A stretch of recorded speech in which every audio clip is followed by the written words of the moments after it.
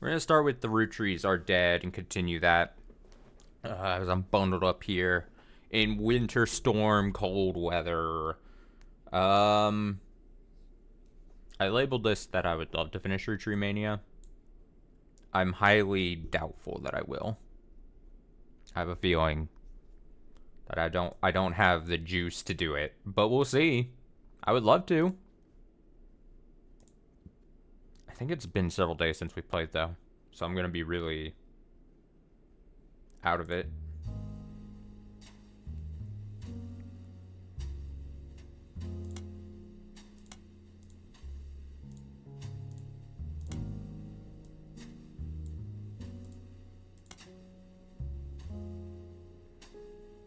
He's gonna be so out of it.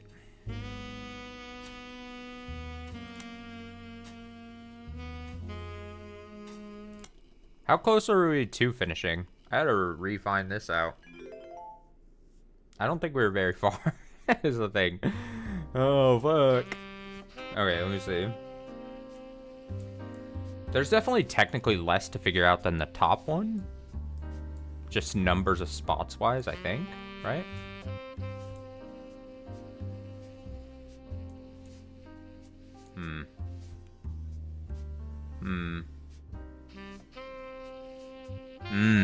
Okay.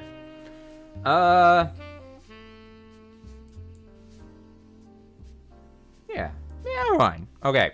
We're gonna need to, we need to do the old, let's act like we're starting from ground, the base, but from the ground.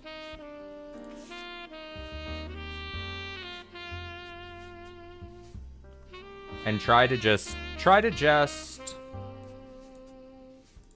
get what we can, you know? We're gonna start probably pretty slow as I get my bearings here and we figure out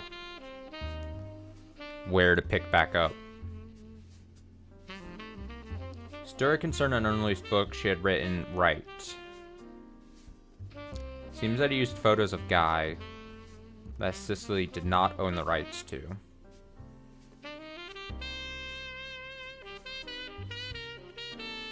Cicely Sanchez, right?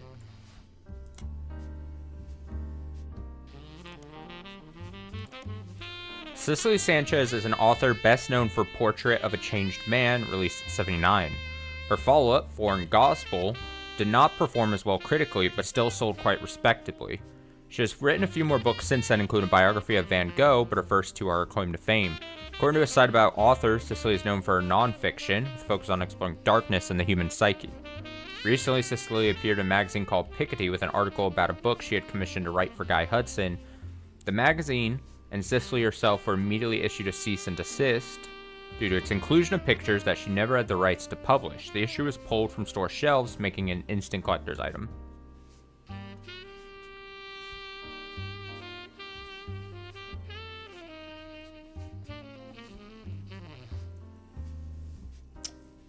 Okay. And this was new, so I hadn't checked her or searched her name before.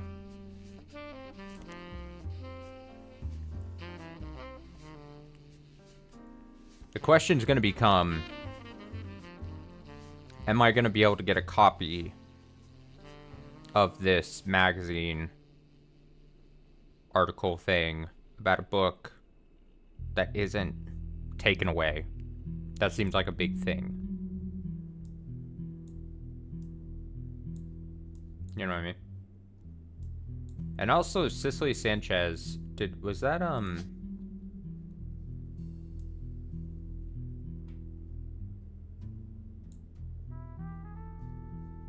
that is a name available to us, right? But we haven't placed it yet, right?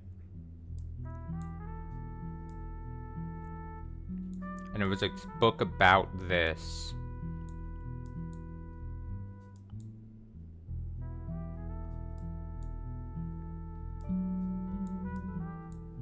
Since it's been like a long time since we last played, I feel like I'm trying to just get my bearings about where we're at with everything.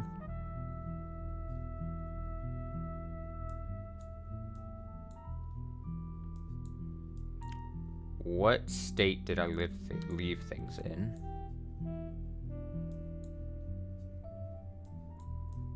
Also, for today, if I go a long time without solving stuff, I might just have to check my pride and, like, see what happens when I click on the duck. I'm not going to try to rely on it too much or at all if I have to or can. But also, I'd rather, in the interest of whatever, I would like to finish it. Again, we might not finish it today. It would be lovely if we did. But finish this in, like, this and maybe, like, another stream, if possible. Just for kind of, like, the sake of moving on from it. But I'm not going to jump right into that. I'm not going to immediately be like, duck time. Quack, quack. Duck time, quack, quack.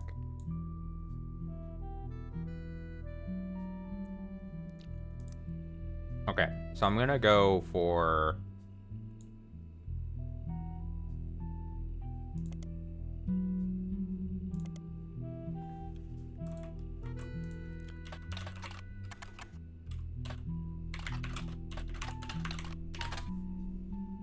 Out of print, this book's description has this to say.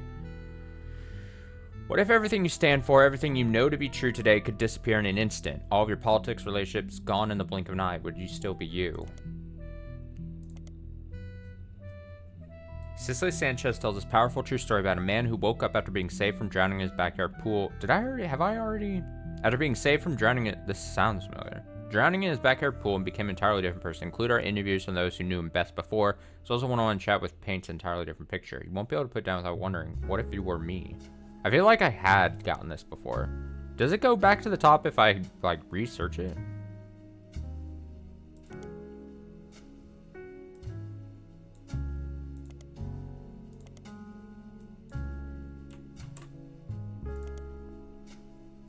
Foreign Gospel tells a tale of a man from the Catholic Church who claims he was told by God that he should travel to Thailand and begin to preach, specifically with the goal to convert 10,000 people. He returned to the United States after just over 2 years, claiming to have succeeded. This book tells his version of the story, but the author, Cicely Sanchez, also traveled to Thailand to investigate these claims and talk with some of the so-called converted. What are the dates on this? 1984 and 79. 79 and 84. Do those happen to coincide with 79, 84? Okay, I was about to say, what if they were like stories that mirrored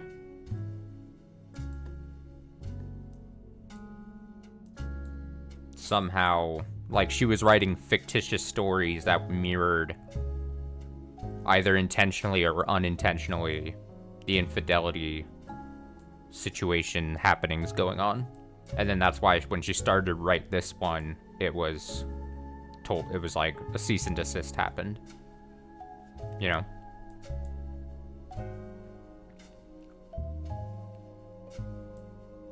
What if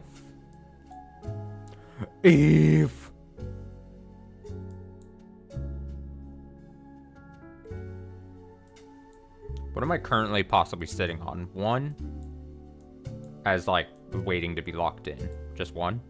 Great. We don't know what Susan Ford looks like.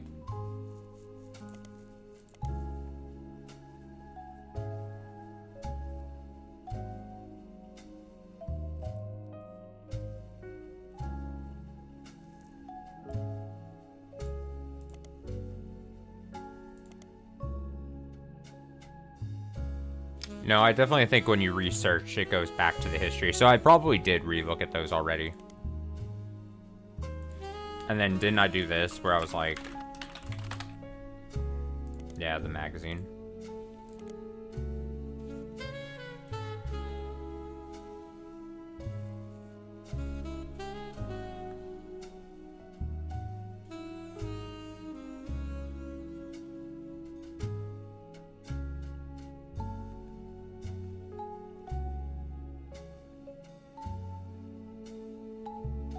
Right. I think this was towards the last thing that we had gotten to.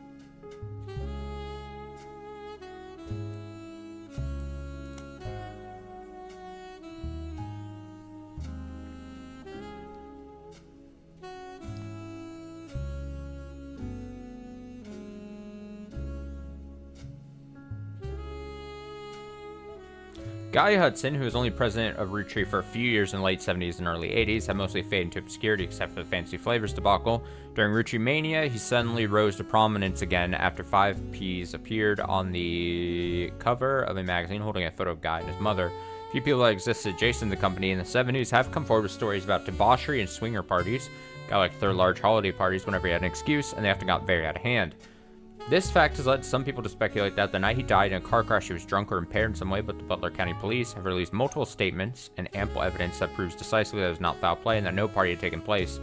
Roottrees' lawyers have been quick to threaten litigation to anyone who has tried to disparage Guy or the company in public.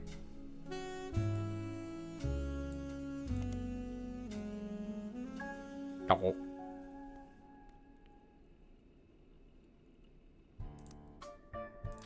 Oh, it's that creepy music. Bow, bow, bow, bow.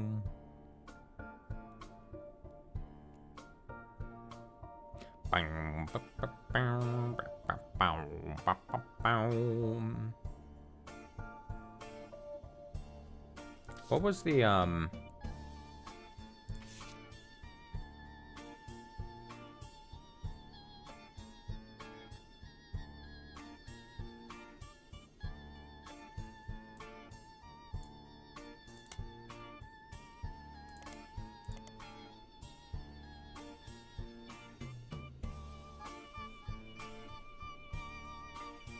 See, if this was the first time I'd searched for this, then I would definitely be reading it, but I can't remember now if I had... I'm sure I've already searched for this, though. Can I,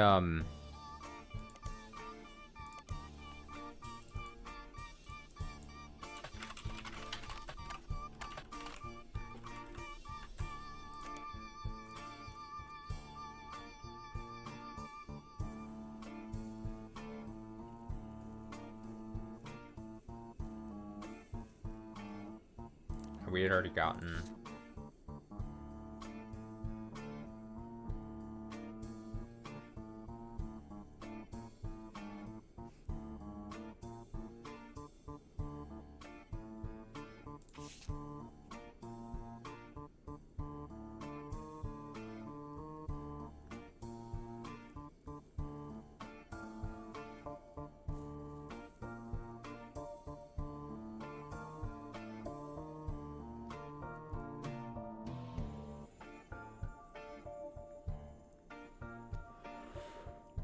Bum, bum, bum, bum.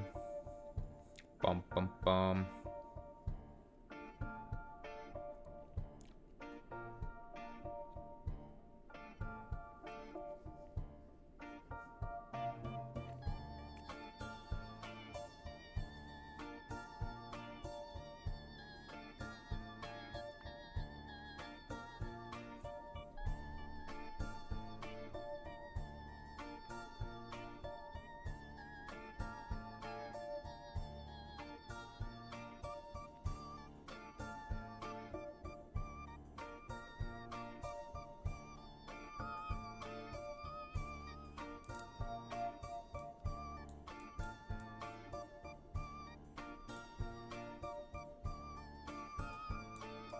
Kind of keep on.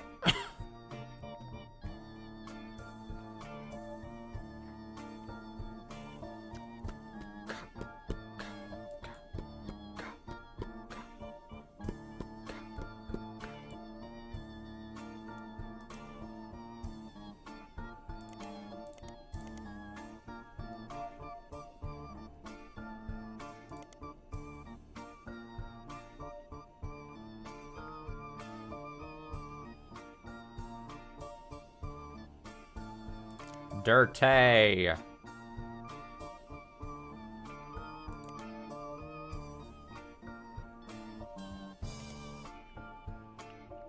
Yeah, I knew that, like, taking a few days off this game was gonna probably do me a lot of injustice here.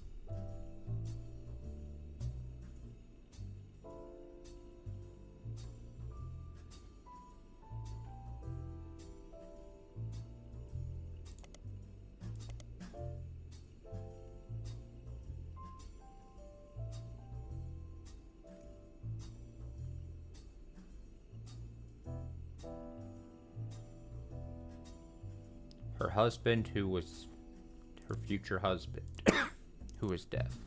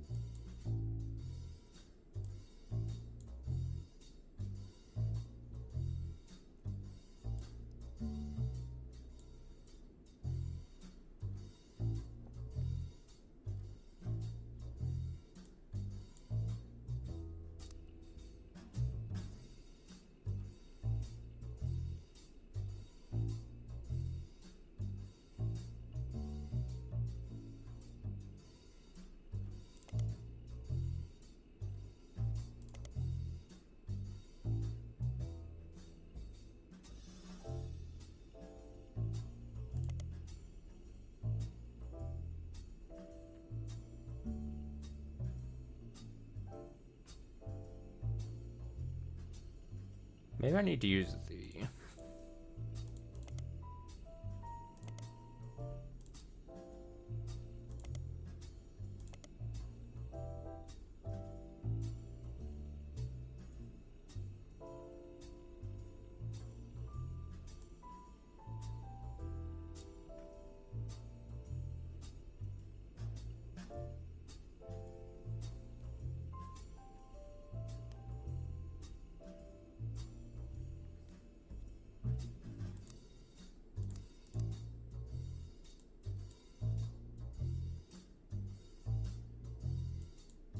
Right, I think I remember reading that, and that's how I got this.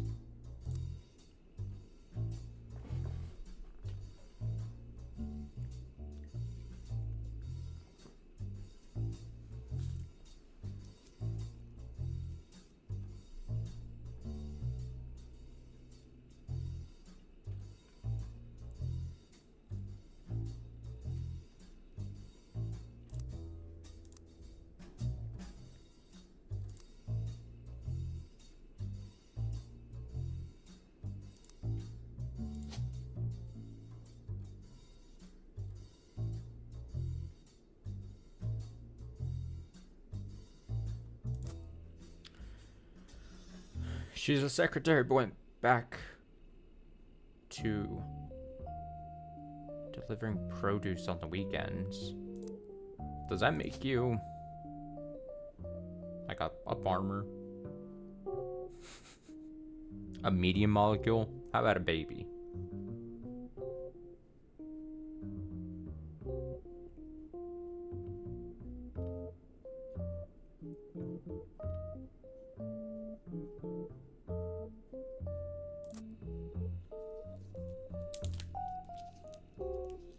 Delivered produce from her mother's farm. You know what? I'm just gonna put, for now,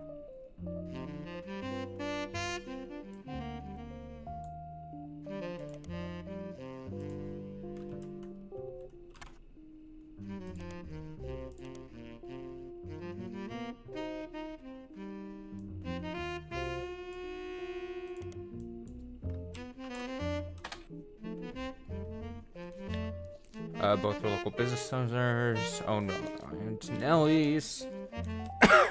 Sorry for all the coughing still. Mark owned a local bookstore called Bookmarks.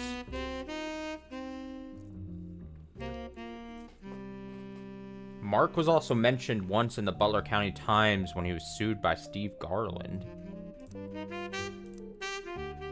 Steve Garland sued him?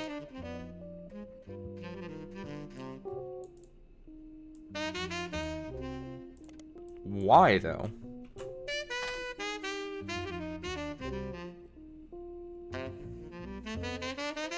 What? I thought I would get...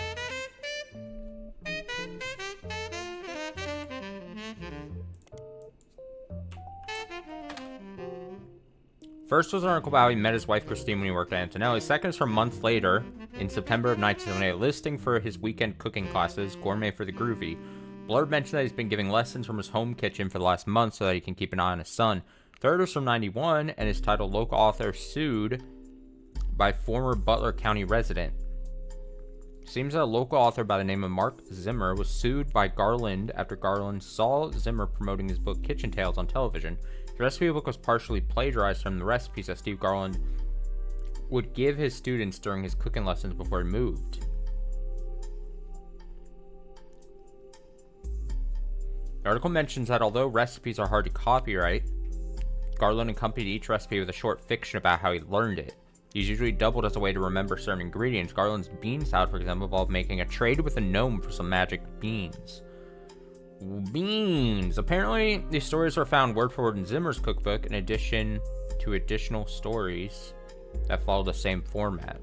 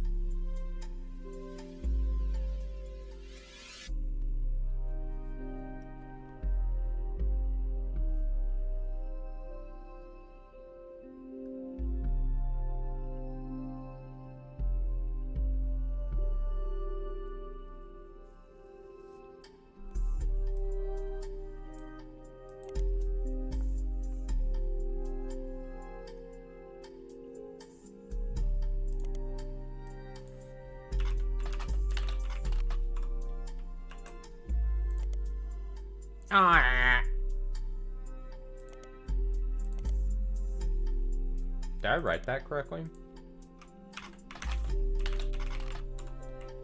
Kitchen Tales. I might have mistyped it. Re-released as Garnishing the Truth. The entire description of this book, according to the library system, is a recipe book that contains stories. Oh, wait. What do you mean? No copies available. Right.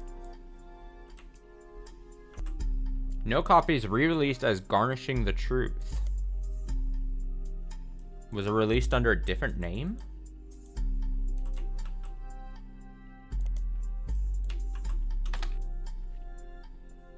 Is a cookbook credited to Garland and Zimmer? Ah, it was released in 1994. It was actually quite successful after the duo appeared to promote it on a daytime talk show. There have been multiple printings since.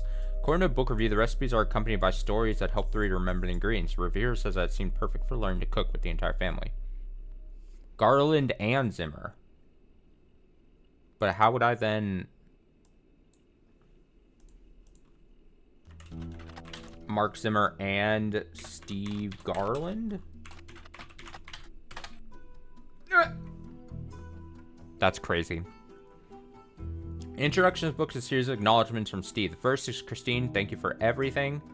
Your support meant the world to me. You're the apple of my pie. Blech.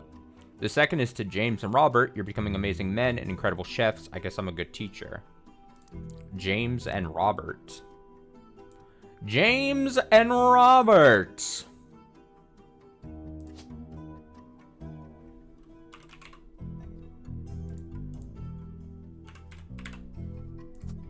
I'm just gonna go.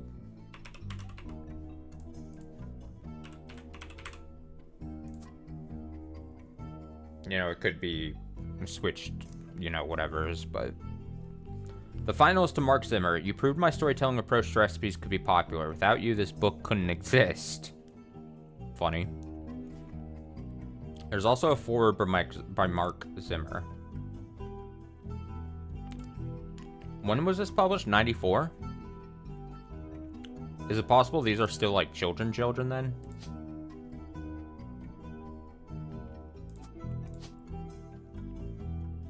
Just placeholder. We're gonna placeholder these for right now. I first met Steve in 78 when he taught a cooking class. Next time I saw him was over a decade later when he was suing me for stealing his recipes. Yes, really.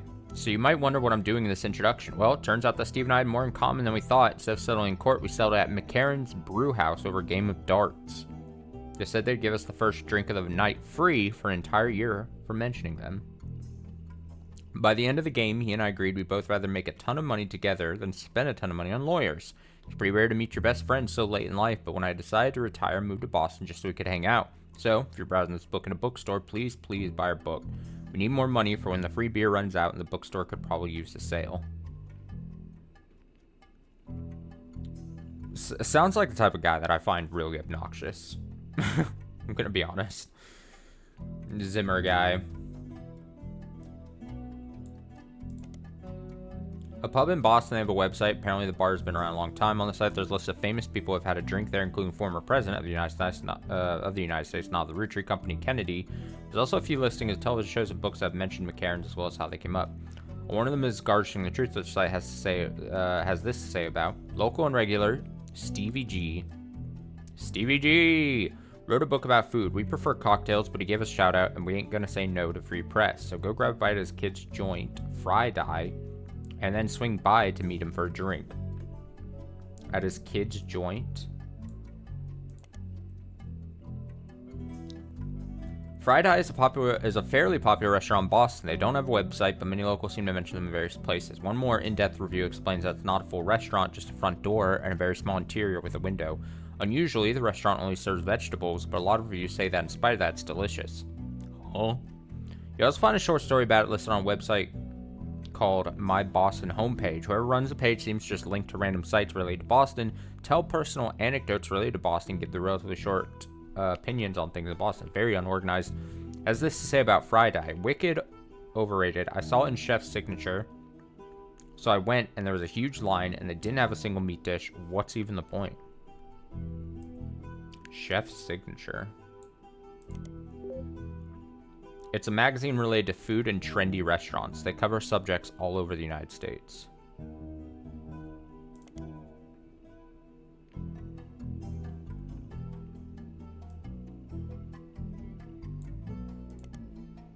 Run by someone with a eclectic taste, they claim to rate things on a scale from wicked awful to wicked wicked. The most recent thing to receive wicked awful was an antique store called Bea's Things. Apparently the owner, Beatrice, not very friendly. The most recent establishment to receive wicked wicked is a comic book store in Cambridge called The Million Year Picnic. As far as you can tell, nothing besides Friday seems to be connected to your search in any way. Okay.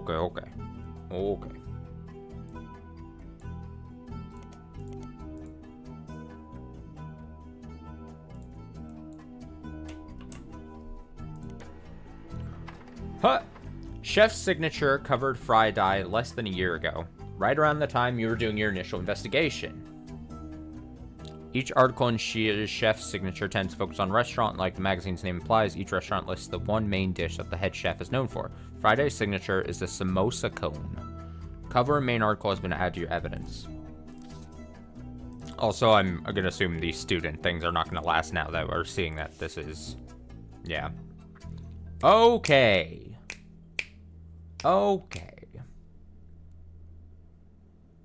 Look at this. Yes, chef. Can a vegetarian diet be trendy? Sitting down with the Garlands, the new boys in Boston. Let's read. Chef's Signature, a nationally published magazine targeted towards fans of unusual restaurants, featured James and Robert. Did I write that? James and Robert, right? No, James and Robert. James, Robert. Yeah. On the cover of their November 1998 issue. According to the article, the two brothers own a small walk-up window in Boston called Friday, a play on the tie-dye shirts that the servers wear, that exclusively sells vegetarian dishes. Most of the offerings are heavily inspired by the powerful spices found in Thai and Indian food. Their signature dish is a samosa cone, which from a distance somewhat resembles a traditional ice cream complete with waffle pattern. Instead, it contains fried potatoes, pureed peas, carrots, and a special ginger-based sauce. Robert, who is 3 years younger than James,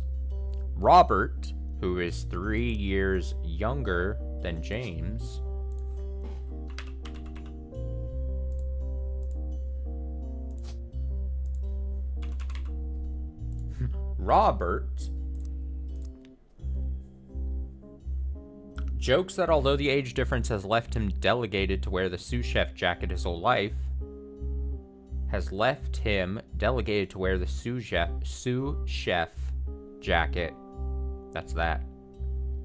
His whole life, he doesn't mind. So then this is Robert. So it's in order. I assume they're not playing some kind of trick on me then. Like really trying to fuck me over with that, right? Here's hoping. As a result, James answers most of the interviewer's questions. The older one. James credits his love of food for his culinary skills to their upbringing. Most kids hate vegetables growing up, but they don't have parents like we did. My father was a chef, and my mother grew up on a farm that supplied his restaurant. Sure.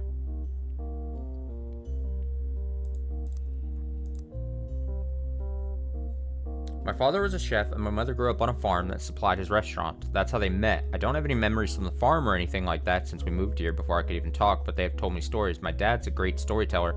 He even wrote a book that partially helped fund Friday. When we moved, they were looking to open their own restaurant together. Unfortunately, they never got off the ground. His lion cook gig ended up being less temporary than he hoped, and she had to go back to work as a secretary even after Robert was born. Before we were old enough to go to school, we spent our days with my aunt. In the diner where we worked, my dad had no room for experimenting, so he'd exercise his skills at home on his days off. We'd always go shopping and cook up as a family on those days, and even though we were hyper kids running around and causing ruckus, they were some of our family's favorite memories since we were all together. Mom always had the eye for the best vegetables for him to work with. She did her best to pass that on to us. According to the article, their parents, who are now retired, visit Friday often. According to the article, their parents, who are now retired, visit Friday often. They even have a signature dessert, the Sistine apple. Oh, what a pun. Apple pie has always been my mom's favorite. My dad always had this stupid line that used to make her laugh involving apple pie. Most people realize it's a Sistine Chapel pun, assume that's all there is to it, but it's actually secretly named after them. Sort of. What do you mean it's secretly named after them? Sort of.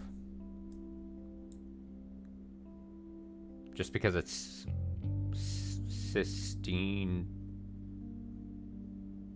Stephen Chapel? Chapel Christine What do you mean?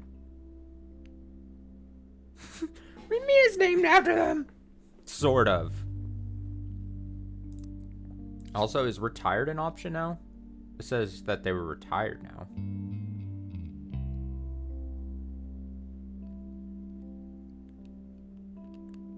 I don't know if we're going to keep farmer there, secretary, or...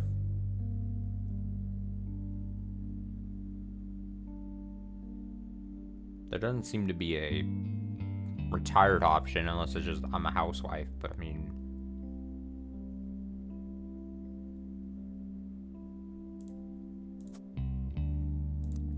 What do you mean? I'm so confused. Apple pie has always been... Most people realize it's a Sistine Chapel pun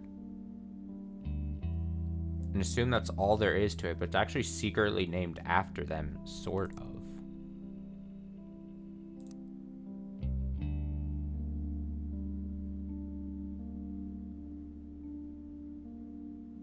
Sistine, Christine,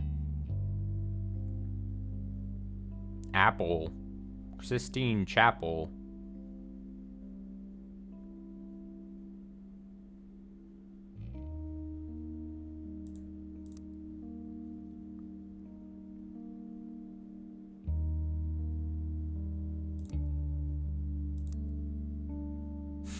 I think there's something I'm missing. Wait. I assume I'm not going to be able to just...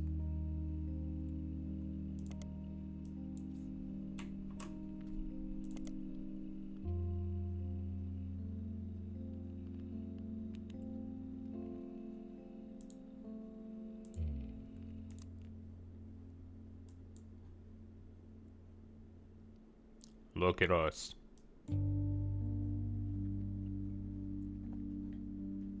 How would I get a picture of her, huh?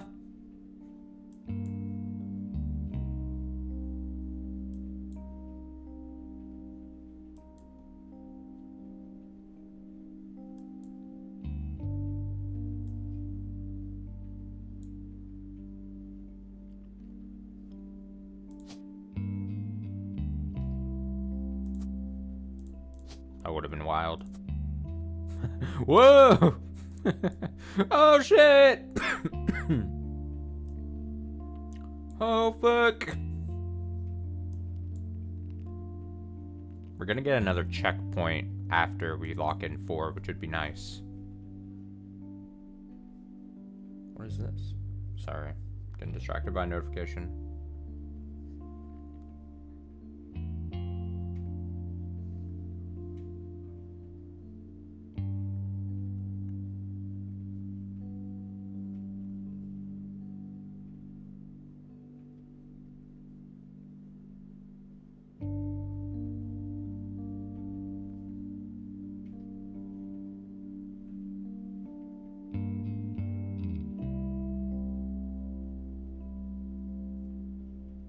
Okay.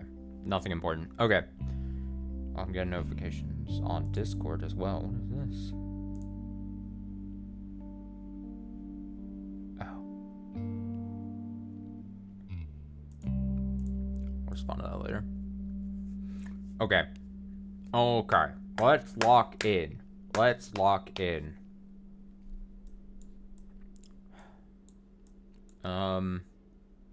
We need to find a picture of Susan Ford. Or I need to find a picture of Christine Farrow. Or I guess technically the occupation of this lady. To push ourselves to the next. I did like that I was able to find this. This is good. This is really good. I'm not gonna look that gift away. Can I do anything else with chef's signature? Restaurants and kitchens. Is that only going to be used for...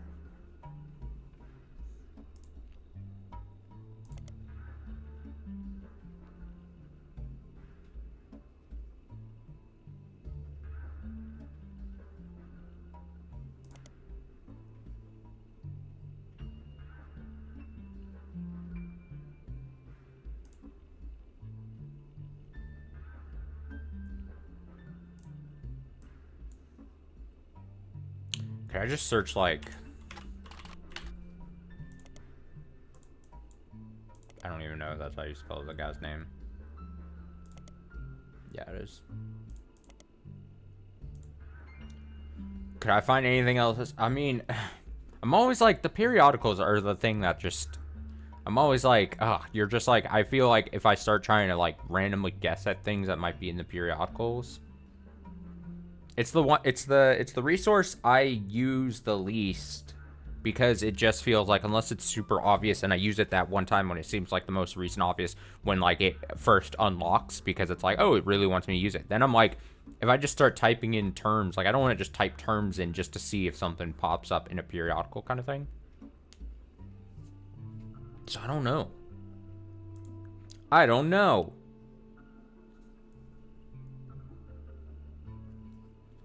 I just don't know.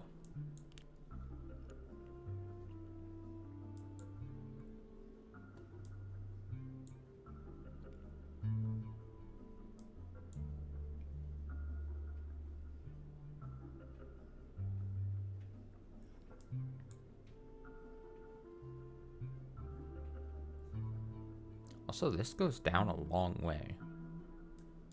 It's kind of crazy.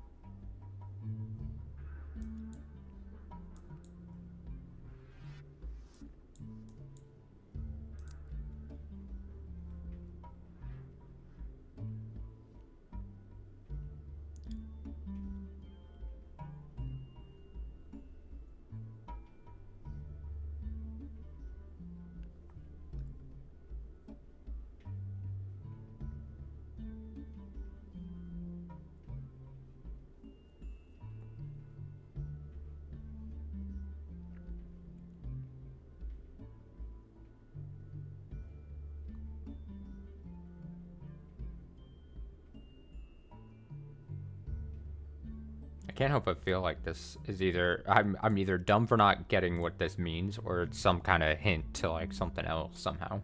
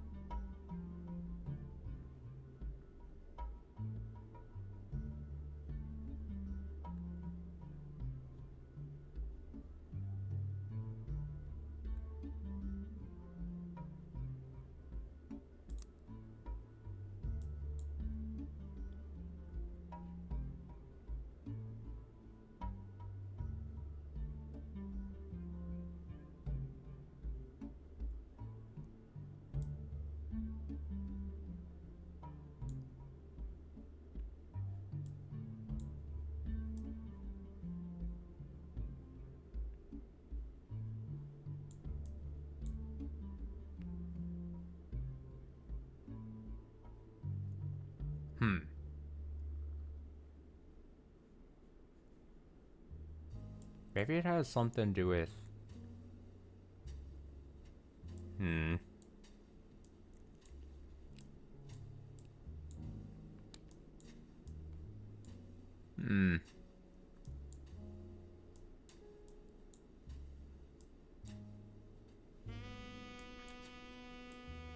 Alright, you know what? I'm gonna click a duck. I want to know what happens when you click the duck once. I'm curious what kind of hint this gives us. I know, judge me for all you want. I'm playing like shit anyway. In the interest of everyone's time. You haven't searched for everything on your list of notable events. That's a good place to start. Oh, I haven't? Whoops. I thought I totally had at some point. Notable events here? I haven't searched all these? Wait a second. I'm sure I had.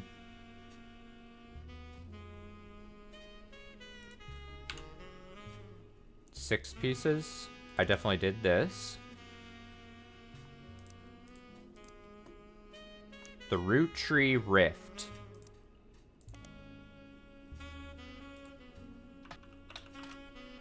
I did do that. I'm just trying to check the ducks. Clark. I did do that. 5 Ps. I definitely did that. Roottrees Mania.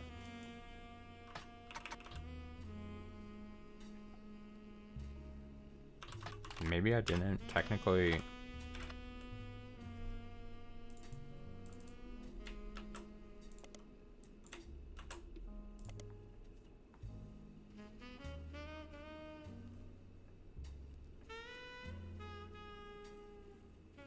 Let me just see, and then change over to. Roottrees Mania immediately followed the announcement that a rapper going by 5 Piece was actually a Roottrees. Collectively, popular culture seemed to focus on the Roottrees family and 5 Piece for a few weeks before everything felt oversaturated and society moved on. So for a few weeks. Because of the 5 Piece saga, an underlying through line to how pop culture treated Roottrees Mania was an excuse for everyday people to claim they were also Roottrees. Daytime talk shows had I'm a Secret Roottrees episodes, late night hosts and guests made jokes about other lost members of the family, and there was a widely shared website where you could fill in your own name to find out if you were a secret Roottrees.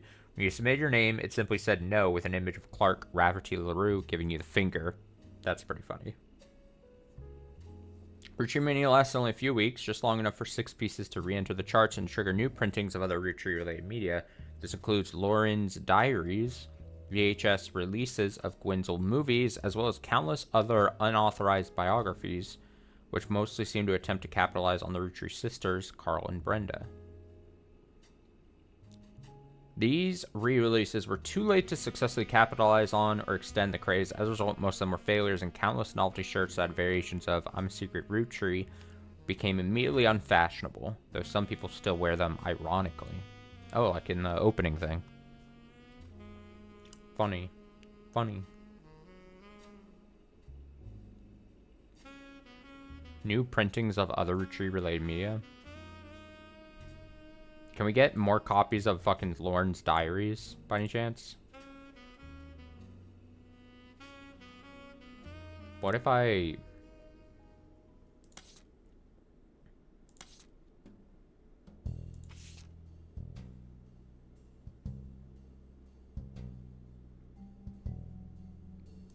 A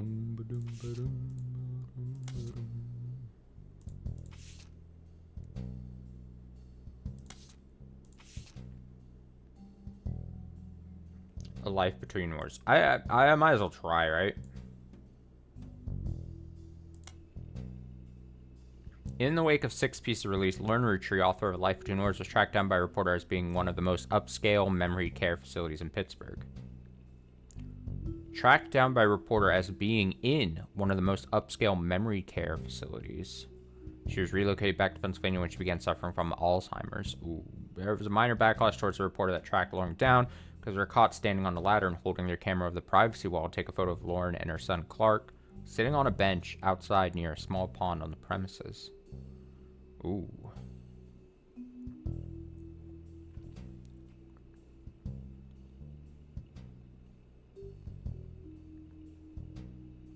In Pittsburgh.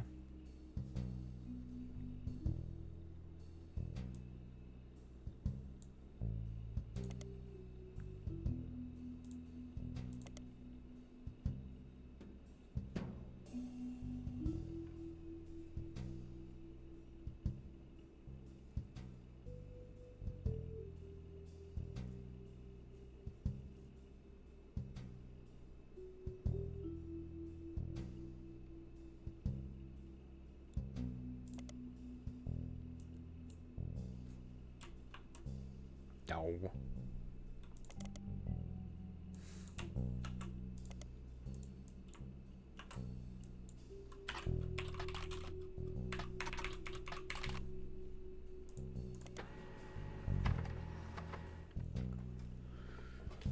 When revisiting Lauren's book, there's a single passage that focuses on potential affairs in her immediate family. You've added it to the rest of your evidence.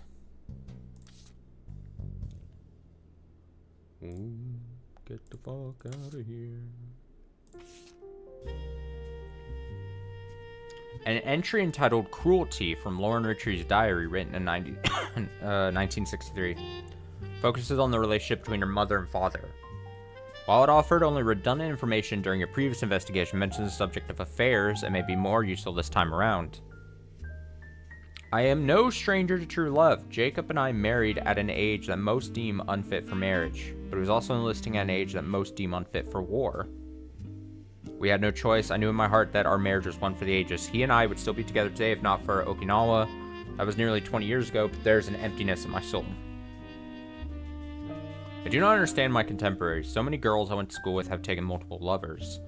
So many of my girlfriends' husbands have been unfaithful. If I'm able to remain true to the ghost of man with no chance of physical reciprocation, no potential for long conversation, how could it be so hard to love someone you can reach out and touch, someone you can joke with? I have not had to deal with such madness at home. My parents are a perfect match in the worst way. My mother's cruelty is a perfect fit for my father's general spite. In turn, Pop's status enables her incessant need to gloat and feel superior. I have grown up with their cruelty and disdain for others in my family entire life. Even my family remains unspared. They make fun of my grandpop and his family, saying, "Blood is thicker than syrup, but nothing's thicker than Elias." They mimic Grandma Gwyneth's lisp and see her kindness as a weakness. Elias, please remember Sam. Not even our family's maladies and religion go unmocked. Remember, God only put one eye in miracle. So blood is thicker than syrup, but nothing's thicker than Elias. They mimic Grandma Gwyneth's lisp and see her kindness as a weakness. Elias, please remember Sam. I can say without a doubt in my mind that my parents have never had eyes for anyone outside their marriage. They're too self-centered to look astray.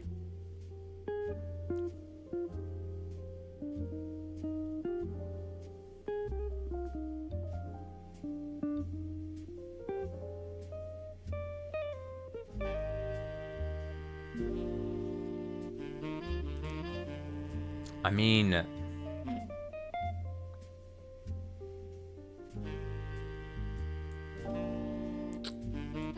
was hoping that was gonna give me more. Boom.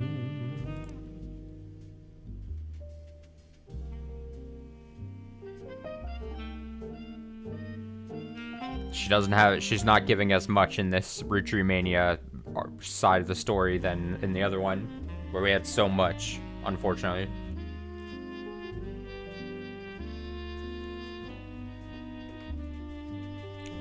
Got so much out of her diary thing. Both versions.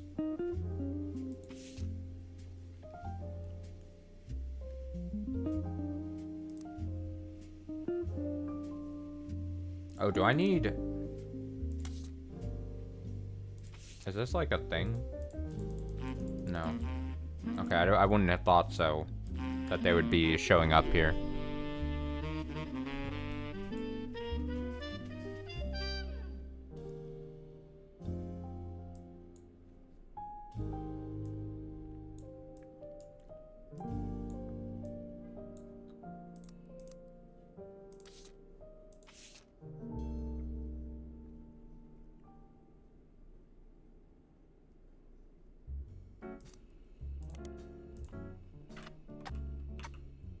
Okay, so I had searched Anonymom. And then Jane Doe.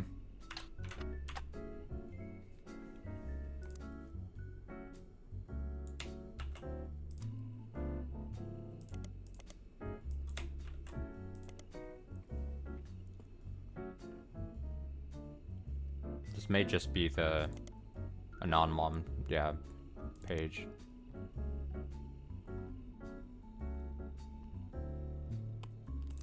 You know what? I'm using the duck a second time because that first one was just... Okay, that's I'm stopping the duck usage now. I'm stopping the duck usage now. He's a musician. It's possible some of his music could be helpful to you. Could it though? Possible some of his music could be helpful. Have I not, like, searched?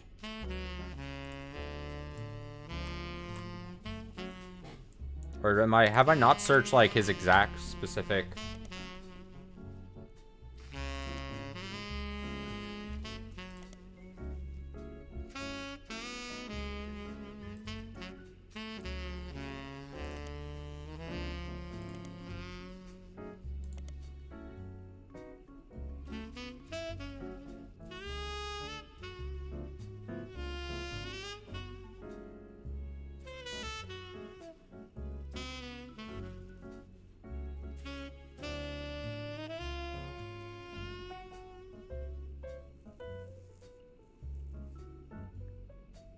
his music.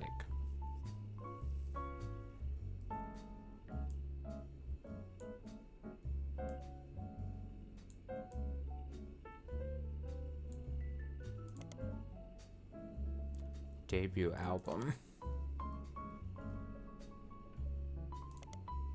According to various sources, the album's most material, that 5-piece recorded first mixtapes before it became notable, but re-recorded with lyrical differences in professional production. All Your Problems was the first and only single released. After dropping the single, 5-piece announced he'd retained the infamous celebrity lawyer Stevie Whitlock to sue his family. To date, it doesn't seem like he's followed through.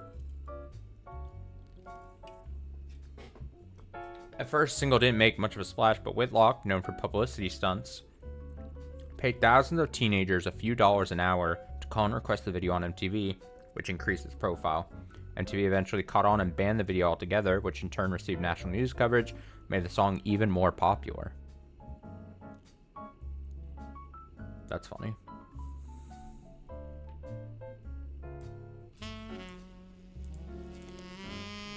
Stevie Whitlock's a lawyer with a history of publicity stunts and grandstanding. Still, she's managed to rack up quite a few legal victories for C-list celebrities and athletes. She became famous in the mid-1980s after successfully suing a multinational sandwich company whose 12-inch subs are actually an average of 11.5 inches long.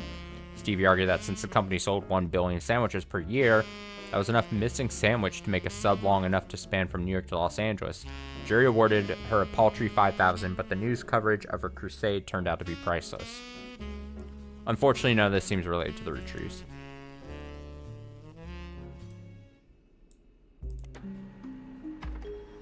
This track is the only new song on the album. The subject matter of the song is the hypocrisy of those that claim money is evil. He points out that the only people who think money is evil are those that have it, those who can afford not to be greedy. In the song, Five Piece triumphantly talks about taking the Roottrees' wealth due to it being his birthright and giving it to those who need it most. Find a copy of the song on a suspicious-looking website and download it for your records. Oh, I can't wait. Oh.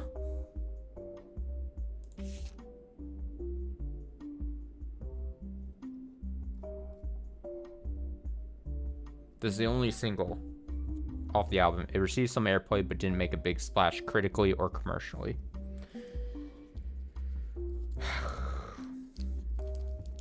I was told some of his music would have hints, and yet nothing. There's no Spyglass number on here. So what are we doing? I mean, he probably has other music, though, I guess, right? Would probably be... Attention, attention, Roottrees. This is 5P coming at you from the real world. You know, the place you ain't ever lived in. Yeah. You say money is the root of all your problems. Root of Already a banger. Y'all are hypocrites, sitting back in your massive estates, built from the cash that your ancestors gave you, acting like you somehow deserve it, based on your family's creations. Yo, but looky here, sonny, don't you come for our money, or you might burn bright in hellfire someday, like that Madsen chick and her two dads. My pappy's cleansing trust should keep you away. Yo, it's disturbing, catching a sermon from a geezer who's never known hurt, but blurts out these claims that somehow we're sinners cause we didn't earn it, when all of your worth it came free with your name. You expect me to treat your lectures on greed as some expert creed from he without blame. How about instead I turn my other cheeks and spread them? When you give me a kiss, you'll know just what it That's pretty good, actually. you say money is the root of all your problems. Let me take those problems away. Whoever calls dollars the root of all evil, just trying to make small pursuits of real people. You silver spoon thieves, you're the world's purest treacle, while real world folks burning spoons for the needle. So once more with passion, tell this poor tragic orphan how your mansions and Porsches are actually horrible. How I'm better off penniless, grasping for morsels. How one in my share, That's actually extortion. With your candy ass name, synonymous with sweets. Oh, you wanna call me classless? I'm gangster from Portland, but I play that game. I came up on the streets. The only streets you reppin' are Park Place and Boardwalk. Hypocrisy, monopoly is toppling. When I knock, have G's. top off my pockets, please. Cause the same God that got to steal my mom from me is what he wants, right? For you to live in poverty. And if you're suddenly not eager to unhand that fortune, that's unfortunate. I guess I'm gonna have to take my portion, and I'll do it all legally. Class action, courtroom, decorum. I'm way past your fancy ass dormant.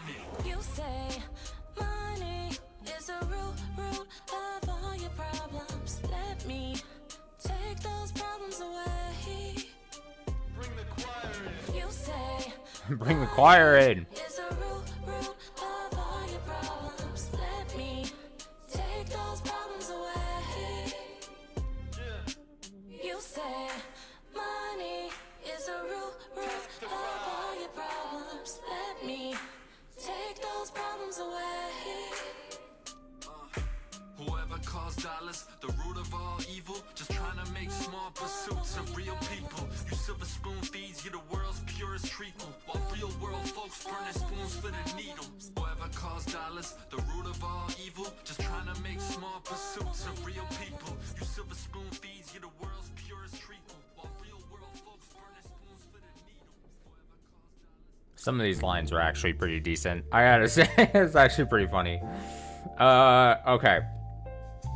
Okay. All right. Okay.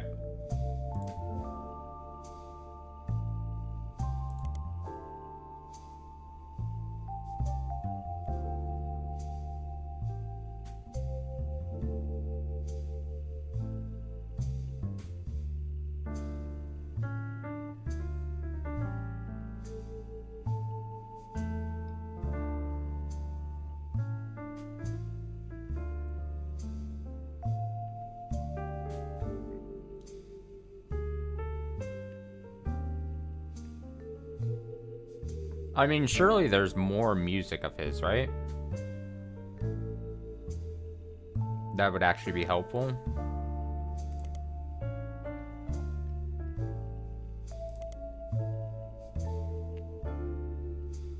That's his most recent album.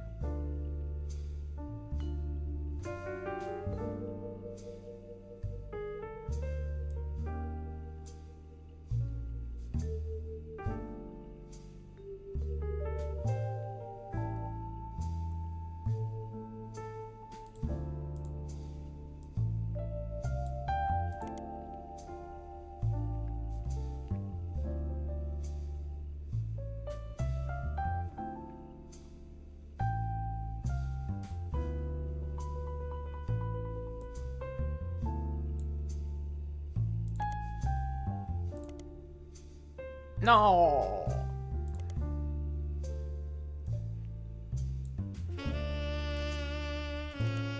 No.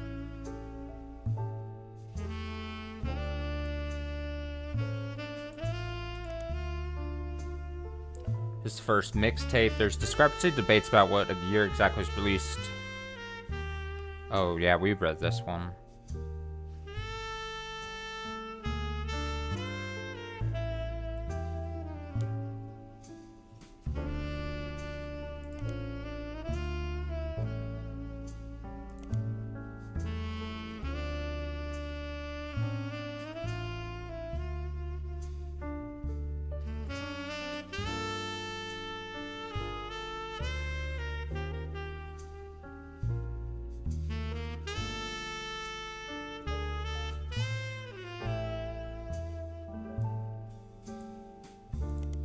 Come on, please.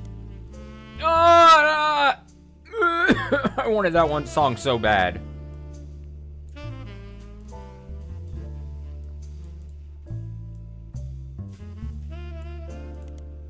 Oh my god, I want that song so bad. Please.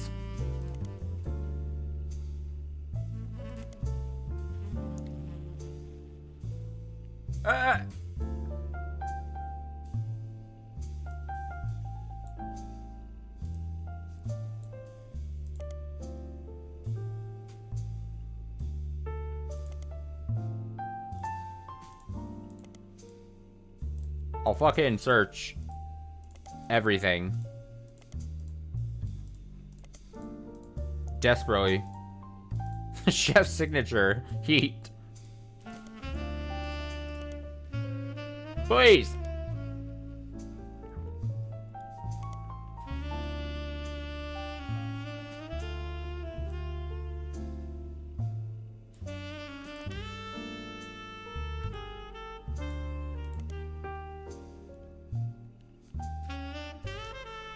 References caused some confusion amongst the fan base because it is agreed upon the mixtape had to come out in 92 at the earliest, but others point out that Fellows references seeing the movie on his 17th birthday. This would have been in 94. Some take this to mean that the album had to have been released in 94 at the earliest. Others claim that he's likely just trying to make himself sound older, since in response to some of the more questionable lyrics, he stated multiple times that he was just a dumb kid when it was released.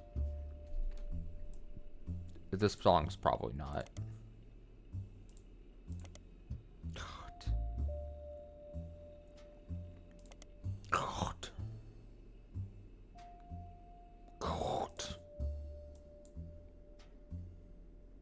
I really thought like Heat would be there because it has like it would list like people.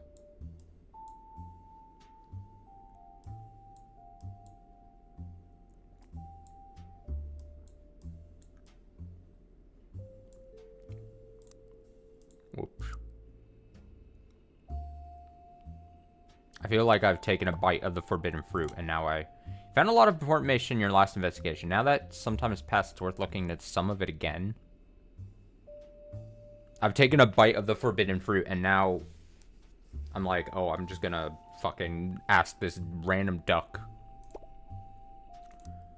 In my last investigation, it wants me to just like, I mean, I like the hints that are like very broad and are like, oh, fuck it. Now, but it wants me to, you want me to search everything from back then? No direction? Ooh. Want me to Teen Blast.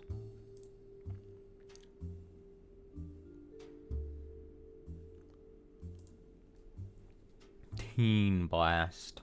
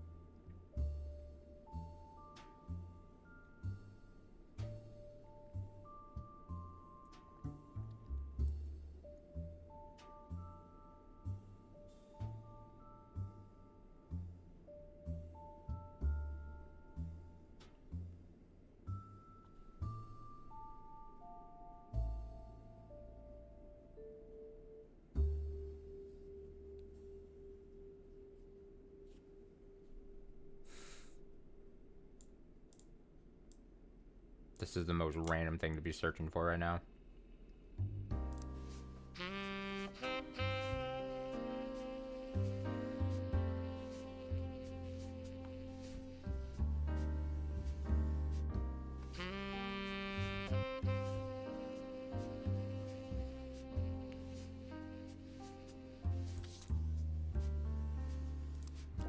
Duck, I want...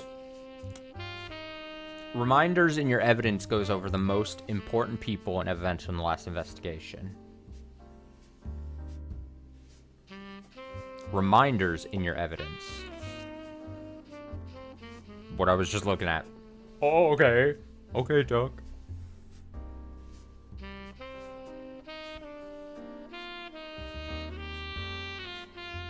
What did it say? Reminders in your evidence goes over the most important people and events from the last investigation. Okay, let's chill on the duck then. Let's chill on it. We've broken the seal on the duck, but let's chill.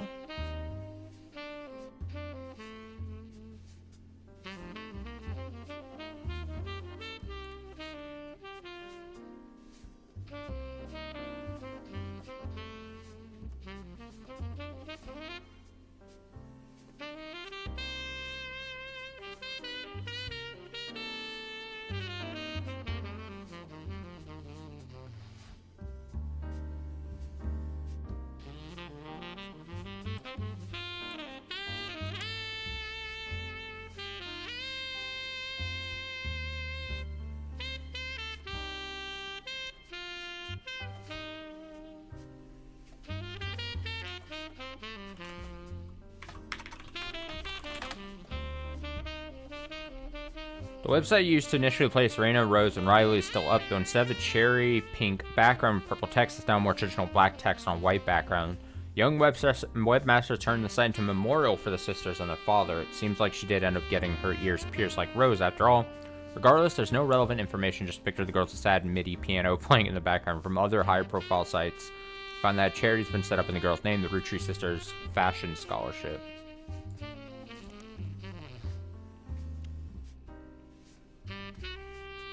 The Root website has a small... What is the older version of this?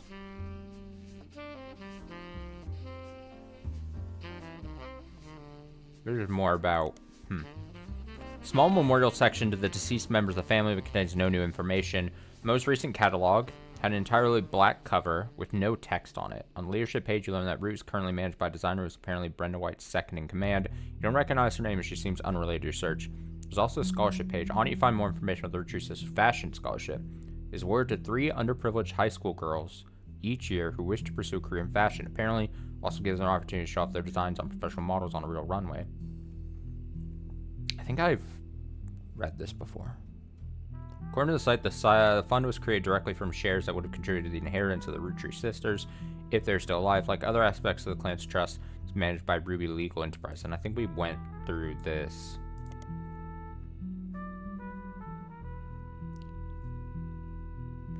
Can't find much about the company from before this year, though all the articles tell the same tale. After the fiasco of Six Pieces, for such a cover, they hired outside counsel. The Ruby Legal Enterprise Group now seems to have ties to multiple aspects of the Roottrees Corporation, including the candy company and Root. They were recently in the news due to a high-profile lawsuit they raised against Cicely Sanchez. Right.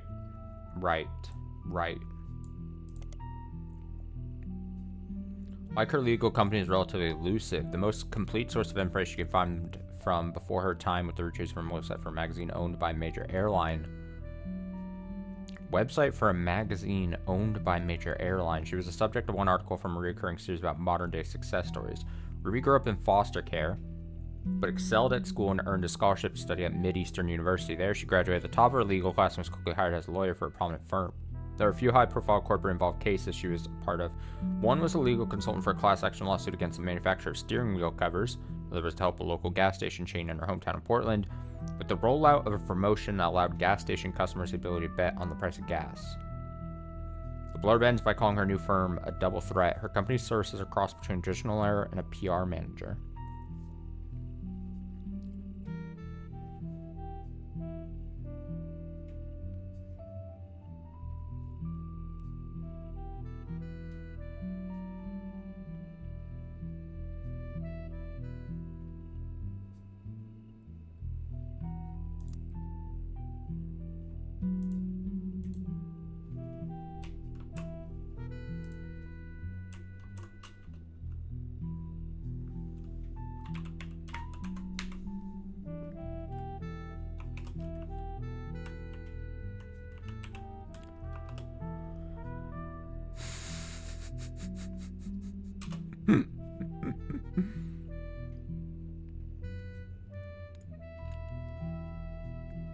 For some reason, I feel like her and her name is going to be important at some point, but maybe not on the tree itself.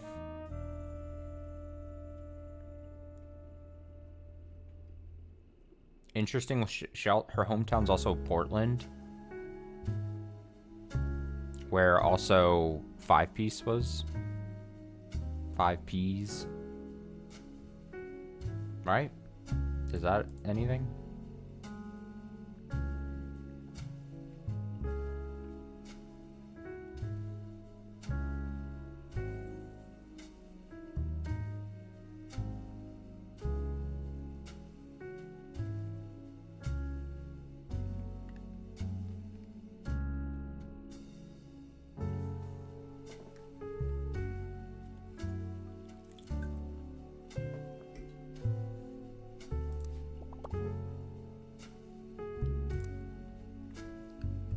I wasn't gonna actually use it there. I just wanted to see the writing again.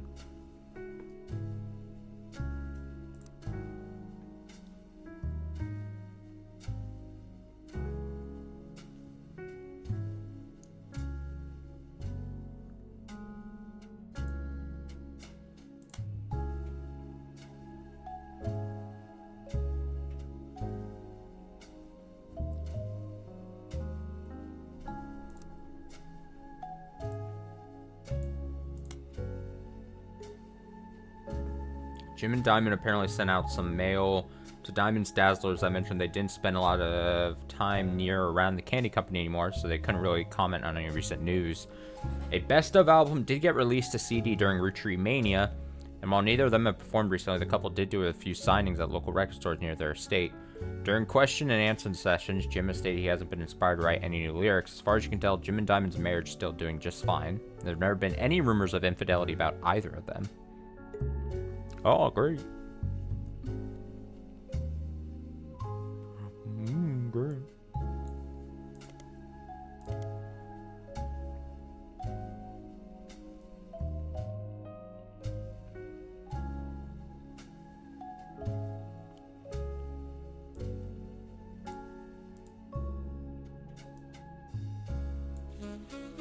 No.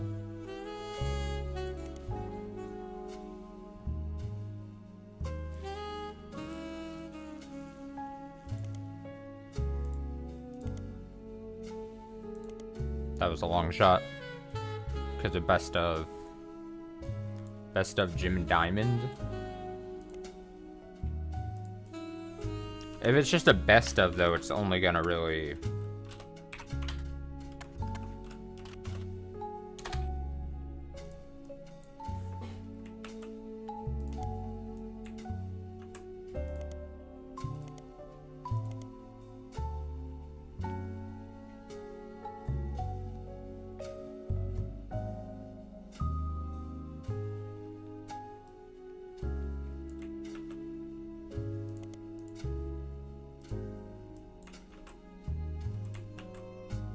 Fuck.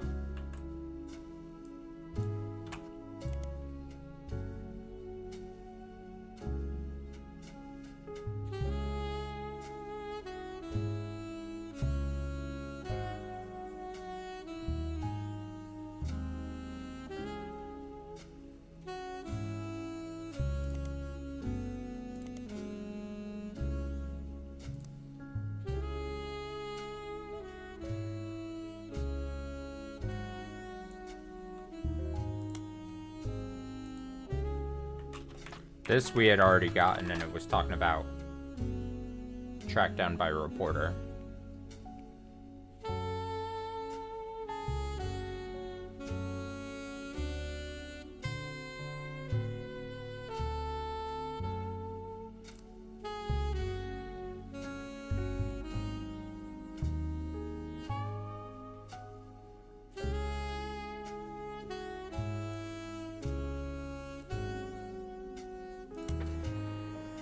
Oh, seems Brian Jones has been busy updating Stephanie Jones' campaign website. 2 new sections exist. The first is baby photo.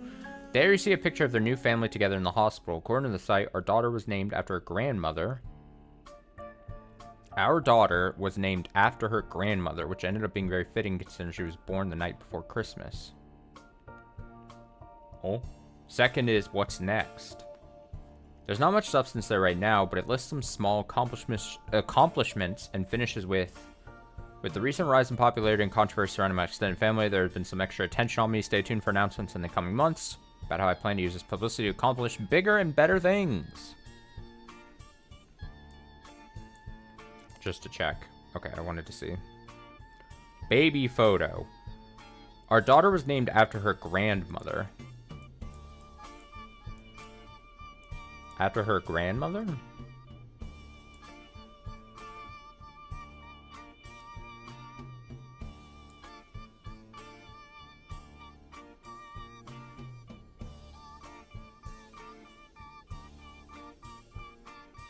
Huh? Our daughter was named after her grandmother.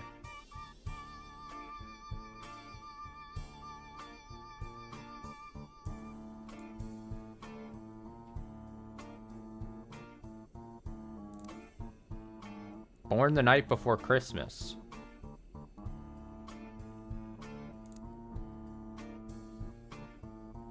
Is this another name thing I don't understand? Caroline? Like caroling? Caroline? That doesn't sound right.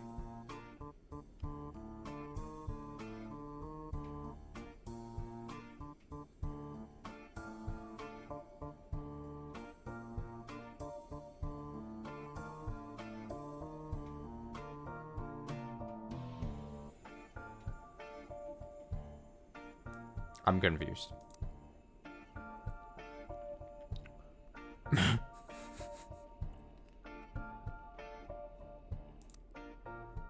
I'll look at that in a second. I'm gonna keep picking stuff off of this thing. Just searching, just to see if they give me more stuff.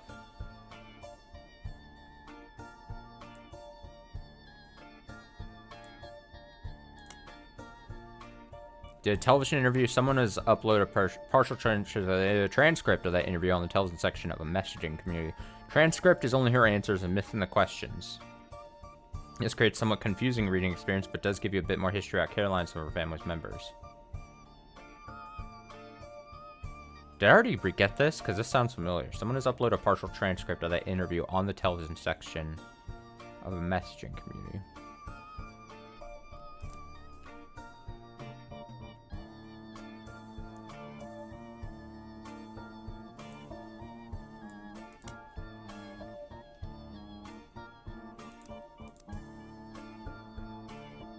Chris Rath. Might as well try. Whoa! Whoa! Hey! Chris Rafferty's Prodigy site can seem to have been discovered by the masses. Gone are the art pictures of his cousins. Instead, it's a list of questions that people kept emailing him. The most relevant ones are the following. Are you the son of Clark Rafferty? Yes, but I didn't grow up with him. Remember him from when I was a little kid, but I moved away with my mom when I was very young. We left Pennsylvania and moved back home to Virginia. We lived there with Pete, my stepdad. My dad and I spoke a few times when I found his phone number on a check he sent us in the mail when I was 15. He was happy to hear from me, and now he calls me once a month. And he came to visit me at college. He tells me about things I don't remember, and people like Guy Hudson, Ernie Madsen. My dad and I get along, but obviously we aren't very close. Did you ever meet the Roottrees? I used to know the Roottrees, but never the sisters. I was in the office sometimes when I was a kid. I definitely met Guy Hudson before he died, but I don't remember. My memory is weird. It's hard to know what I actually remember from what I only think I do because I have pictures. For example, I have a photo from when I was 5, and in the office with my dad and Guy was there. I made myself sick by eating chocolate, and some woman who I don't know cleaned my face. By eating chocolate, some woman who I don't know cleaned my face. I don't know if my memories of that came from a picture or not. The photo has been added to your evidence. Oh! How'd you have proof of Ernie Madsen's heart condition? I knew Ernie had a heart problem because my dad told me in one of our phone calls. I asked him about the poison because I saw it on the Roottrees Curse website, and he emailed me some old stuff including the proof, but even with the website didn't take it down. You spelled fiance wrong. I'm not good at spelling or writing. I'm good at painting and other art. I'm going to school to learn how to edit movies. I want to make cartoons someday. Lulu is much better at spelling.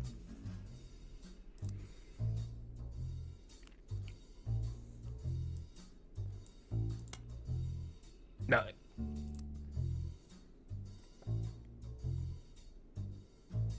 I already tried searching this, right?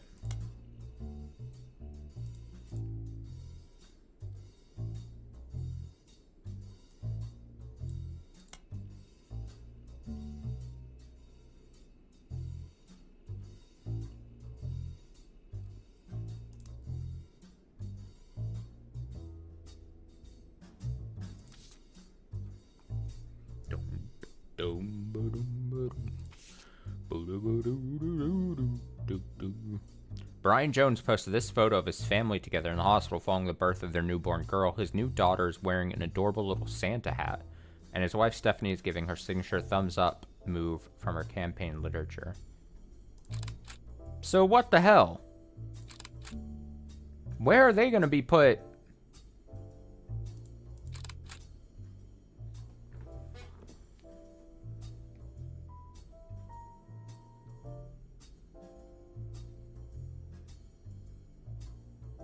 If they're from the original...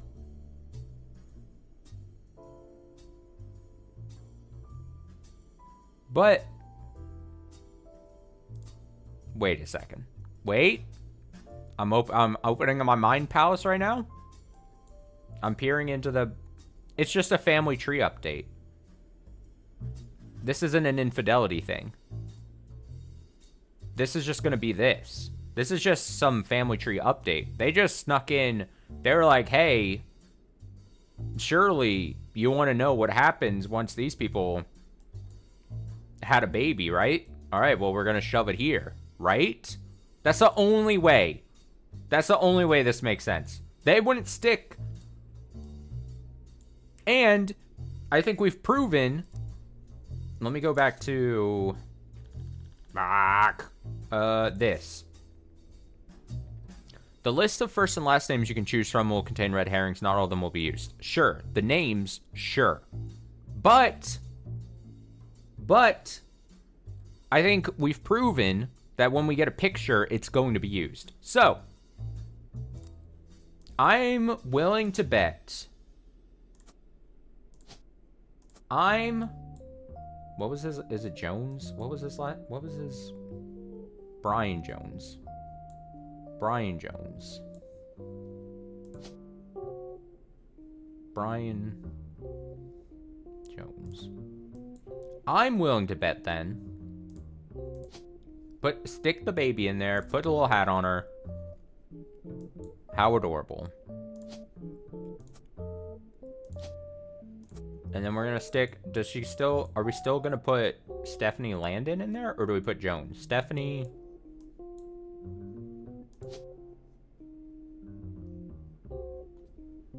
Stephanie Landon it is. Is she still a politician? Baby. We actually are putting baby in for an option, which is great. Now what the hell is this? What are we doing here? What are we doing here? It said we named her after... Fucking hell, what did the thing say? I don't know, I gotta understand the...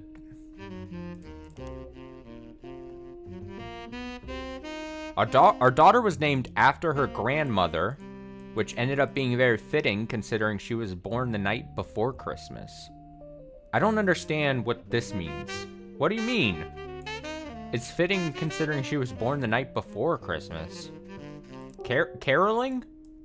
That's the only thing my brain can think of? Caroling? Caroline caroling? Christmas caroling? An activity no one does in the real world? I'm convinced no one actually carols.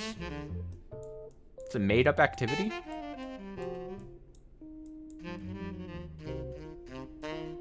Okay, this is what we're gonna do.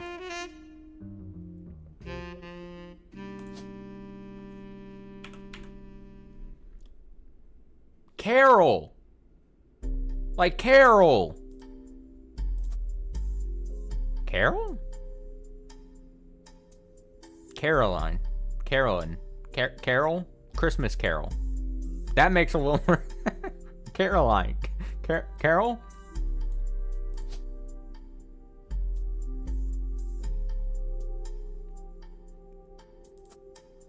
Uh-oh. This doesn't feel good. If things aren't locking in, something feels bad. Something feels bad all of a sudden. Things start to feel bad.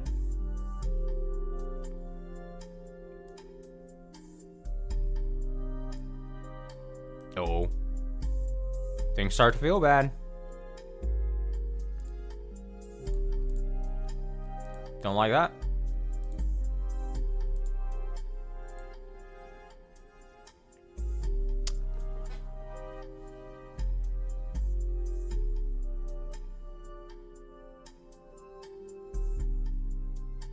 Carol makes a lot of sense. I think that name is right.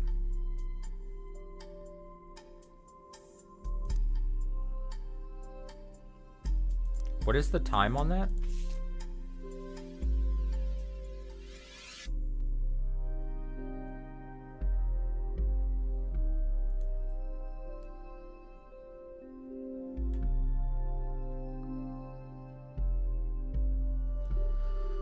Ooh, boy. Although...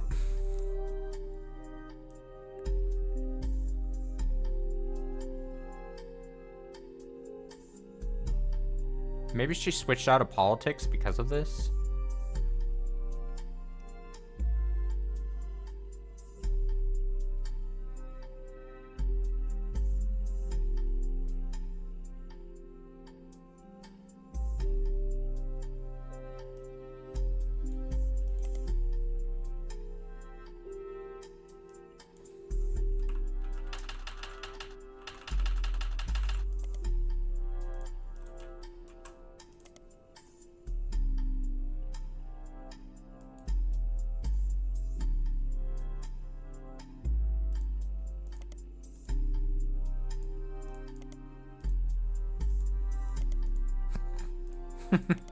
Surely.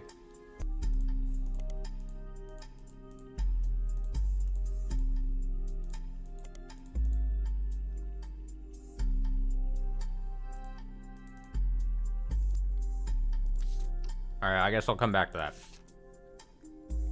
This photo was on Chris Rafferty's website. According to Chris, it's a photo of him, his father, and Guy Hudson. While they were distracted, he snuck into the supply of chocolate they kept for visitors and tours. Chris Rafferty did not know the woman. Chris Rafferty did not know who the woman in the photo was. Look at that face, man. Okay. Why does he have a bucket? What's with the bucket?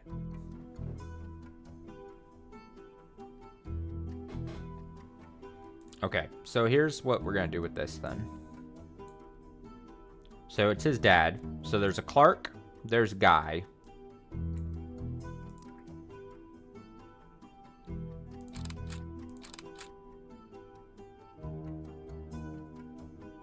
Look at this all green outfit. That is absurd.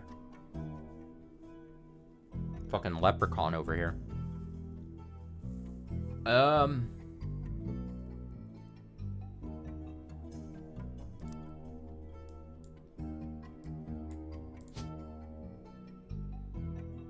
Where was this from? Again. Ooh. Also, why did we get another picture of Clark? Where's another photo of Clark going to show up?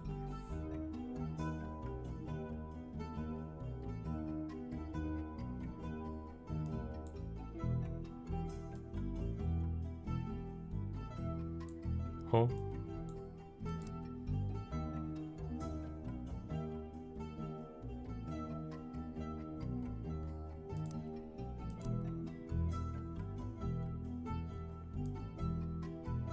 Where the hell is a picture Clark?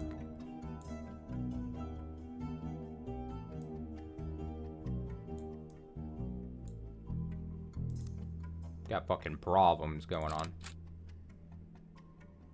We got a situation on our hands right now.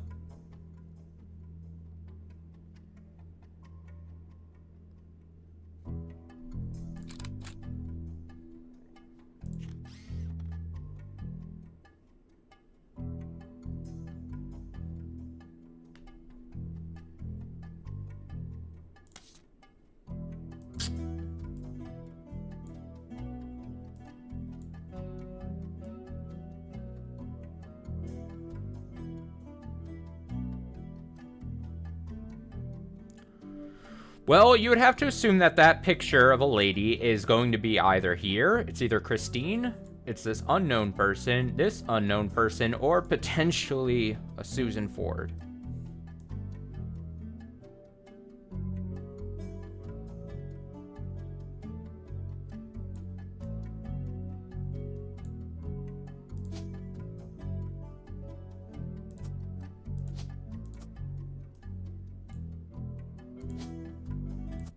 Oh,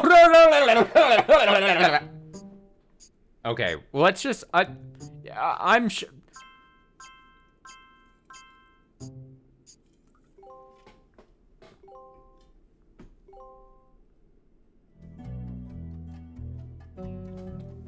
I'm definitely playing this one slightly more loose than I did even in the first one. And honestly, I'm fine with that. I'm not even going to be complaining about my gameplay at this point on this second mission. I'm here for a good time, not a perfect time. Is that how the phrase works? Wait. So then that means if these are the 4 that locked in, then I have those sons fucked up somehow. The chef guys? Do I have their names or their pictures mixed up? Or are they not chefs? Are they both not chefs? Or one of them, at least one of them has to be a chef, right? Right?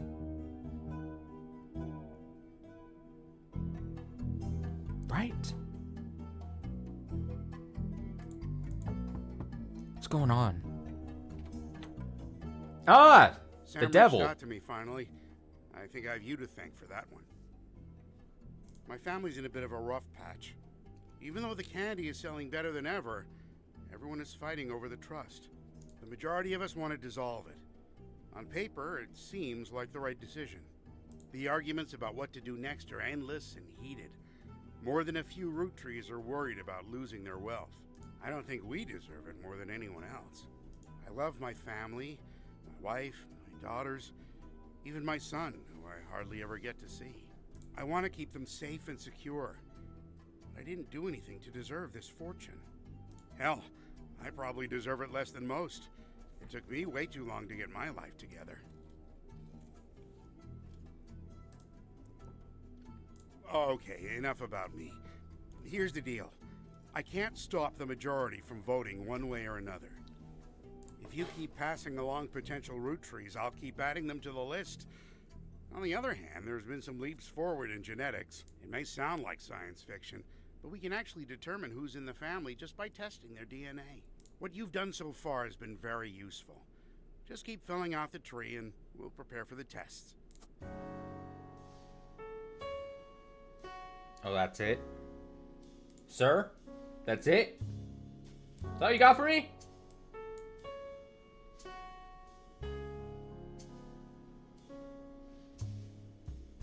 Okay, so we know a couple things. Edison Sterling is not correct.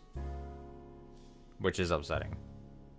Because I remember putting this name in a long time ago, and there was like a second part. There was a name.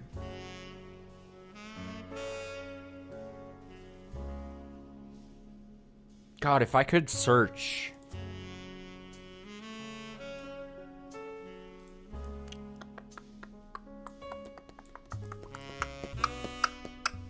If I could just search my evidence, because there was something that said something about his name.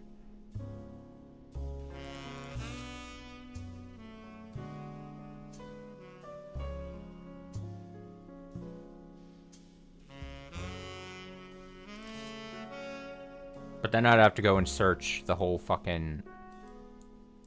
Ugh.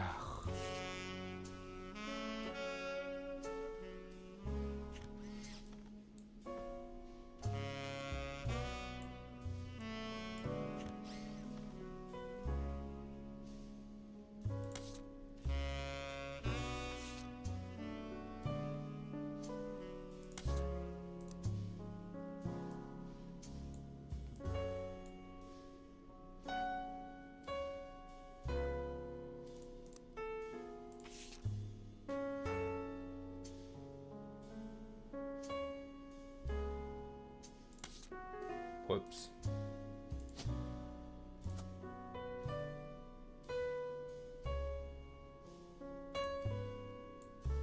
What did I read that had the name?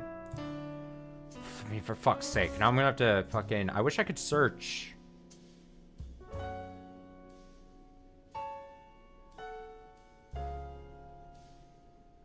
Because I read something, and I even remember distinctly being like, oh, it's either his name...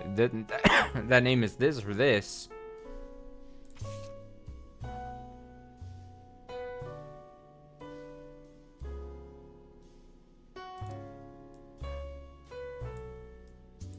God damn it. God damn it. Fucking hell. Shit. Fuck.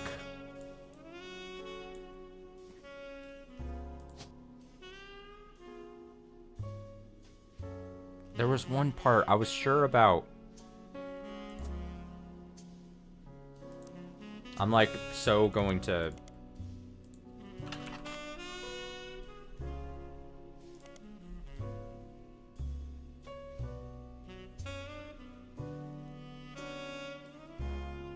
New Edison.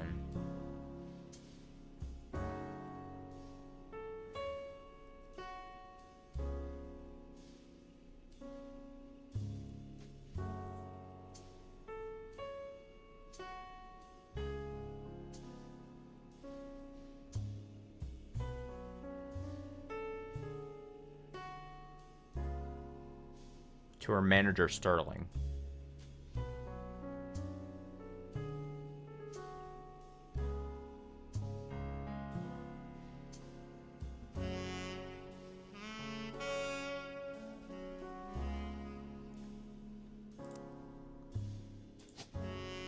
So I'd put Edison thinking...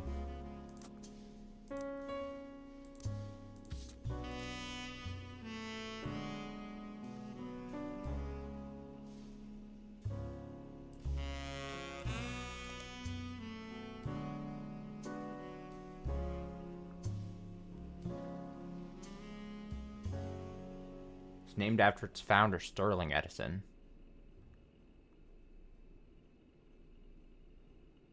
Edsel. So his real name...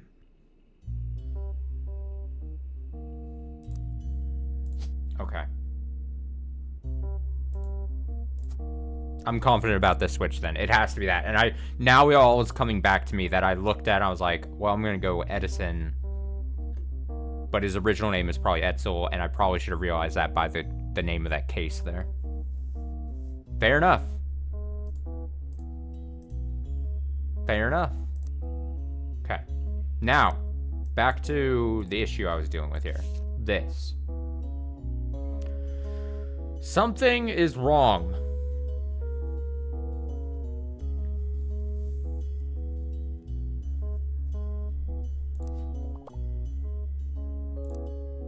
I just wanted to see, so that's okay.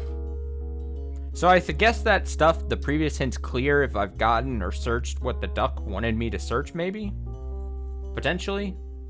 Maybe? Don't know how that works. Let me try to figure this thing. Robert, who is 3 years younger than James. Robert, who is 3 years younger to James. So clearly, we know by the rules of the tree, Robert, who's 3 years younger than James. So this would be Robert, this would be James.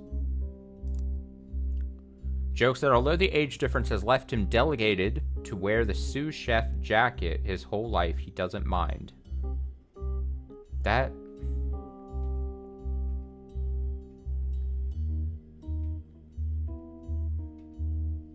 James credits his love for food and his culinary skills to their upbringing. The thing is, neither of them are chefs then, if neither of them locked in once I'd put these in here. Neither of them are chef.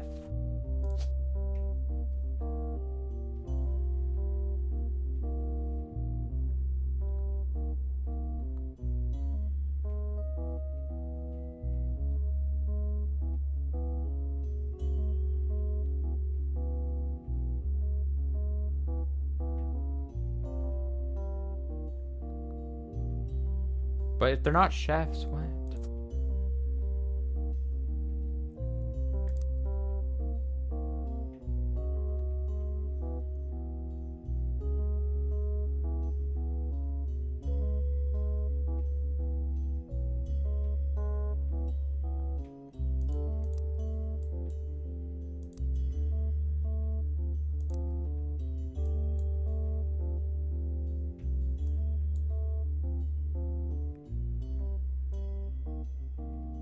The only thing I could think of then is that the photo should be reversed, but then that just means that the dialogue in this thing about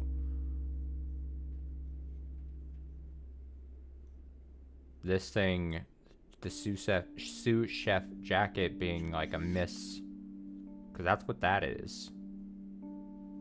But maybe I'll try swapping the photos around. But I don't... That doesn't seem right to me.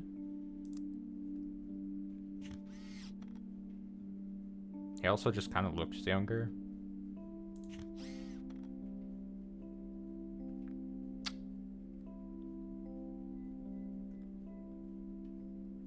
So maybe it's the chef thing?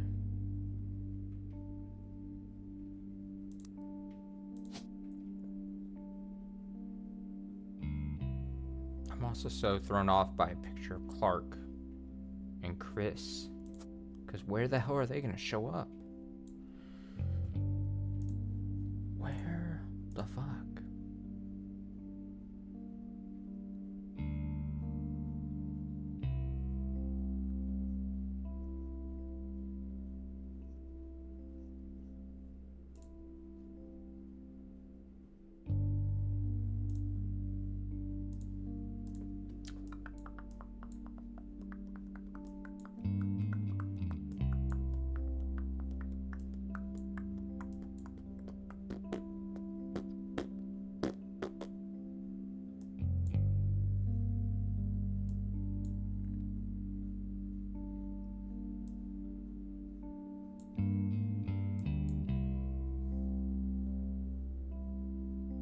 Like, where would Chris is the...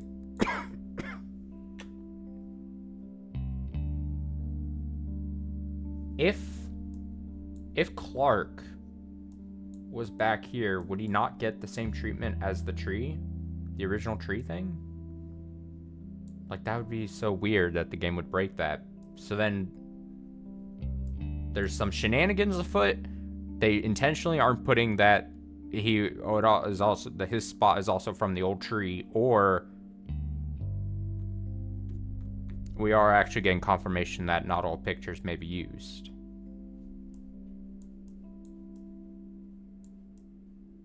What? Right? Right?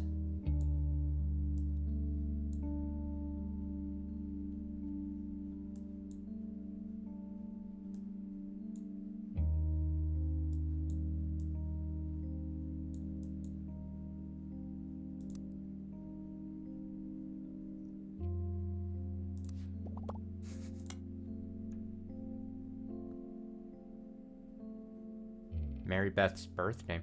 Oh! The game knows.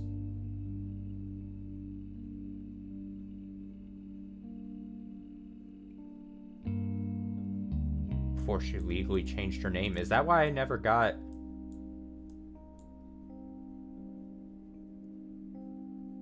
Oh, dirty. Wait a second. Okay, wait.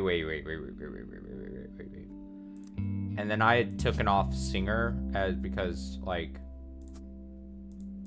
didn't have original name.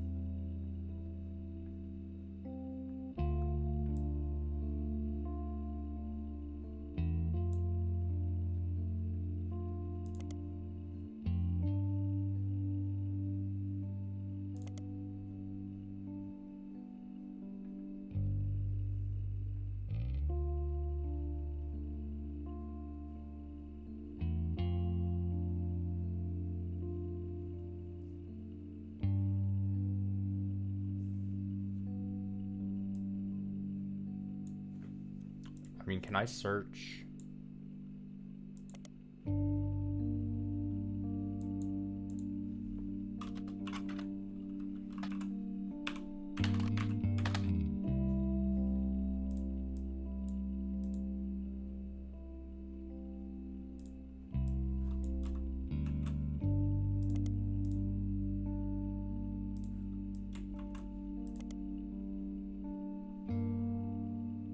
Quaker.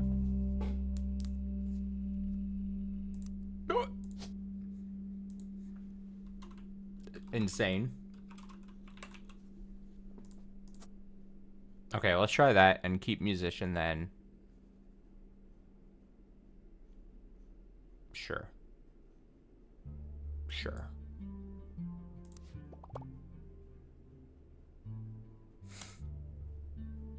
You can place Robert Garland on the tree. What do you mean I can place him on a tree?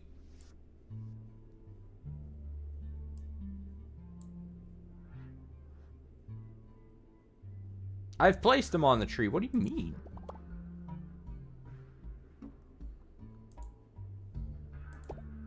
What the hell does that hint mean? I have to click it in because I have to. Are adults in the 98 magazine, so they must be one of Guy's earlier potential affairs. What up? Put him on here. Duck. Duck. Fuck. Suck.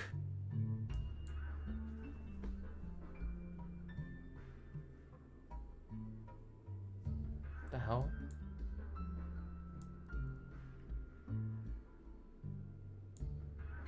Now I'm so.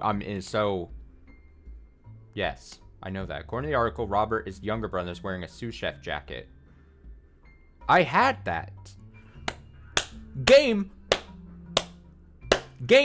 I had it, but then you didn't lock it in when I put the 4, so what do you want me to do? Okay. Alright. So I'll go back to this.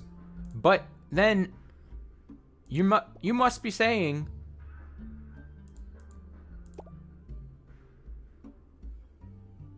I'm making sure I spelled the names correctly. I'm fucking This is the first time where the duck is off its rocker. You might as well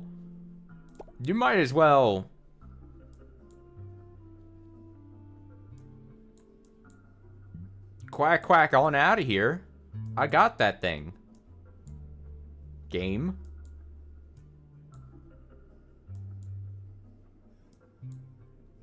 Quack quack, get to stepping.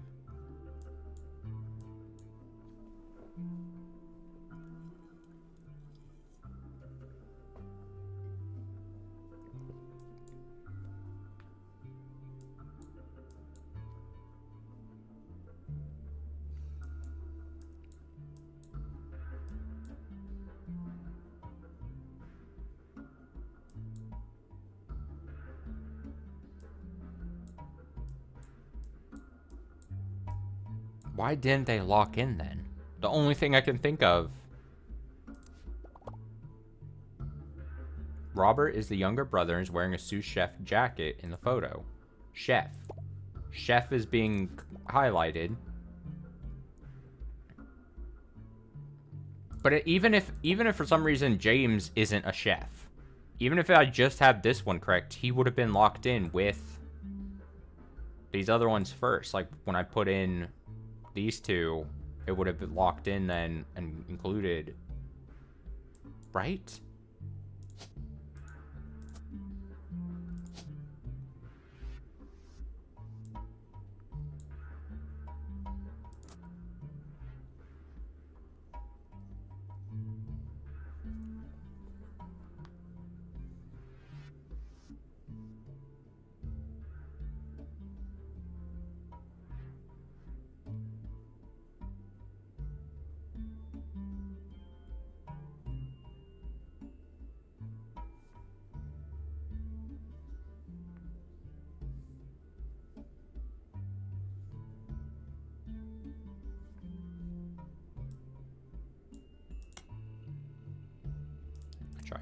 I just wanted to see it.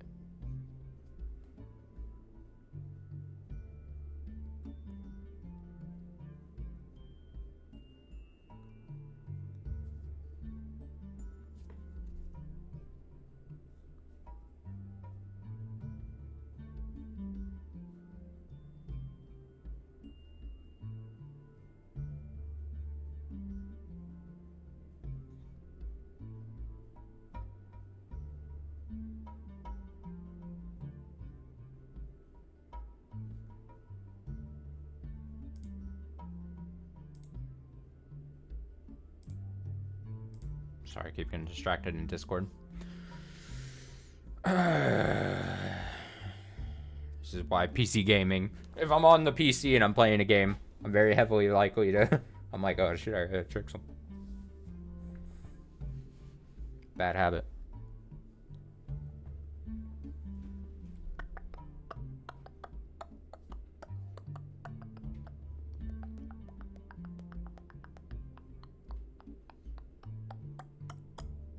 What is the fuck? And now the worst part is the duck doesn't have more hints to give me because it wants me to lock this in. But I done it. I did what it wanted me to do. So now you get nothing. The duck's like, that's it. You played yourself. Congratulations. Welcome to Roottrees Mania.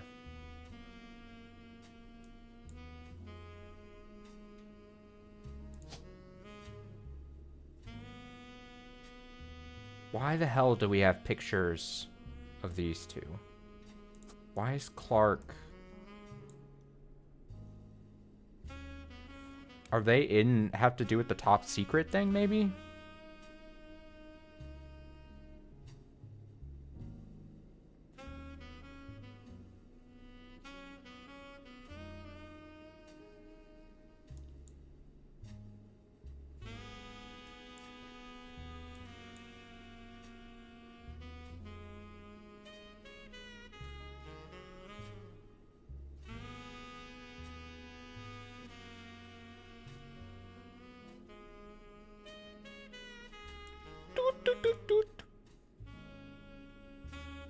Because them going anywhere else just doesn't make sense.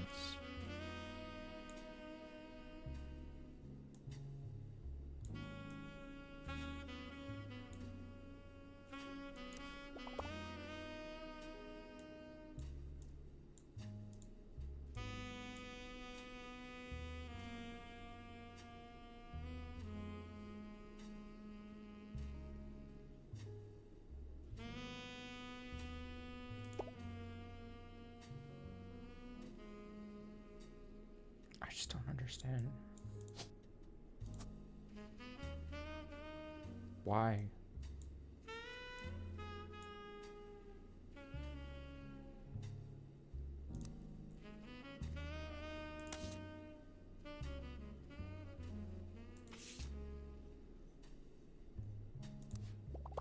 I'm just trying to see if anything, if I click around, does the duck thing change, but it's just like, that's what you get.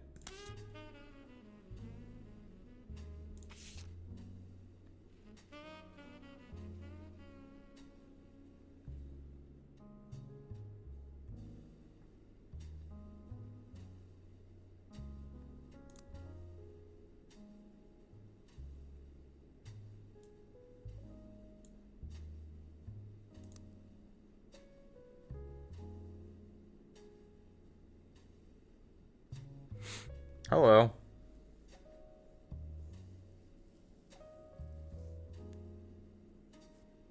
Regina Salazar, right? Right.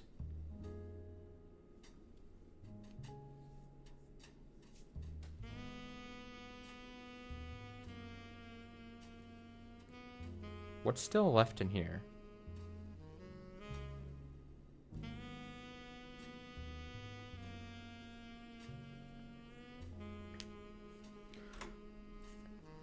How's it going?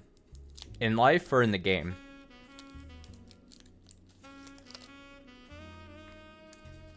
In general? In general or the game? I guess I should ask. Just thinking in life. It's been tough. It's been tough, man. I've been dealing with a lot of shit. And I'm probably gonna have to deal with a lot of shit in the near future. Unfortunately. But, it's fine, otherwise. How are you? How are you doing?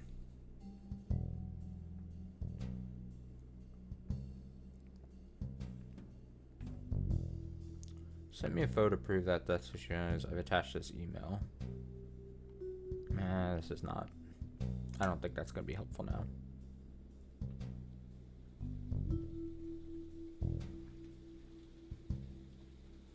Doing good, nothing particularly bad going on. Well, that's good to hear. Good to hear.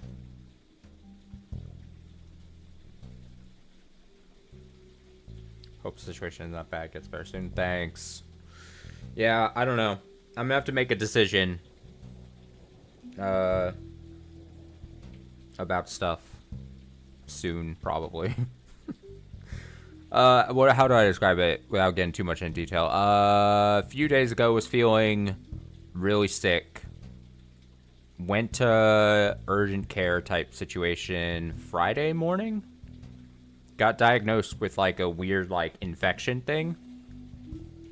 And against all hope, the doctor thinks and is thinking and assumes I'm on medication now for it, some really strong meds for the infection thing.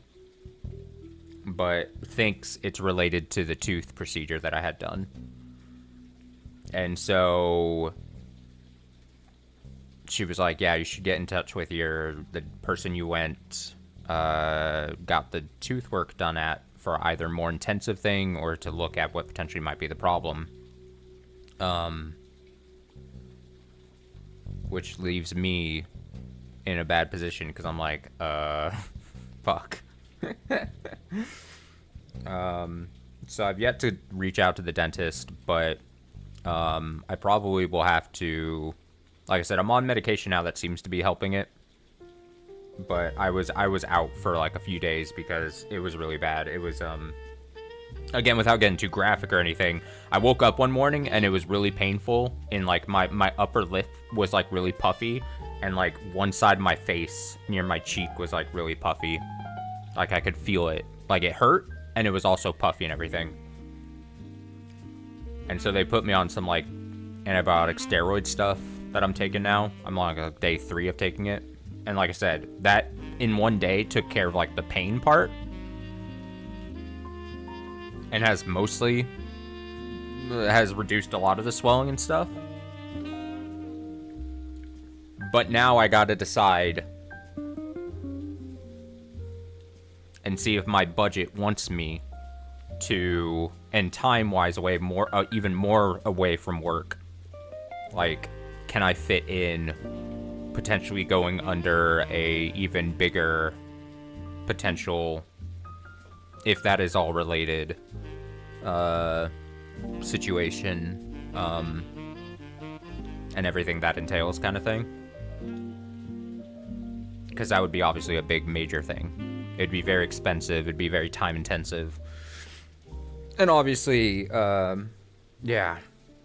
So, it's funny, and I'm bad, and obviously this makes a lot of sense with my personality, but the urgent care doctor thing was like, I'm gonna prescribe you medicine to help with that and everything, but she's like, in the next 24 to 48 hours, I want you to reach out to your dentist and, you know, schedule a thing. And I should have been upfront with her then and been like, hey, I know the type of person, like, I should have been upfront, and I had her in front of me. I should have been like, you know, I did the dentist thing originally, and like, I was afraid for it going into a potentially more painful and pricier thing, and there's a chance I might not reach out to my dentist immediately. What are the risks if I don't immediately reach out? She would have been pissed at me. I just don't know what to do now. Because like I said, in theory, I've got the medication for another week or so. It's like 10 days worth of medicine. And in theory, that would hopefully treat I don't want to say cure, but it would treat what's currently going on. And I don't know how anything works. I'm far from a doctor or have doctor knowledge, but I've just been left the last couple of days being like, even if it's slim, what are the chances that this clears out the problem and then I don't have to do another tooth? Or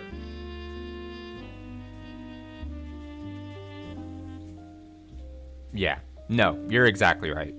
You are exactly right, and that is most likely the case.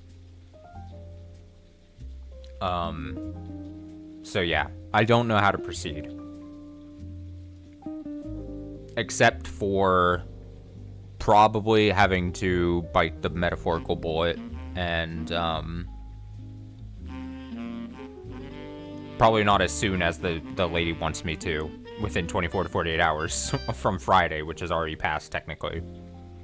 And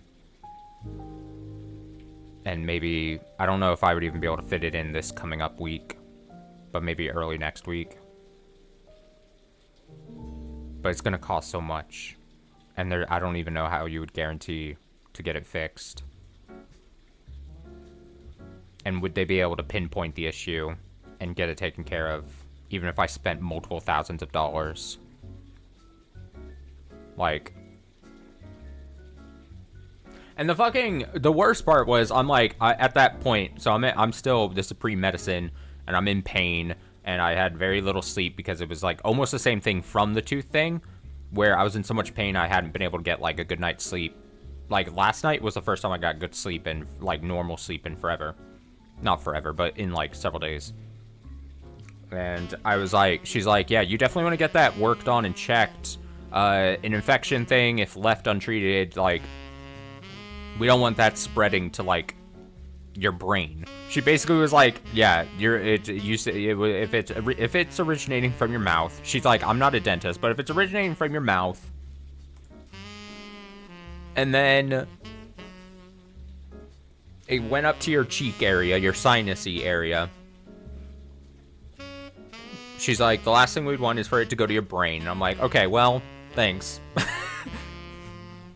She's like, that'd be very bad. And I'm like, huh, yeah, probably.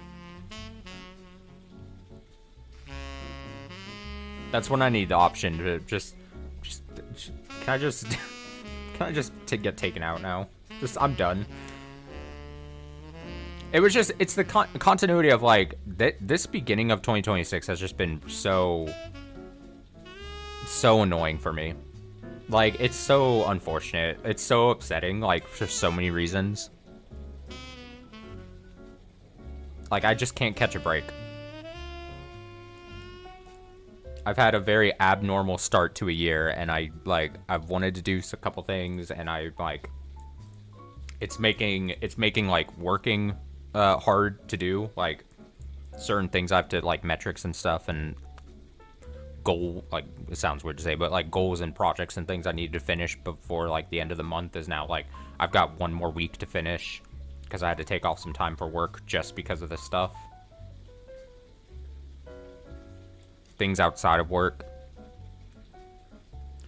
Money cost is a thing, so now I've had to spend money on an urgent care thing, prescriptions, the original tooth thing, probably a future tooth thing that's going to be even more expensive. I just don't know. I'm caught in, like, this area where I'm like, I just don't know how to proceed, really. Because, like, I know in a perfect world what I do is I ring up the dentist thing, get that taken care of, whatever. The things holding me back could be very expensive. I can't really play around with too much money like that. If I do sink that much money into it, I would need it to be guaranteed that, like, it's fixed. And, like, what's that going to entail? There's just so many different, like...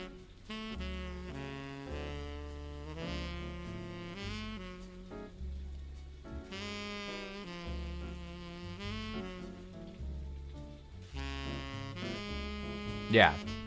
And that's what I'm saying. I literally, like, for reasons, like, I can't... Like I said, this coming up week, like, I have to finish everything that I need to finish, like, for, like, this past month.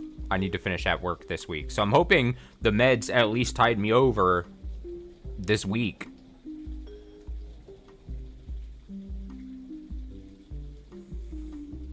And then I could maybe theoretically get something put in for early, like, Monday next week, but...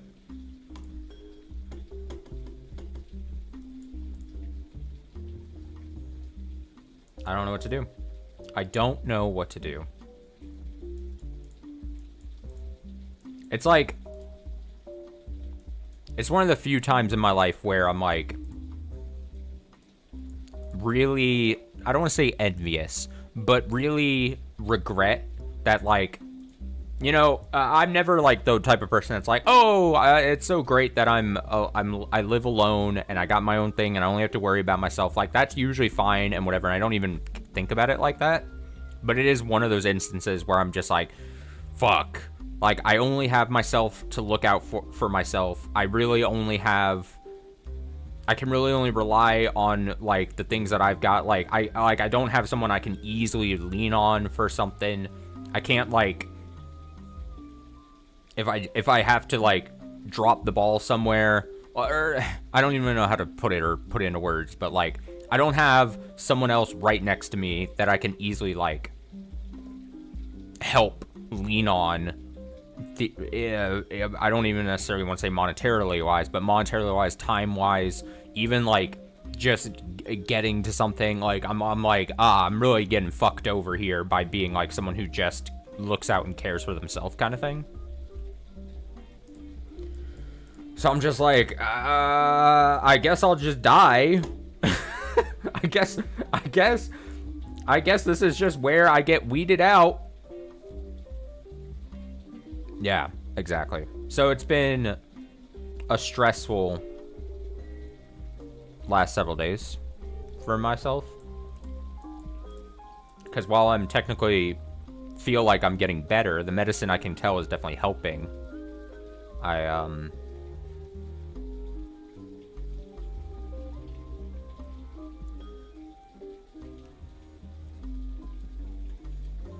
don't know. all that to say, I don't probably call my parents or home as often as I probably should be, and I always say that in my life. But, like, I was texting my dad just, like, earlier today because she was calling about the winter storm we're having here in the state.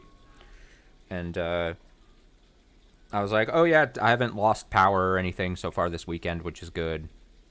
It's just very, very cold and all that, but I'm doing fine. And I was like, but I've been dealing with a lot of shit this past month that I'll probably call and tell you guys about sometime later this week. And I'll see what their input is. The thing is, I'm almost certain that they'll just tell me what I already know, or reaffirm what I already feel like is the answer is spend a shit ton of money and hopefully get it taken care of at an actual dentist place. But again,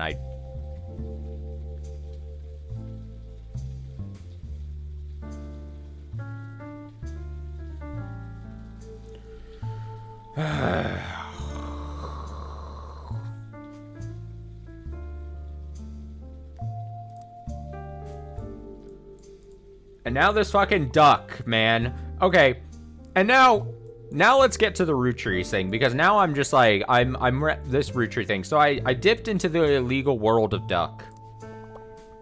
And he's telling me stuff I already did and know.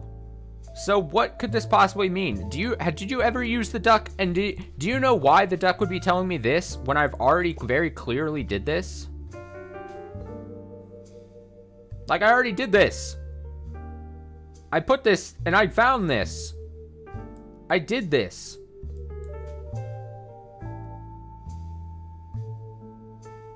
I put the names wrong. No.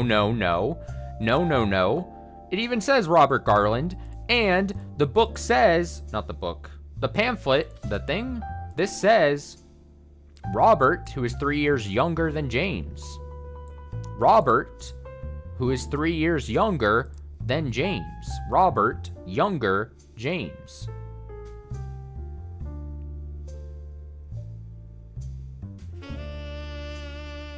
Older is left.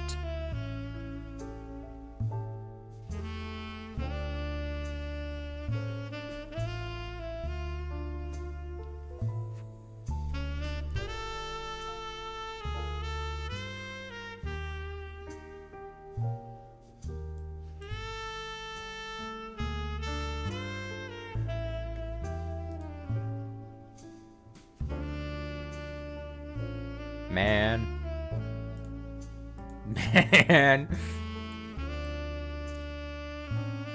Has it been that long since I played The Roottrees Are Dead that I actually forgot the older to left-right mechanic and mixed them up in my head?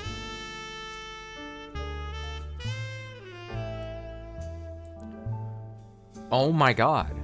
I completely flipped that in my head.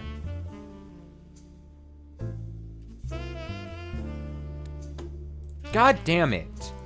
God. I'm so pissed. I'm so pissed.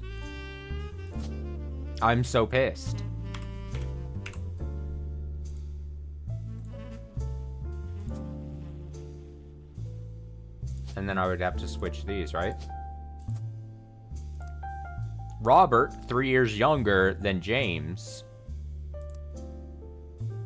How long were you in this point? Well, I kept bouncing in my head. I was like, this doesn't make sense because I got these guys and then these didn't get locked in.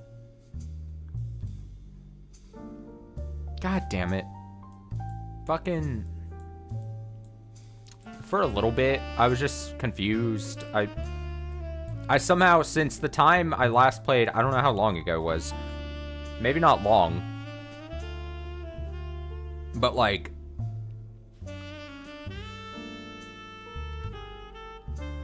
fuck. Damn. Okay, well, damn. Does that mean this will clear up then? Yeah, okay. So that's why it wasn't moving. It wasn't letting me move on because I was being dumb. It didn't want to give me anything else because it was like, sir. Oh my god. So, from whenever the last time I played the Roottrees game, I had mixed up, because I knew the mechanic of older to younger, but in my head, I put it younger to older. And I had mixed that younger would be on the left for some reason, which clearly, actually, now that I say it out loud, it doesn't make sense. You would always put first, older. And I have other reasons to process and explain. I could have seen... That's been the thing all along. It's the infection. You know what? Every time I do something dumb in video games over the next at least week, probably, we're blaming the infection. Let's just say it's gotten to my brain at this point. I'm slowly dying, and it's also affecting my memory and also my ability to think. So, I mean, tragic, actually. This may be my last week on this planet, and I spent it forgetting that profiles in the Roottrees are dead are listed from older to younger. You hate to see it. You know what probably would really happen? So I got this, and I went, oh, okay. Like, I knew this was younger based on the text. I was like, younger, and I got the names. And I think I just, because they were listed, like, or shown in the picture like this, maybe I put in my head, I was like, oh, just left to right. I don't know. I don't know what I did. I just don't know.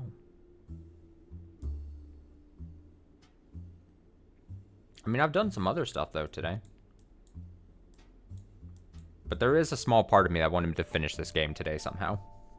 I would have loved... I mean, technically, we still could.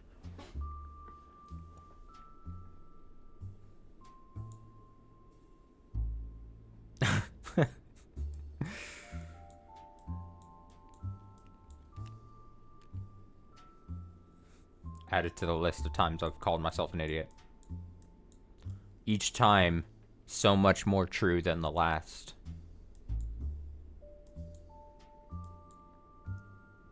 God.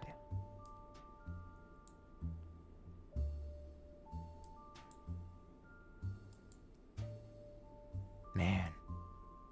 So now I question, now that you're here, now that I've broken the seal on the duck, because I was so curious about what the duck says. What does the duck say?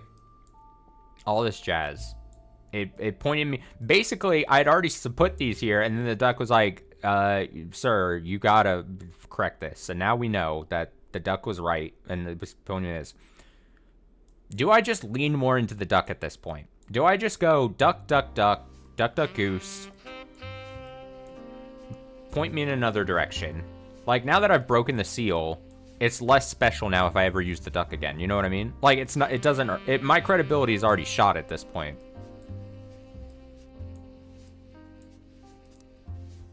Or do I just get chat hints? Do we just open the seal on chat hints and then it's like, all right, where should I go from here? Because maybe I can get more vague but better hints from chat, you know?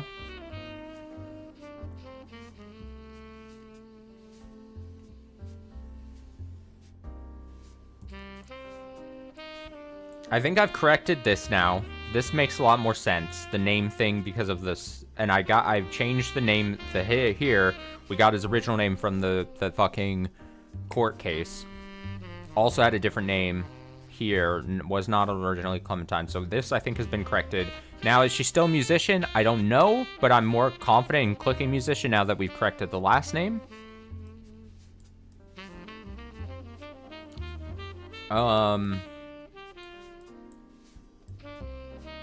I'm trying to see where I'd want to try to go.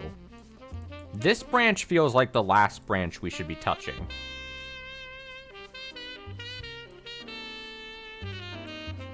Part of me thinks it's still, now with everything we've got here, I should be going more into this.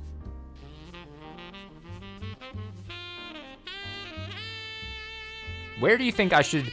Well, this is the first question I'll go. Where do you think I should continue trying to finish this? Go into here...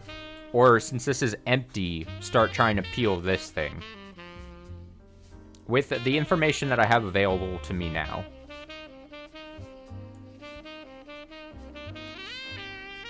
Because I've got now...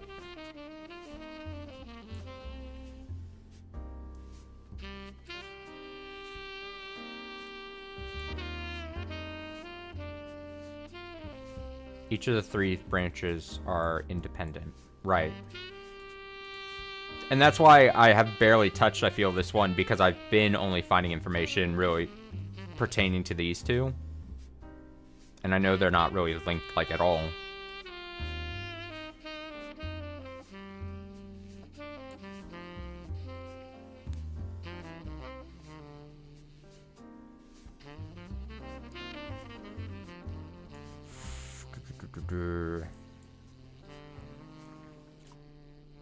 And of course, the other weird thing is I have pictures, more pictures of, assumingly, Clark and Chris. Whoops.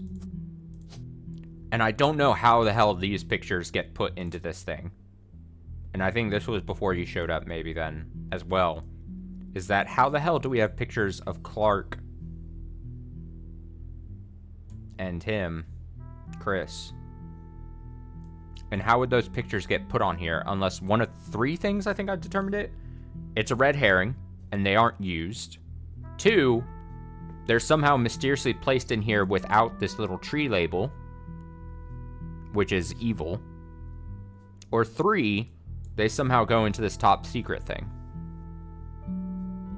That's also another weird mystery, now that we have those pictures. Because originally when I got that picture, I was like, oh, it's not going to allow me to grab those pictures. Because I was like, there's surely no way that those pictures show up anywhere here. You know what I mean? I was like, so...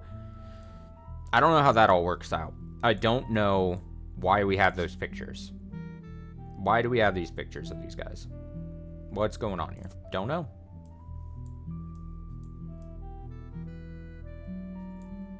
You know what? Fuck it. Let's use the ducket. The missing issue of Piketty by Cicely Sanchez attracted a particular group of people. Right. Okay. That, you know what? There's a simpler explanation from those 3. A simpler explanation. That those aren't Chris and, the only other thing I could think of is that those aren't pictures of Chris and Clark. In which case, then the original description's a liar. Or I guess you would say, in universe, Chris is lying.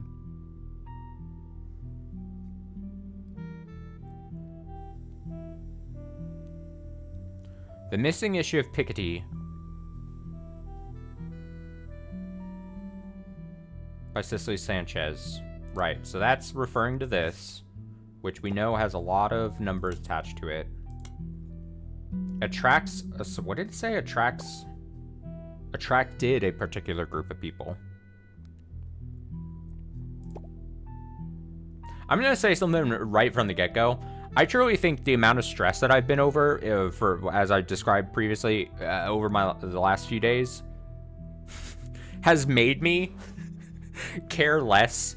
Now this is going to sound bad, but care less about sticking to not using the duck and everything. Like, part of me is just like, fuck it, because, like, I want to see the ending of the game, and I'm like, it means a little less to me about being pure about this game when I've been dealing with so much shit over the last few days. You know what I mean? Like, and I say that not as a pity thing, but more as, like, it's funny how my brain chemistry is, like, thinking of it, like, this game where I'm like, oh, you know what? It matters a lot less to me about being so clean with this game now that I've, since when I first started to now, where I'm like, oh, you know what I mean? It's so funny how that happened, but I digress. So before you criticize me if you want, I don't care. Maybe I deserve it, but also I'm ready to move on if I must. I didn't use the duck at all in the first half of the game. I'll allow myself some leeway here. I need some pity. God, I don't know what I'm gonna do. I'm even nervous to go back to work tomorrow. I'm always nervous to go back to work after taking a day off for, like, an emergency like that. Fuck. Can't catch a break. Okay. So it attracts a certain type of... What's the wording it said? Attracted a particular group of people. And that's, yeah, exactly like you're saying. I've heard online discussion of like this part of the game is a lot more difficult and stuff too. So like, at the end of the day, sure, the viewing experience I care about slightly, but also, especially in this instance, I kind of need to have my enjoyment buoyed slightly. Like, I need to be also, and if that means my enjoyment would be heightened by getting just a little bit of pushes here and there to kind of see how this all shakes out, so that now we're not playing this game for another like 3 or 4 streams potentially, I'm gonna take it. I'm gonna take it.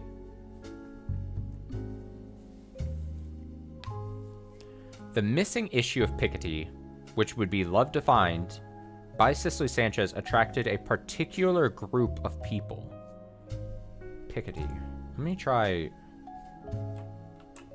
Particular group of people.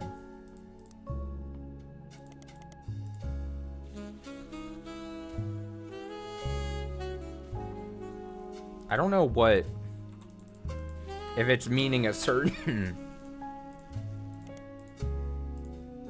I don't think it's as obvious as just a search type of. Newstime briefly covered a lawsuit between Ruby Spratt and Piketty Magazine surrounding Cicely Sanchez. They said that Cicely didn't have the rights to redistribute the photos. Piketty apparently announced that they would be pulling their issue by the following day, the moment they threatened them. This caused the issue to sell faster than any other magazine in history, only for a day, even though that would never have normally purchased it, went out of their way to buy one just in case it would be worth something someday. Especially caught the eye of conspiracy theorists who assumed that anything worth suing over would have been hiding something. And an expert legal analysis from Newstime states that it was unlikely that Ruby could have had the story pulled if it had gone to court. It was unlikely that Ruby could have had the story pulled if it had gone to court. And Piketty likely got more eyes on it than would have if the Roottrees just ignored the story. So how do the conspiracy theorists?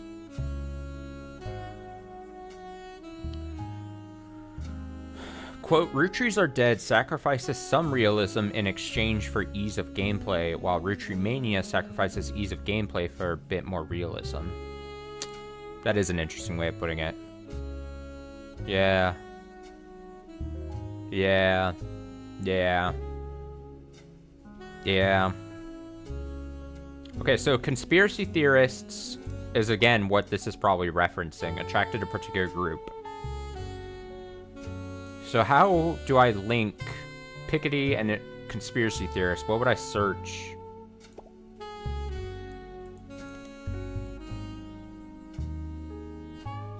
Is there like a periodical for conspiracy theorists?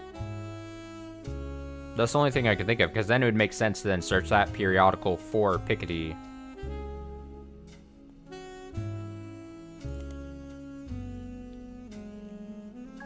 I assume I can't just search conspiracy theorists.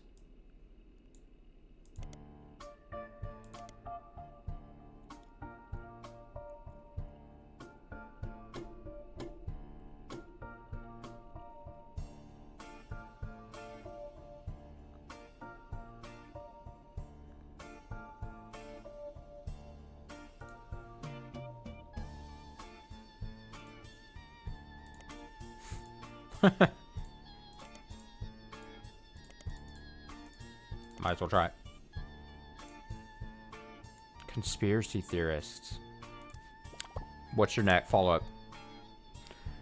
Duck! Duck! Duck!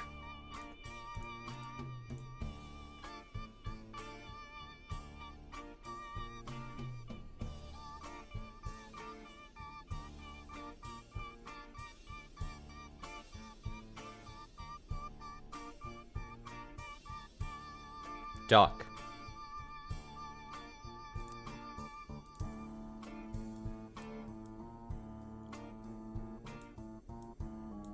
That's just a slap. In the past, didn't you encounter a Roottrees related conspiracy theory? Yes.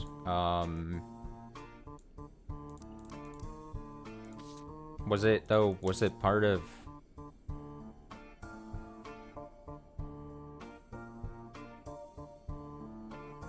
Can I easily access...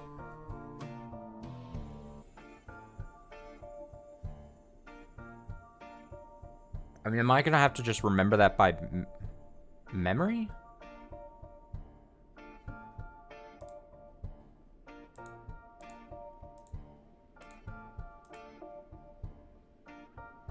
I remember something about conspiracy. Like, I mostly remember conspiracy on the net somewhere, but I don't know if I can easily access that. Like, obviously can't... I don't have history from then. So then I would have to search...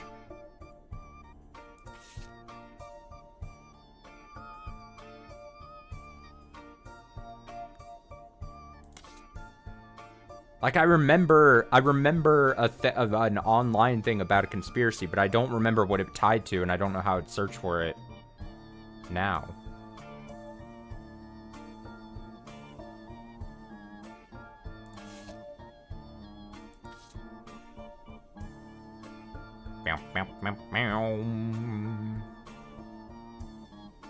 No, tell me. Go ahead and tell me. Since it's on the tip of my tongue. I just don't remember what...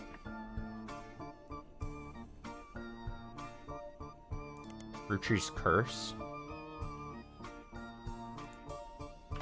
So then, what would...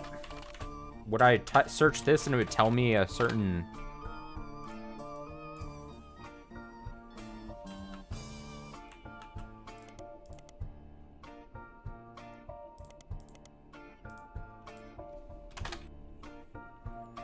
During your initial search, you came across Thomas Overwood's conspiracy page about the Roottrees. 8 months later, page still exists and is thriving. The visitor count has reached 7 digits. Many old articles have been replaced. It seems that the recent uprising in Roottrie news has left Thomas Overwood with a constant stream of events to base new theories on. More than one of his theories involve Roottree's deaths being faked. Overwood is the name I do remember now.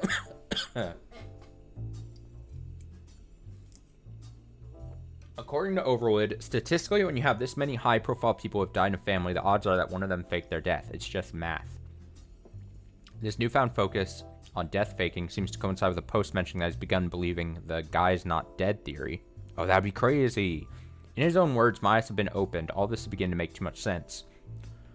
One of his posts details the belief that Ron Roottrie is still in charge, Gwyn Roottree's death was faked, and that Clark is only there to throw people off. What? Apparently this allowed Ron to travel to France to develop their new candy recipe in secret. That'd be weird. But kind of cool. Another is about the rapper 5 piece. He can't possibly be a Roottrie. One of... So then, let me just see something. Okay, so it does, okay. Now that I searched for this. Another is about rapper 5 piece. He can't possibly be a Roottrie. One of the first album songs when he's performing under the devil name. The devil name. Actually mentioned that he wanted to have sex with Raina. I wanted that song so bad. I wanted to see that so bad. Not even Sam Madsen is spared. According to Overwood, the author of 6 Pieces isn't real. Sam Madsen is an anagram for Am Madness. Oh! They're purposely leaving hints for us. He claims that by using 6 Pieces with Lauren Rootree's book as a one-time pad, he has begun to decrypt a cipher. Most of the cipher seemed meaningless, but he managed to pick out the words people and vastness and is working on to figure out what it means. There's also a request at the bottom. Next year is a leap year, and Overwood is looking for funds and volunteers to catch the Rootrees red-handed in Operation R229. He specifically mentions not to volunteer if you've ever drunk Spirit Cola, but it doesn't go into why. So what is all... I mean, I remember this whole thing about... and the Spirit Cola thing. This was stuff we had found back.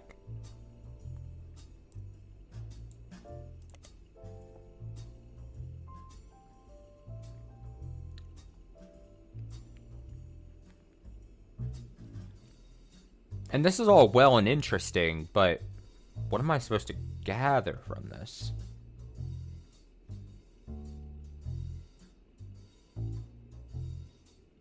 Well, so we were dealing with the Thomas Overwood and the Piketty thing.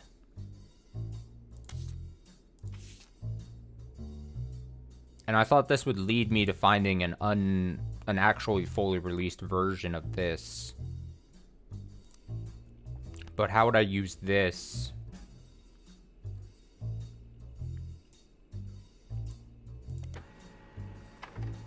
Huh!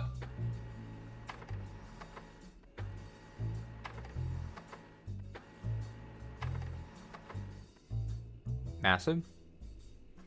The Guy's Not Dead conspiracy stems from a website that focuses on clues that the Roottrees have supposedly hid all over the place. This includes on candy wrappers, in print advertisements, in television commercials, in their jingles, etc. Oh, dude, conspiracy theories like this are my jam. The story, according to the website, is that Guy Hudson was a terrible president of a Roottrees company and introduced multiple failed products. Something needed to be done that would put the company immediately and instantly back in favor of consumers, so they killed off Guy Hudson and replaced him with a new president.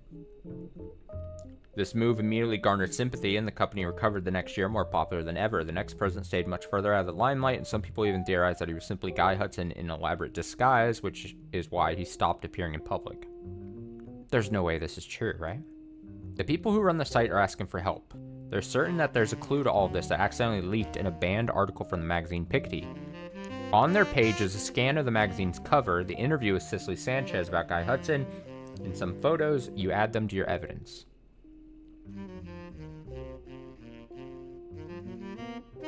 Alright. Here we go. We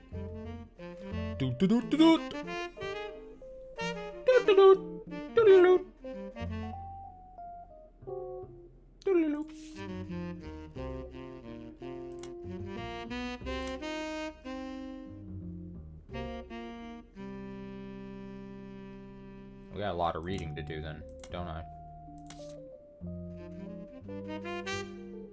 We'll get to the pictures later. Something looks off about this photo when I just look at the little thumbnail here. Something seems off. Okay, we'll get to that later.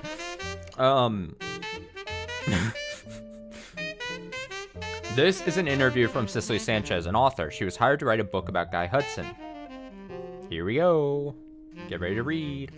He claimed to have been paid a significant amount to write a book about one of the Roottrees, Guy Hudson. He was president for a short period at the end of the 1970s, right?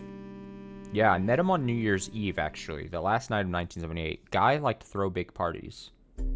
I was just coming off of A Changed Man. Let me just get a basis of 78. Okay.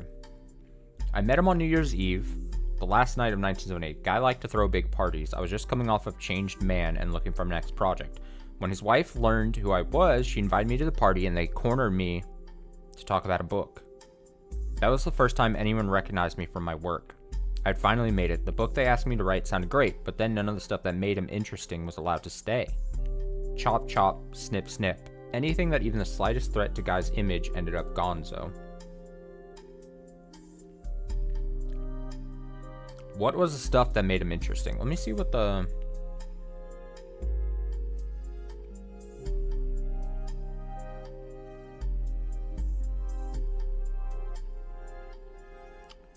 There's a clue to all this that accidentally leaked in a banned article from the magazine Piketty.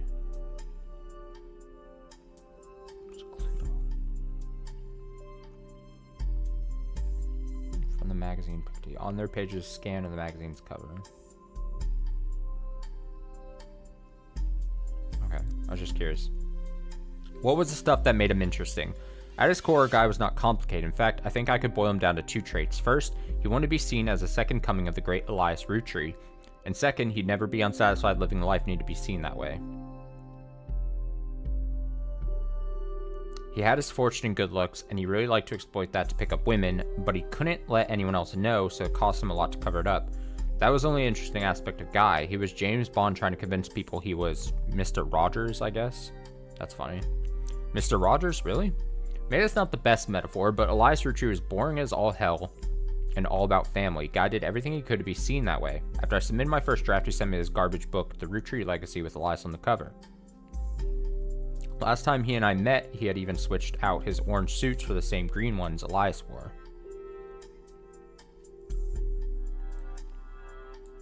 Did I,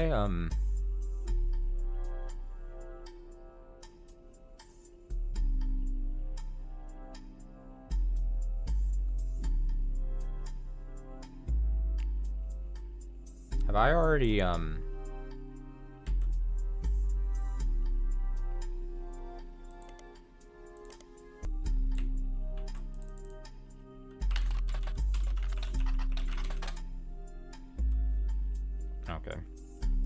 I don't want to check.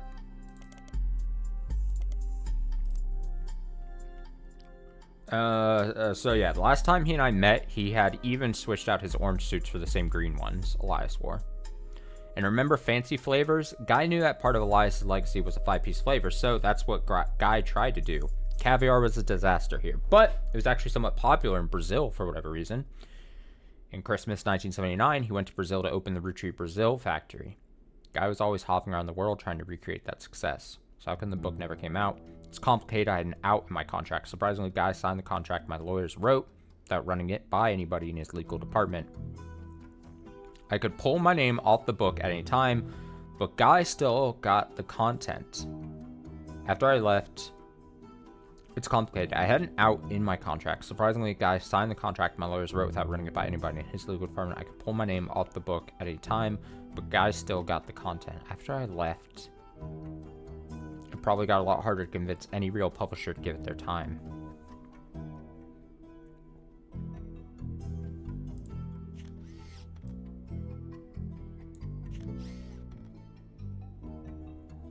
I'd be curious, I don't know if it's something I actually voiced out loud, but I was curious if Cicely ever ended up actually being in an affair. What if Cicely was one of these two?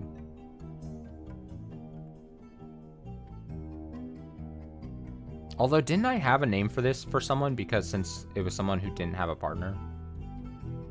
That was probably something long time ago. God damn it. I don't remember though. I don't remember anything. Oh, the number going away on page 2 is kind of upsetting because it's like, oh shit, there's nothing here maybe. He was a present, right? Do you know why he never released it himself? If I had to guess, his family very wisely put a stop to it. Mid-1981, months after I'd already moved on, he called me back and showed me a final draft. Do you know how expensive it is to publish one copy of a book? I had my name on it in big shiny embossed letters. Like all problems in his life, throwing money at me was his attempt to win me back. But I had half the page count and the narrative was torn to bits. No thanks. The dinner was good. Imported steak that likely cost as much as a month of my mortgage, and we all got pretty drunk. He sent his mistress, Susie something, into the bathroom to proposition me. Susie something.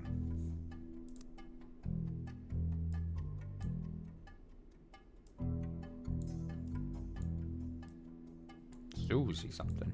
Suzanne.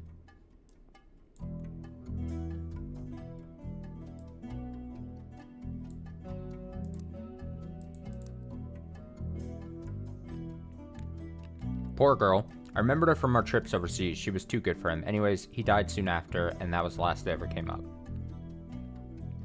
What can you tell us about the family? Any insight into the scandals from the recent books? By Sam Madsen.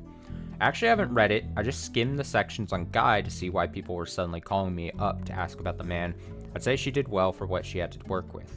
She only had rumors, whereas I spent time tailing him. Sometimes he knew, sometimes he didn't. He invited me to join them when dealing with Roottrees Brazil, but I actually had people on him when he went to Australia, France, and China too. When he met with someone, I'd figure out who they were and how they were involved. Doubly so if the meeting happened when he didn't want me to be around. I'd figure out who they were, and doubly so if the meeting happened when he didn't want me to be around. Despite his best efforts, I got the whole truth, including things even his family never knew. For example, a daughter of his business partner in Australia, I think her name was Robin. He and she definitely spent a few nights together that he didn't want his family to know about, but I did.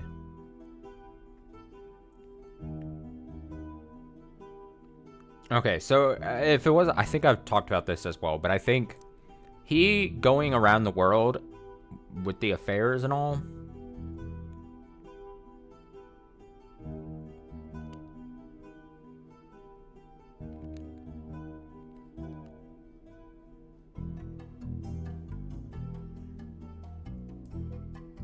I would assume this is the with the Chinese sounding names. I think go 3 here, because there's. I assume he had an affair in China. And then this would make sense why it's over here. If he went to China. If he goes to, like, Brazil, Australia, apparently.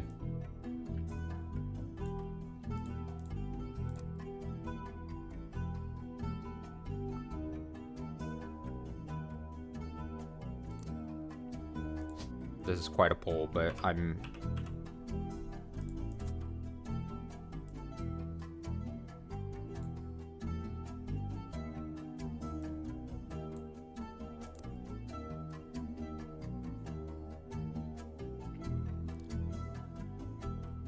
Madsen got things wrong. Sam mentions guys' affairs and treats them like most people would logically think to treat them, like the infidelity was a problem for Patricia.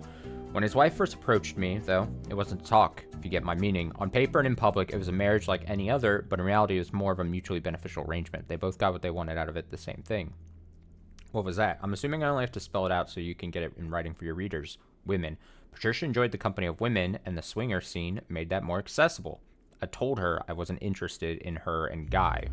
Oh! I found out later that if I had said yes, her next question would have been whether or not her husband actually had to be there too.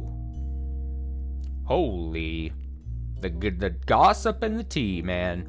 Guy, on the other hand, was seen in a traditional marriage and at the same time could bed any woman that found him charming. I can assure you that was exactly the type of marriage he was interested in. Man.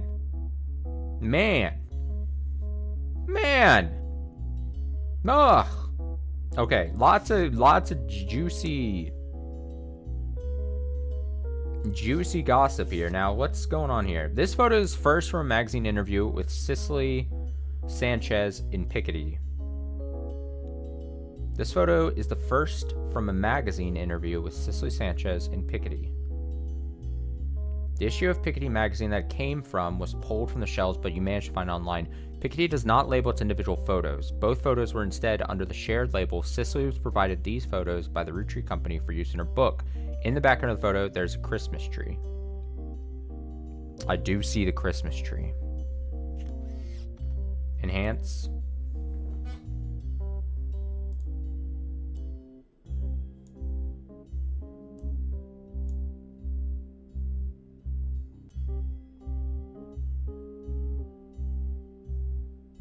There's something, okay, it's something about this art style in this game.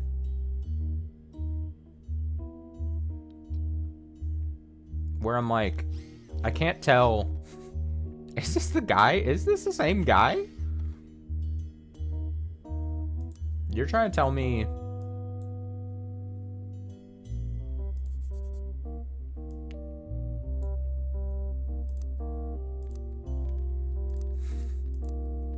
But isn't that the whole conspiracy thing? Is that they're swapped out or something? I don't know. I don't know how that works.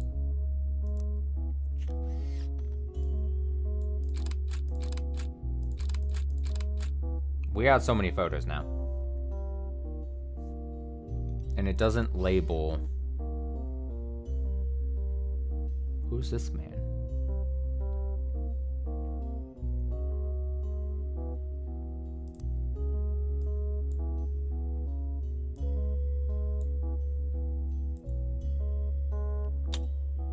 More confusing.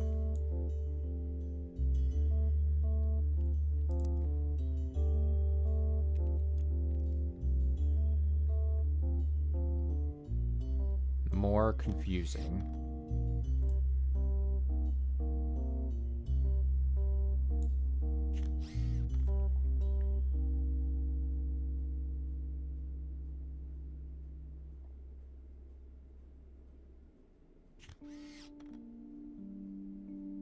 Look how he's looking at her.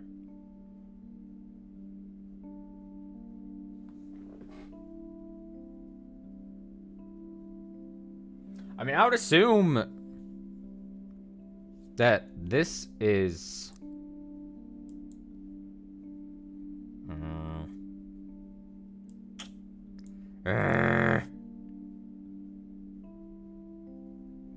In the interview, let me go back here. In the background of the photo, there's a Christmas tree.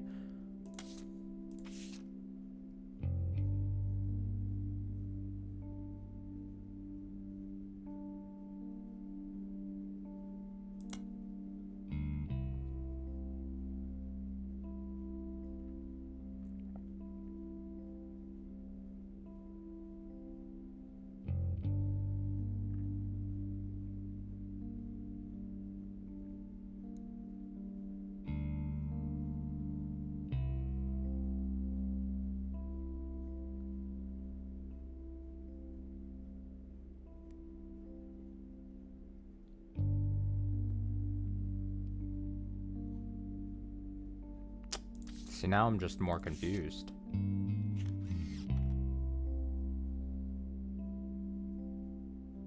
All right.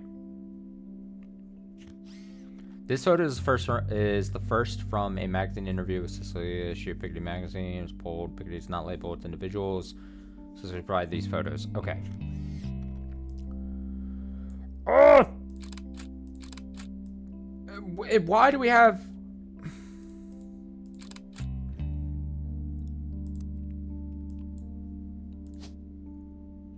I mean, in theory, right? The game wants me to believe that those would go there.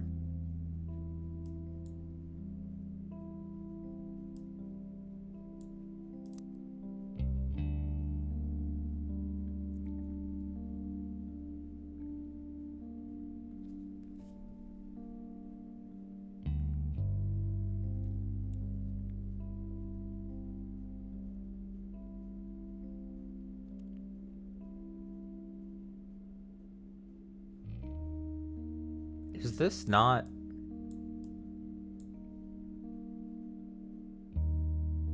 Zach? And again, if we have pictures of those people...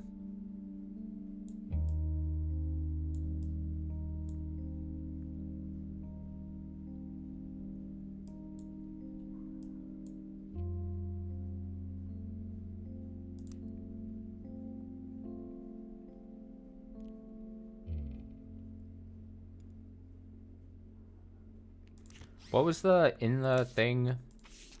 No.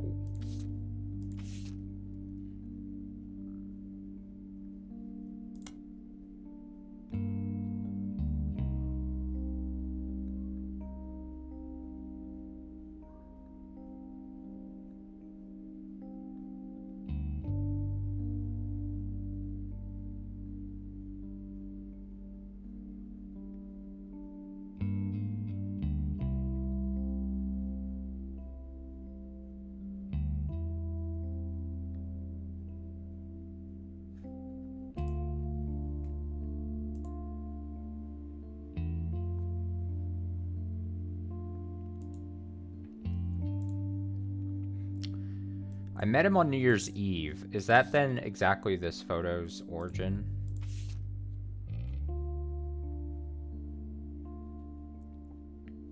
Anyway, the thing I was looking for is actually, let me see.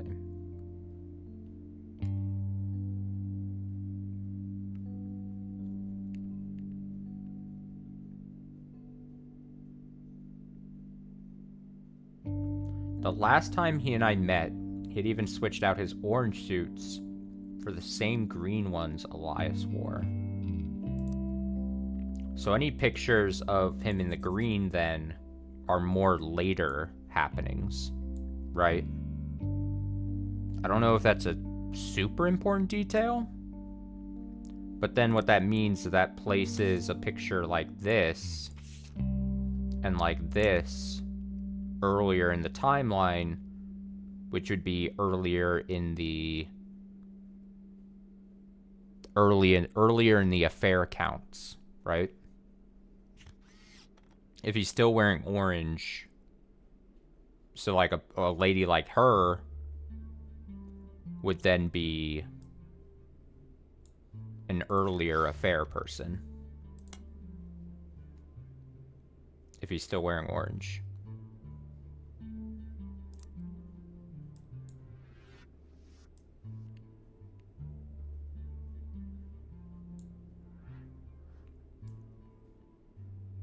So then there would be a chance that, like... Yeah. Okay, so...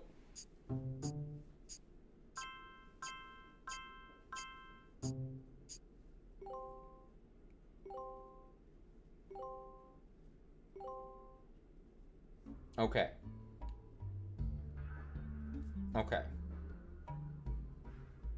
Okay. Alright. But now our next 4 is going to be really tough because we have no real huge leads. But we at least locked in the name thing. We got that right. We finally figured out what we were getting wrong with her is not the musician part, but her last name thing. That's good to get in.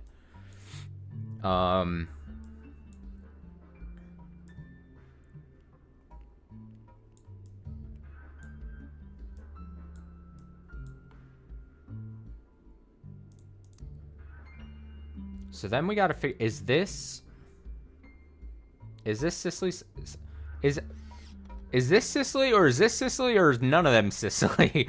And who is this guy? And if Sicily didn't have an affair, where would she be? And why the fuck do I have another picture of this Zach guy, seemingly? Unless I'm just being really off and I'm just saying all guys that look like this are named Zach and is this man. Like, why do I have pictures?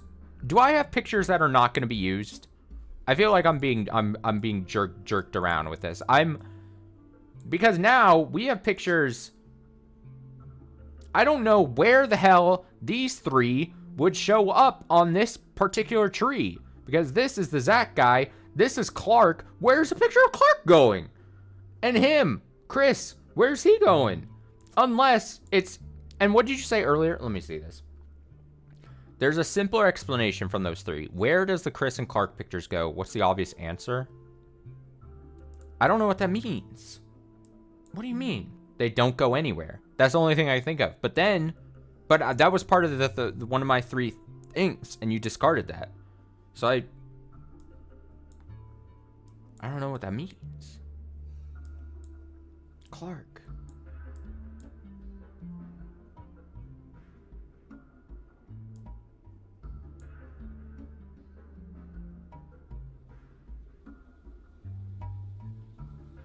Where's Chris?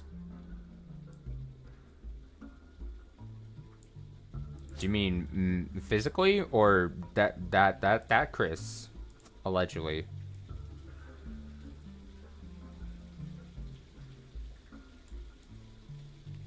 On the tree? I don't know. That's what I'm saying. To me, it doesn't make sense where he would be. And he's here on the top one. With Clark.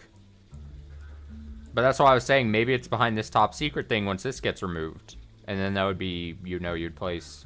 But that seems too convenient.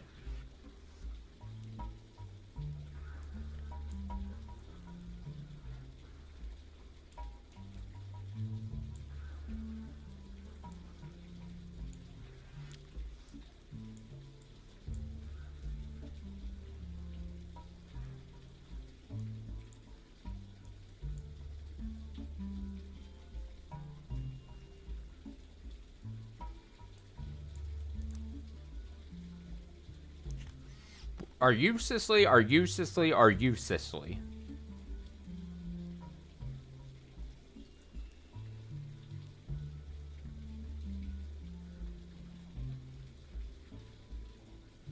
This has got to be Sicily.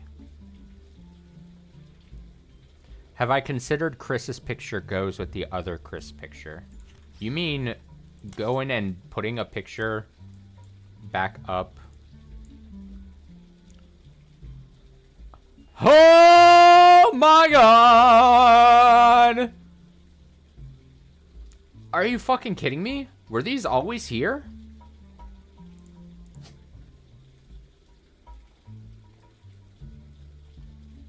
What the hell? Were these question marks always here?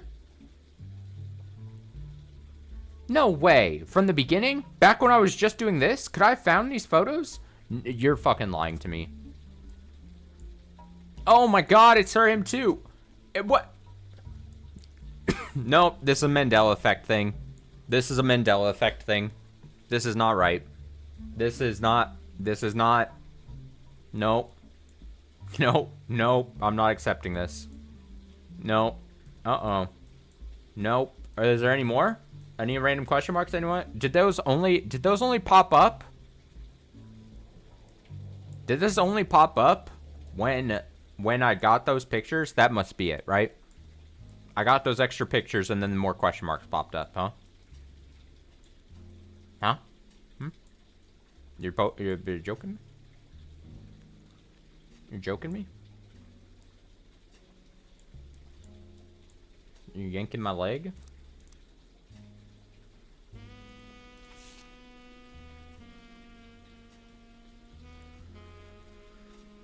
Something not right. Something not right, man. Kind of fucked up. You know what, Duck? What do you have for me? Cicely Sanchez mentioned a lot of juicy information in her Piketty interview, but there are only a few things that are searchable. Well. That's so true.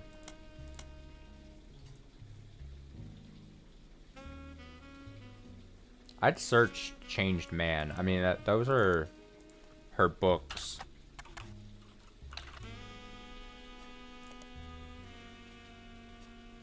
Yeah. Okay.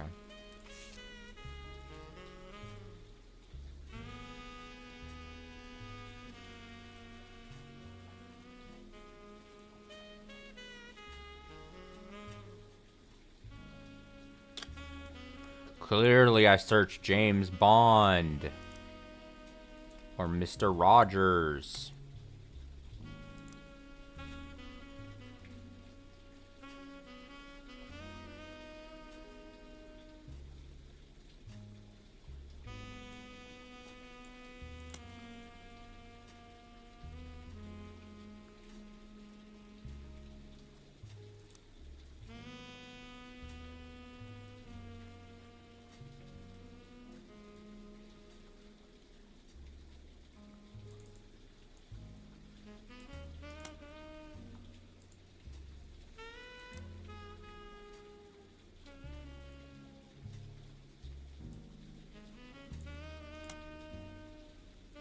Roottrees, Brazil, sometimes erroneously referred to as Roottrees, Brazil, is Brazil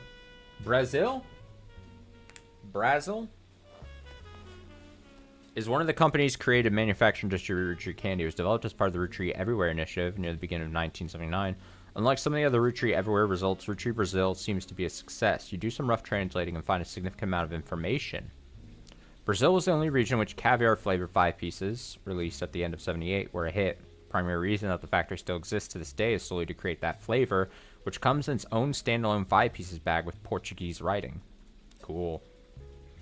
A small town named Alvalagos, near the municipality of, Sao Bernardo do Campo. I'm sorry. Became the location chosen by the Roottrees Candy Company after a newly elected local politician named Edson Soares heard that they were planning a new factory and petitioned them in early 1979. Factory is controversial as locals did not want it there. The Roottrees visited Brazil around Christmas. Oh! And managed to break ground on the project. Wait! Since then, however, it has been operating relatively smoothly except for 2 incidents. The first was Incendio do Bordeaux in 1982, and the second was an unsuccessful strike in 1995 that involved all the factory workers being replaced. The factory was originally built and run, according to paperwork at the time, by a small company called Nova... Oh, man. Oh, fuck. Corporos... which literally translates to New Brazil Candy Corporation. This company no longer exists. Not much information ever exists about it, and the Roottrees now run Roottrees Brazil entirely. Okay. They visit around Christmas and managed to break ground. Okay, So this, I think now we know what this picture is. This would now make sense. This is Brazil. We're in Brazil. We're breaking bread. We're having drinks. We're partying so that we can have with Brazil.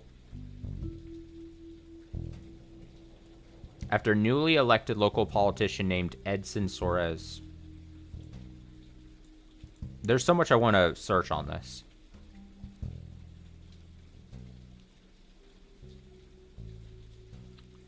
Part of me wants to start from the top and then go. Roottrees Everywhere was an expansion in the late 70s, and it coincided with some large changes at the company and mixed success. As far as you can tell, different companies related to it were all formed in very different, sometimes haphazard ways. There's minimal organized information about the history of the expansion stuff online, but you can glean the following. Oh, fuck. Roottrees candy had been distributed globally to certain markets approved by Elias as early as the 40s. These include places like Canada, Mexico, and select countries in Europe, mostly UK. Roottrees Everywhere involved Roottrees' expansion of their major markets that were assessed to be ready for Roottrees. This started with 4 that had no share in: Australia, Brazil, China, and France. Again, this is where I think the guy was going around forking different ladies because he liked to do it, and also for business ventures.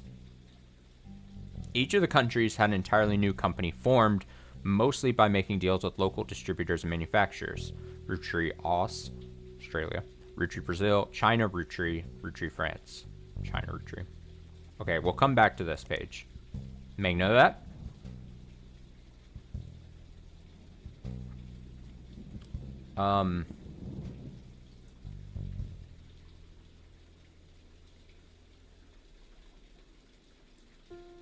Can I search, like...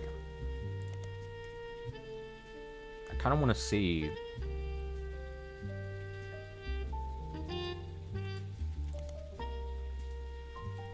That is a real place in Brazil.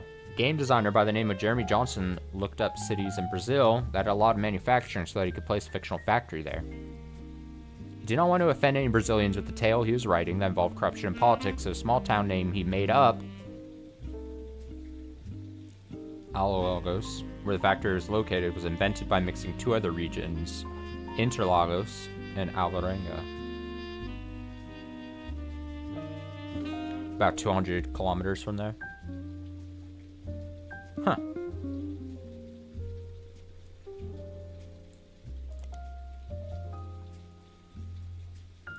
What happens if I search up Jeremy Johnson?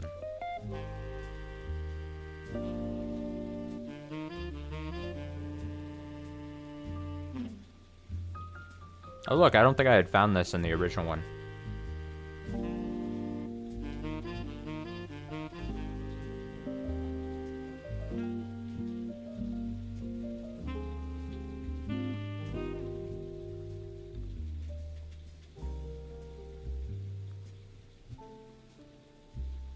Please come to this game's Discord and simply type "I found the thing" all in capital letters in the "I found the thing" channel. I'm gonna have to pass. I'm sorry. I don't like going to Discords. I'm gonna be honest. Okay.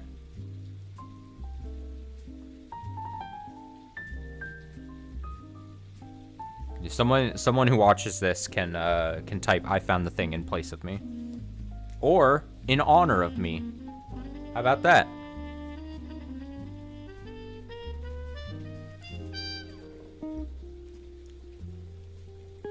I also passed. Yeah.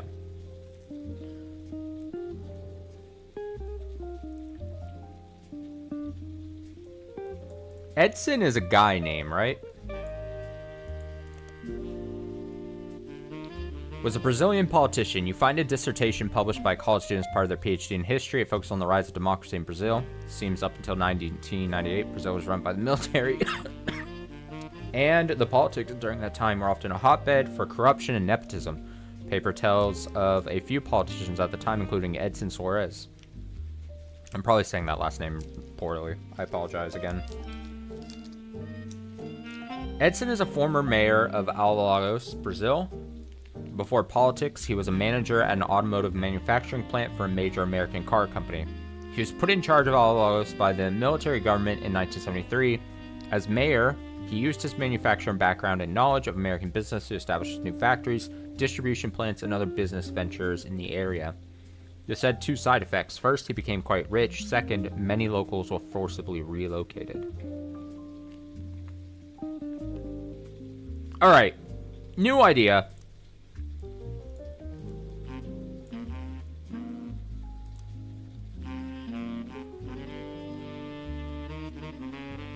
If we have these guys,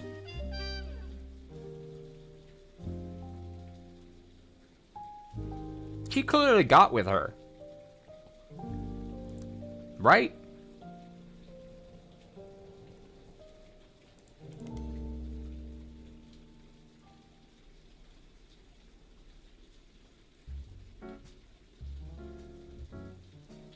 So I mean, we're running out of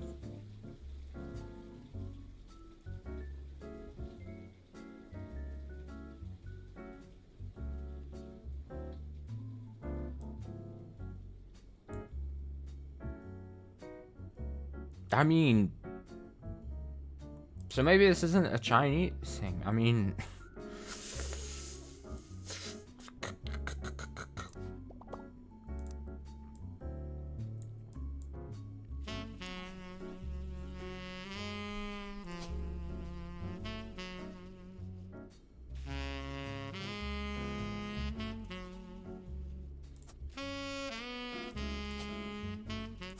how are you feeling about this?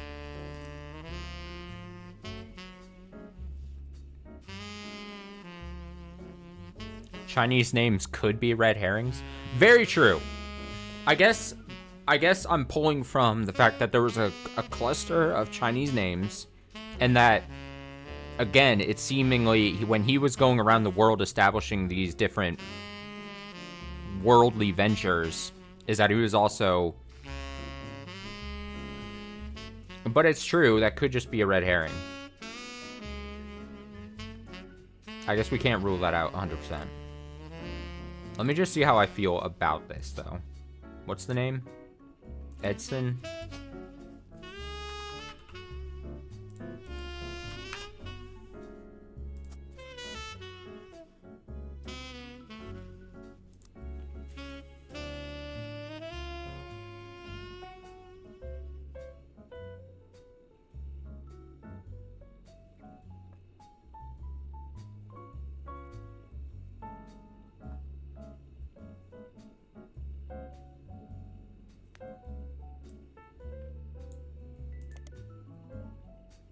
Translates to maple fire. In 82, the factory was deliberately attacked in a case of clear arson. The fire was brought under control after destroying about 2/3 of the production floor, and locals claim that the air smelled like a mix of burning plastic and maple syrup. The factory is rebuilt and continues production to this day. At the time, it was unknown why this happened, but last year, a news special did list the incident as well as a few others in the small town's backlash to perceived corruption in the government at the time. According to a report, the mayor of the city was found to be receiving a cut of the factory's profits.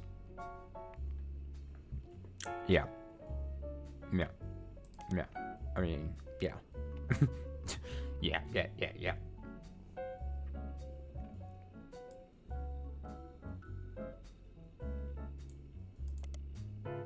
Which Brazil sometimes, oh.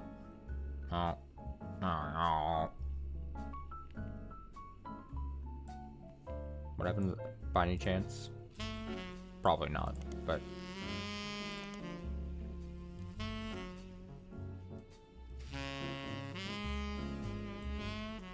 Did we even try? Yeah.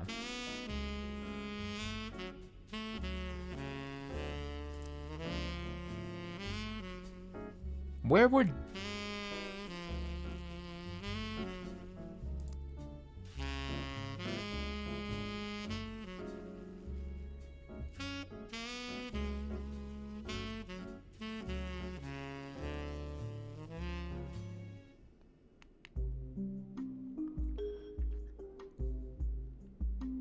I mean, it would be crazy, maybe, but what if this is her? Maybe he has an affair with her towards the middle of this. He starts being like, yeah, let's fucking write a book about me or whatever. And then that's when he goes to Brazil. She's in the background of that photo. She's collecting information and all. She talks about how she had met Suzanne Ford. She still calls her Susie. So maybe they have an affair, but then he's still doing his thing. That would be the only place I could see that, if that is Cicely in the background. If she's not with a particular partner, they have a child.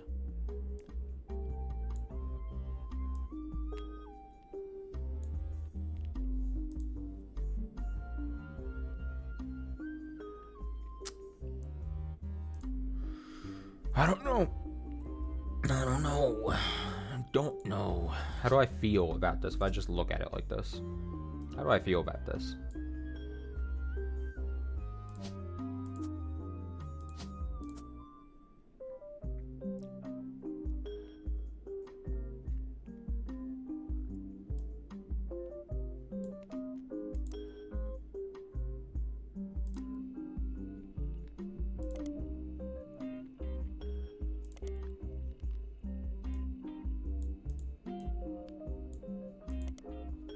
Roottrees Australia is one of the companies created manufacturing to distribute Roottrees candy. It was developed as part of the Roottrees Everywhere. According to a history website, Charles Martin, who owned a company that manufactured licorice in Australia, was tapped to run the Roottrees factory.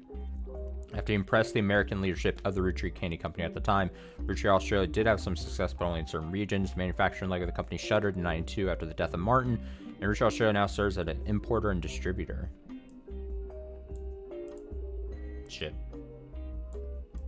Shit, why do I keep missing? My hands are too cold. Charles Martin was a candy manufacturer in Australia, born in 1923. He had a popular brand of licorice called Martin's Licorice Bullets. Most of his history is unrelated to the Roottrees. However, in 1979, he helped to develop Roottrees Australia. He used his own wealth to build a new factory, and they distributed the maple treats through the same methods he had already been using for his previous candy venture. The website about Australian commerce mentions that he had a very unusual business agreement with the main Roottrees company in the US. Much like how the Clancy Trust distributed their profits from the Roottrees company evenly to the Roottrees family, profits of the Roottrees Australia would be split 50-50 between the American Roottrees company and Martin himself for him to do with what he wishes. This made Martin very, very wealthy, but also led to many cost-cutting measures meant to increase profits as much as possible, especially towards the end of Martin's life in the early 90s. Roottrees candy gained a poor reputation in Australia and sales suffered immensely. Charles' vast fortune was passed along to his daughter, Robin. Robin! Hold up! Who sold both businesses at first opportunity. Wait.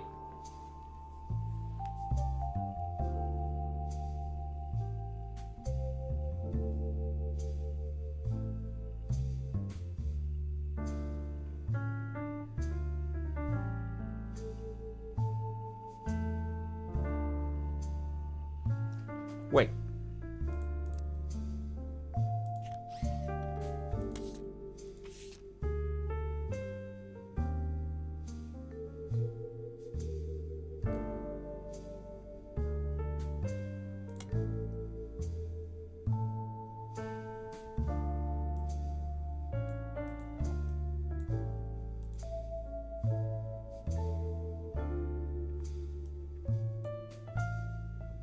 So what does this mean for me now?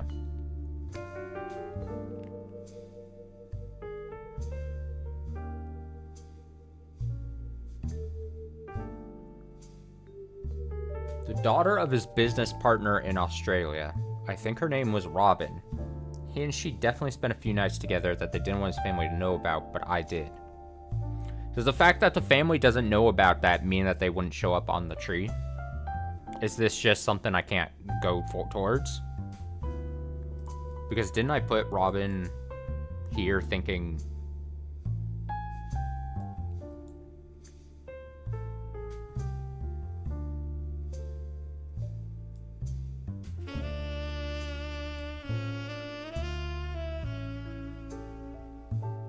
What if the Australian thing goes here? But for me to go that path, I feel like I would need more...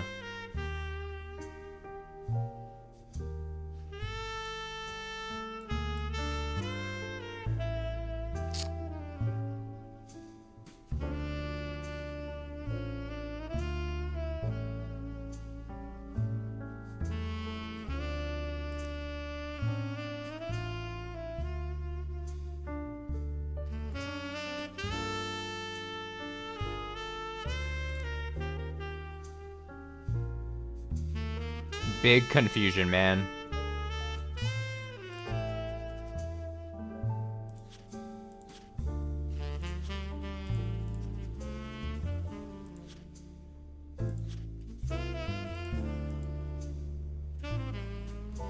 Big confusion. Well, I don't think I'm finishing Roottrees today. We might have to finish this later in the week. But unless I just pulled out a miracle here in like the next 30 minutes maybe. Something... I don't know how to spell. Australia.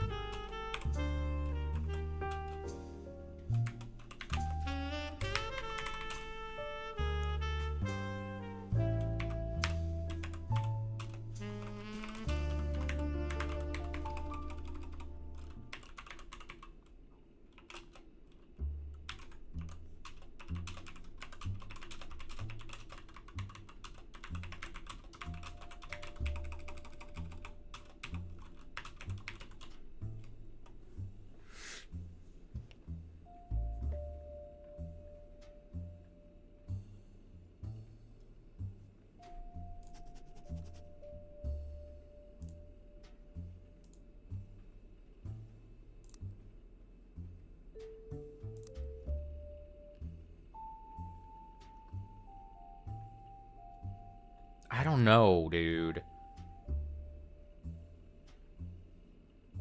Passed along to his daughter, Robin, who sold the business at first opportunity. For me to feel comfortable about maybe substituting in the Australian side here into this, is I would start to need photos, because... Oh, that makes a lot of sense if I would put, like... Especially if that's potential...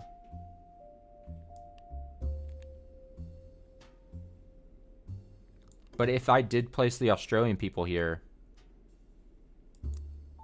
then where the hell are these people going?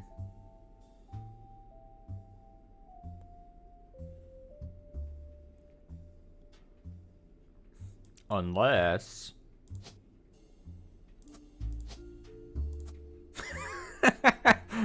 Huh?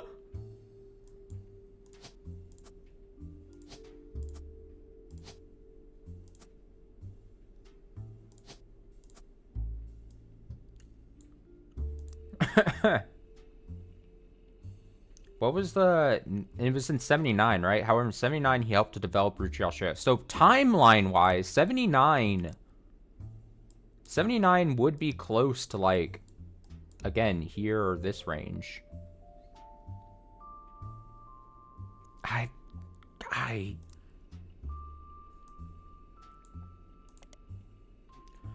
Robin Martin is featured in many of the top 100 wealthiest women in the world lists. She owns a private island off the coast of Australia where she reportedly has her own exclusive retreat. She has no husband, and there was a widely circulated rumor somewhere in the mid-70s that she had a medical procedure to ensure she never would have children.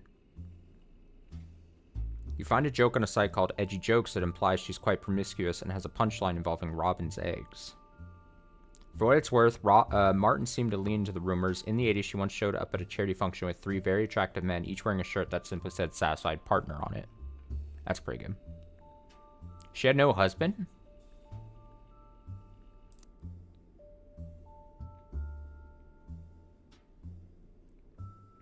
What if then that's here?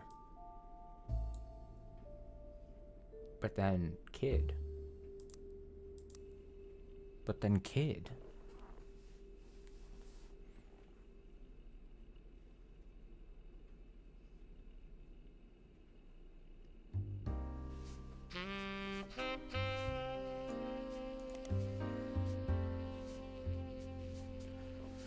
Besides the jokes about Robin's eggs, there's a lot of jokes about the band U2 for whatever reason.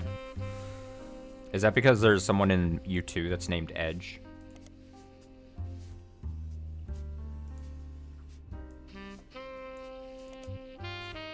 U2 sucks. I'm just gonna come out and say it.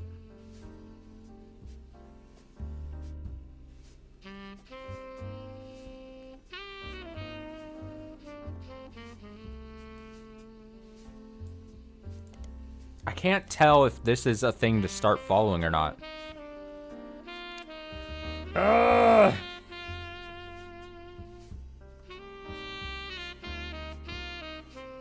Okay, so the thing, though, it's a rumor that she had a medical procedure to ensure she would never have children. But that's not a guarantee. Okay, I'm revising. I'm keeping them here.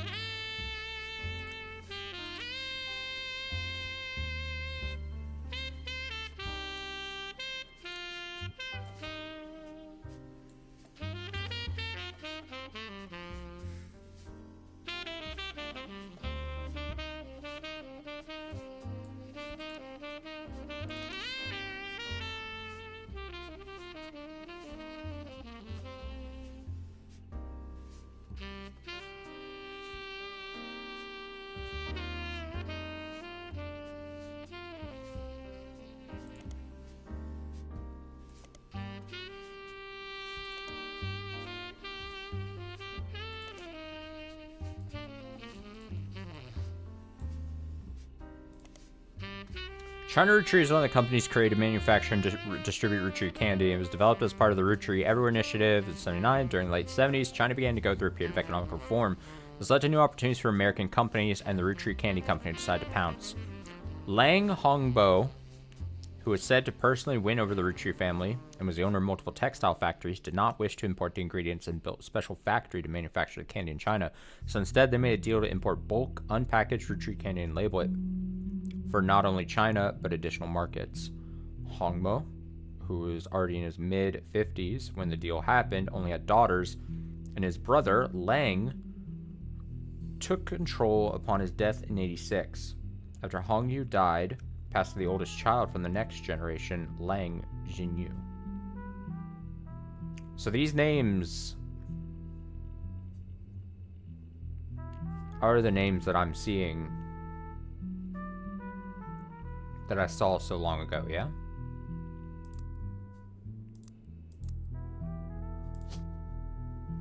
Again, I know not all these names are going to be used and stuff, so...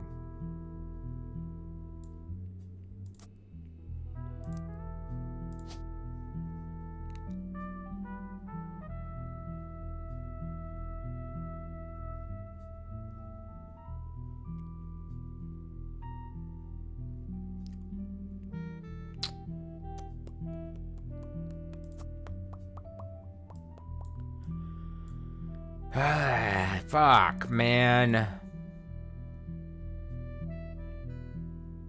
What's the date on this? 79? Roottrees Everywhere began 79. 86? This is back then after he would have died.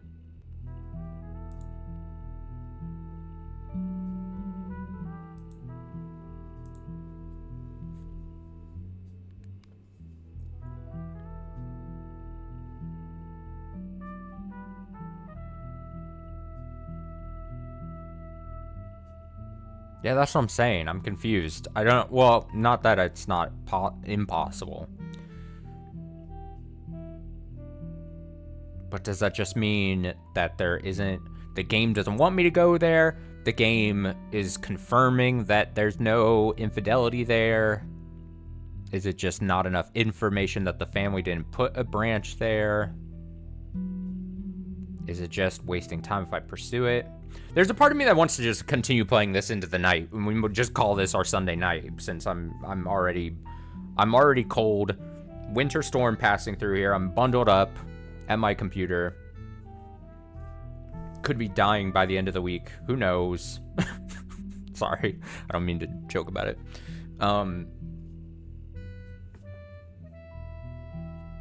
Because ideally, even if I start using hints like a madman, could I just like power through this game tonight? Maybe. Possibly.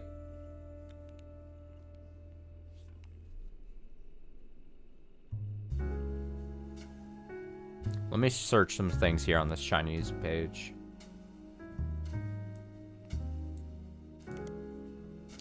You come across a website for the Lang Tai Textile Corporation, which is a company that's helped expand Roottrees products to China since the late 1970s. The company seems very accomplished. Cites quotes from many different reporters and news articles listed on it in nearly every language. It's also mentioned quite often on websites about Chinese businesses, but those mentions are company-focused, not people-focused. Don't offer any information useful to your investigation. Their page contains a very rudimentary leadership timeline with names that prove that the company has been in the Lang family for a long time. Kind of looks like a family tree. Goes back to at least 250 years in some form or another. During the period where they began the Roottrees deal, Lang Hongbo. In China, the family name comes first, so Lang is his last name, right? I understand that. Was the CEO. He died before the internet was widespread, so there's not much info or not much out there other than his name on this website. His younger brother, Lang Hongyu, is featured on the history section directly following him. This also seems to be the only mention of the man. The current CEO is a woman listed as simply Xinyu. The site doesn't list her last name, though she does appear in the family tree below Hongbo. Lang Tai has a few American logos on his page. One is the Roottrees logo, another is Tranquil Quilts, and the third is Piece of Asia. Oh, there's so much. Okay.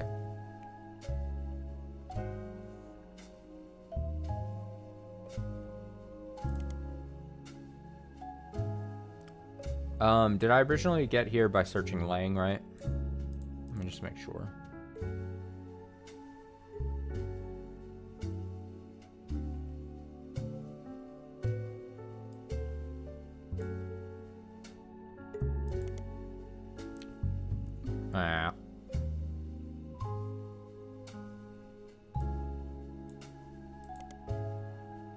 Alright.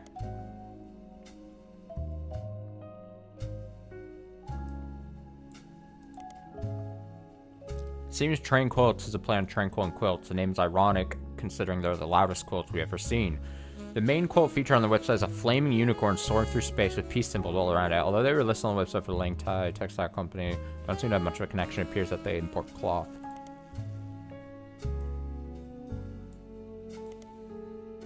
There's the American arm of Lang Tai, located in Pittsburgh, Pennsylvania. According to their site, the Tai in Lang Tai translates to peaceful, so they chose their name in America to match.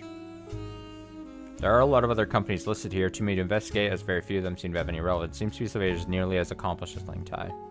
They offer fabrics and cloths at a wholesale price. You don't spot anything out of the ordinary. Business said to be owned by husband and wife Jerry and Linda Han. Their Chinese names are listed too, and from using an online translator, it seems that Jerry is Han Xunwei, and Linda is Lang Jinyao.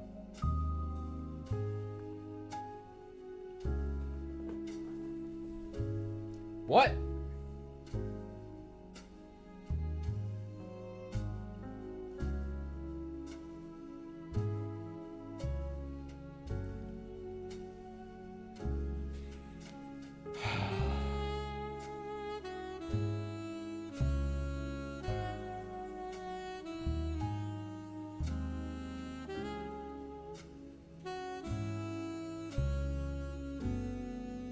Ugh!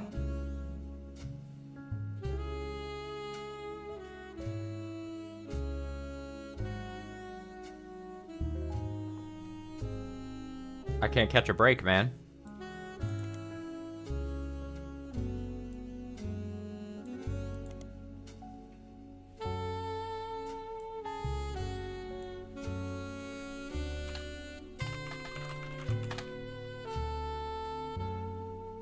Jerry, Linda, and Mark Hahn appeared recently on a website called Focus on Philanthropy under the headline Hanging with the Hans. The Hans were chosen because they donate significantly to causes that further Chinese-American culture. Jerry and Linda were both born in China and fell in love during college. Linda's father led a large company, this article never names it.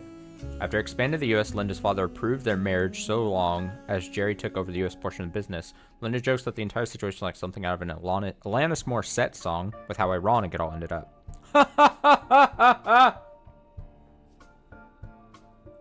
I was absolutely terrified to move to the United States, but my big sister was desperately in love with the idea.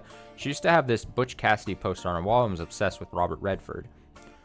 But somehow, Jerry and I were the ones sent here, and now we couldn't possibly imagine going back. When we had Mark, we never even considered giving him a traditional name. Meanwhile, my sister stayed in China and has thrived there. She doesn't even like visiting the US anymore. Our kids are complete opposites, though. Mark couldn't wait to travel abroad as soon as he was old enough. He's actually in business school in China now, working with my sister. Our niece, who grew up there, was the opposite. She couldn't wait to get here. She started calling herself Lucy Lang in high school and flew out there as soon as she graduated. The name change apparently drove my sister absolutely loco.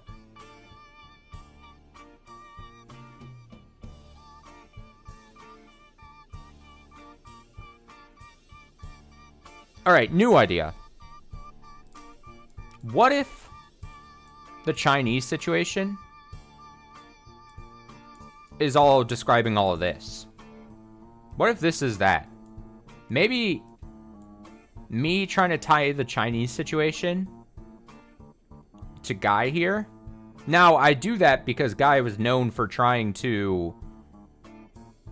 It was really into expanding the business all over the world. But what if that's just... Because then it would at least give us some... Well... I don't know. I don't know.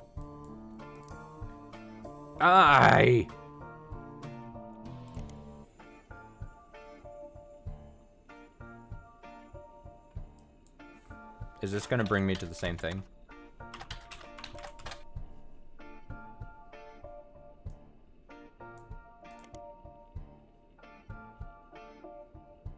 I love hanging with the Hans so much.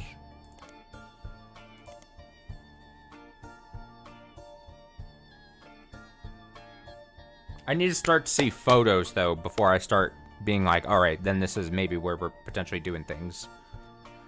I need photos!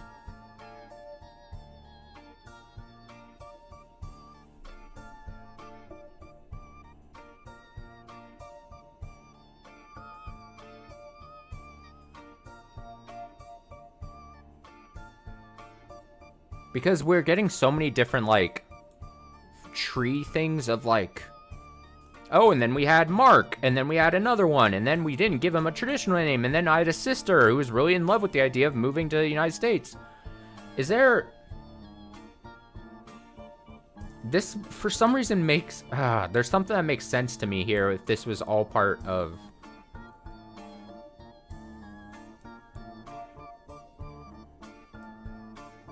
But I don't know, would it have to happen, like, here?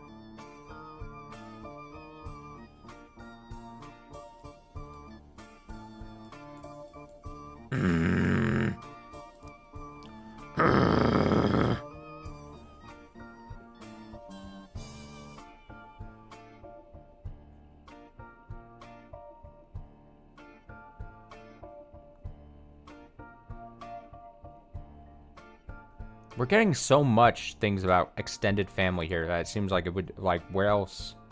Like, why would it be giving me all this?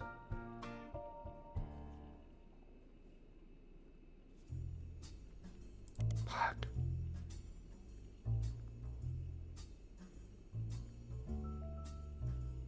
I'm going to eat my left fist. Roottrees France is one of the companies created to manufacture and redistribute, or I keep saying redistribute, distribute root tree candy. It was developed as part of the Root Tree Everywhere initiative in summer 1979. Apparently, Roottrees France was a non-starter. Negotiations broke down pretty late in the process after the company had already been formed, and then the leadership of Roottrees went through a very large change soon after. CEO of Roottrees, France was meant to be Tristan Robert. Wait, can I get... One quick second. It was developed as part of the Roottrees initiative in the summer of 1979. So my idea that... Well, I mean, I don't...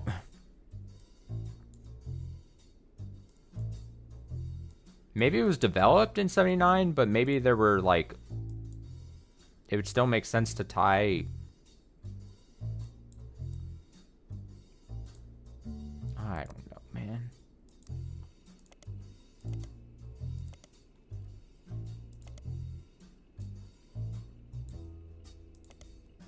He's a businessman who at one time in negotiations to take over Roottrees, France.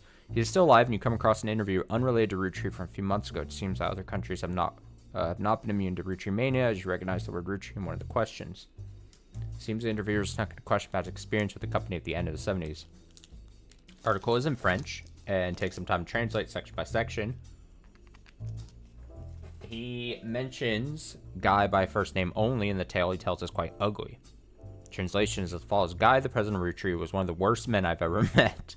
He approached my wife about having an affair, which she refused. He then kept insisting that this was the best way to celebrate the end of our business contract. I don't think he expected her to say no, and I don't think he thought she would tell me what happened. I punched him in the face and refused to attend another meeting with this man. They lost a lot of money on this deal because not only was he a terrible person, but he was also a terrible businessman. When he died shortly after, it felt like the universe was working things out. Damn. I wasn't surprised to learn he had a secret child. He seemed to treat women like collectible pocket monsters. It seems mentioning Pokemon sidetracks the questions a bit, and the interview never returns to the subject of Roottrees. Pokemon, dude.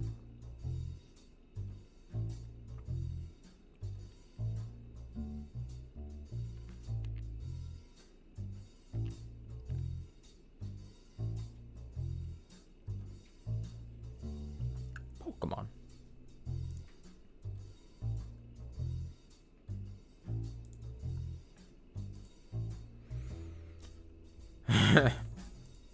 Okay, so this was basically like a non-starter.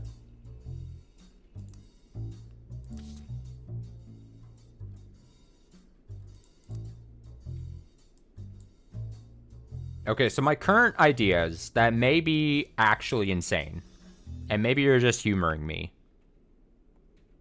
is that maybe the Chinese thing, only because we got so much about extended family thing, and maybe this is, for all intents and purposes, a red herring, but like, seems like it would make sense to put here, especially if we got so much like information there about that.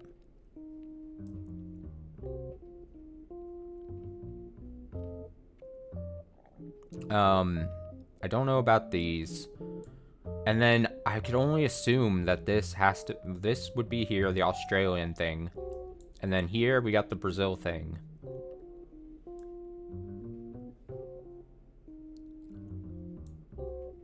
But then I don't know. I don't know where this goes.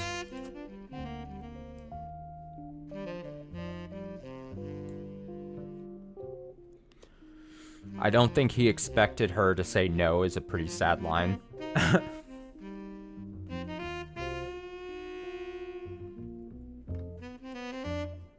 It's tough, man. Life comes at you fast. Alright, Duck. Quack, quack. Let's see what you give me. The results for Edson Soares mentioned a wife. Could she be involved with the Roottrees? Okay. Thanks, Duck. Sometimes let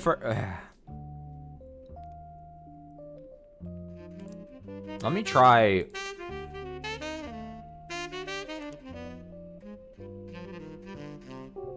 Maybe there's a way to find like information. His wife Sonia. Sonia. Wait, did I read this?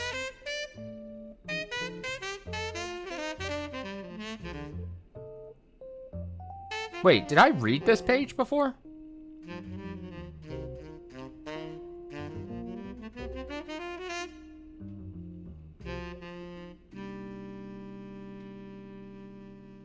Did I oh, I don't think I scrolled down.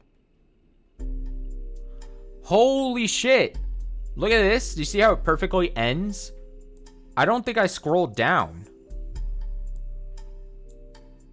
Because I remember going to this page and then reading to the end of here and being like, that was it.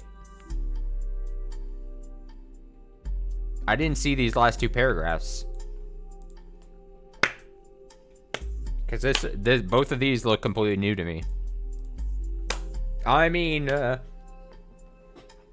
this did not make him a popular mayor. In what the paper speculates was a move to counteract this unpopularity, his wife Sonia was discreetly put in charge of a television station called Telerede? He often used this connection to ensure supporters would appear on local television spouting his beliefs and emphasizing his political victories. He remained in office until '88, when he was defeated in the first election after the military government was no longer in control. After this election loss, he quickly left the town behind. It is not known where he's gone, but the dissertation even speculates he likely fled to stay alive. Okay. And so, let's try to find...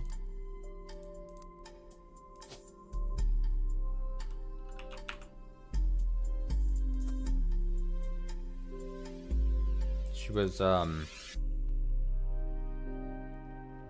put in charge of a television station? Media mogul. Finally. Whatever that would mean. News anchor? Baby.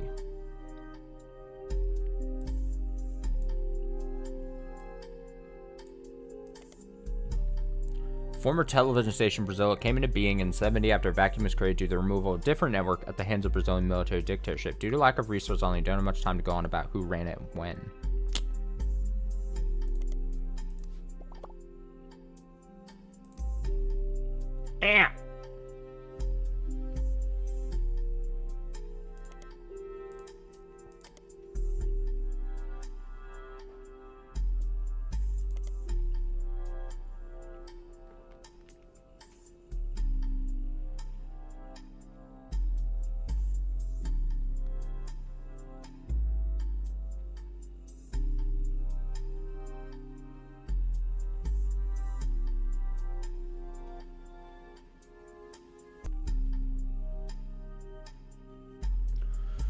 Sonia. I don't think I can just search Sonia, though.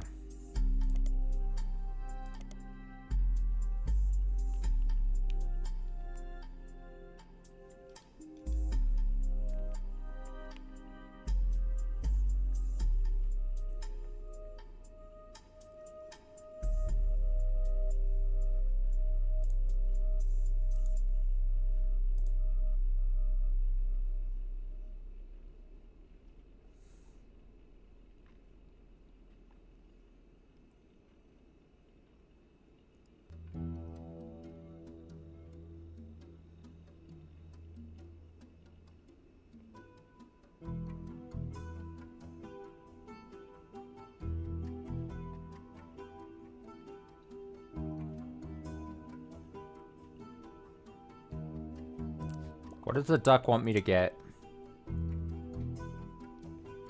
Her first name is Sonia. Traditionally, she would take her husband's last name. Well, yeah, but that's not how this tree works, right? Wouldn't it I'll put her with her maiden name? Huh? Oh!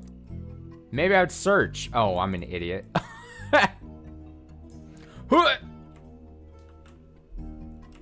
I'm stupid. I'm like, oh, that's not how the tree works. But, oh, God. I'm sorry, duck. I'm an idiot. Oh. Wait. Well, hold the phone. Does return a page that lists a news anchor in Brazil named Flavio Soares, who has a mother named Sonia. Wait. Flavio.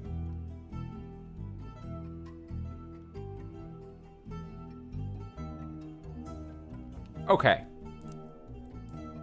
He's a news anchor. Flavio.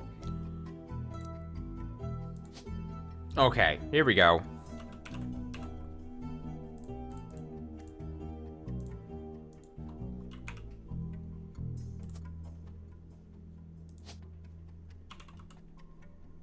news anchor. Flavio. But...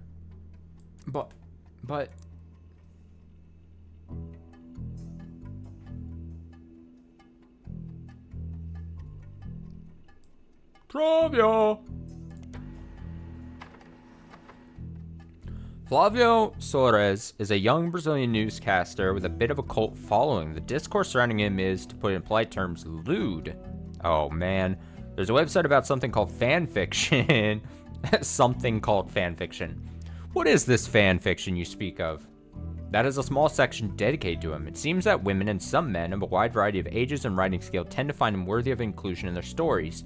You skim some of the tales there and learn that a common thread is that he's currently dating a supermodel named Ashley York. Many stories seem to ignore her existence or get her out of the picture rather quickly. There are also more traditional fan sites that list some things about him, including his age, 18, his zodiac sign Libra, his favorite fruit, grilled steak, and his mother's name, Sonia. Also, it seems that Flavio translates to golden-haired. One website with a signed publicity photo of Flavio seems to confirm this. The photo has been added to your evidence. Can I get potentially like the British supermodel who does ads for perfume, clothing, and jewelry. She has been the subject of some controversy in the past few months, having been protested by PETA for wearing fur on the cover of some magazine. She's dating a young Brazilian news anchor named Flavio Soares, which has brought them both somewhat into the limelight. I mean, okay. Let me see that picture. Oh, it's signed. Is a Brazilian news anchor. This is a signed photo of him sent to a fan you found online. Kisses from Brazil. Okay. Alright, so we are now firmly entrenched. This has to go here. Then no longer is this any potential that this was going to be the Chinese route here. This, I'm even more sure. I'm starting to even feel more confident about. Unmarried, Robin Martin, Australia, whatever.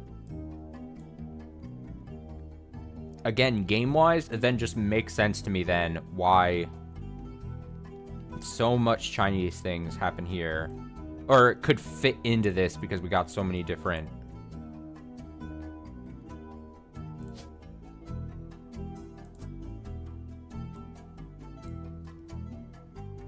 But how do I get her name? Fucking duck.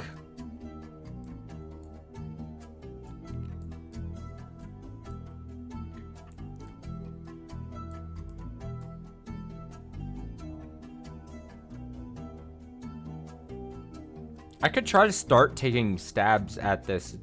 If I was like, just went the Chinese route and like try to put names in here just based off that one section. It'd be kind of bunk because like I would just be like starting probably middle somewhere like around here and then like working upwards at best, which seems crazy.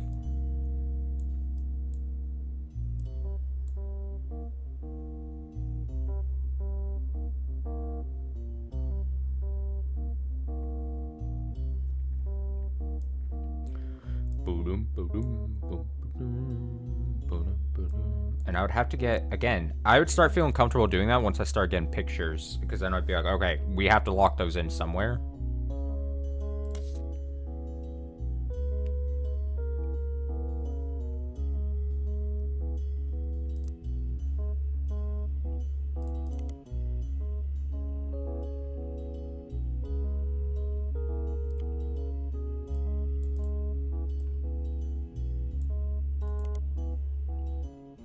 Has apparently been around for a while offline, but has recently begun to gain popularity on the internet as well. After browsing a site dedicated to fanfiction, your first instinct is that while some is based in truth, it likely won't be a reliable or dependable resource for hard facts. For example, in one of the fanfictions discovered about Flavio, Ashley York is captured by pirates, and Flavio must team up with a popular team of reptile ninjas to rescue her.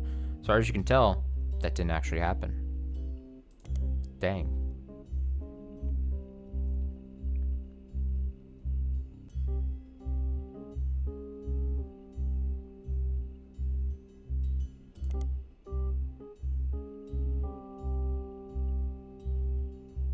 How do I get her actual last name?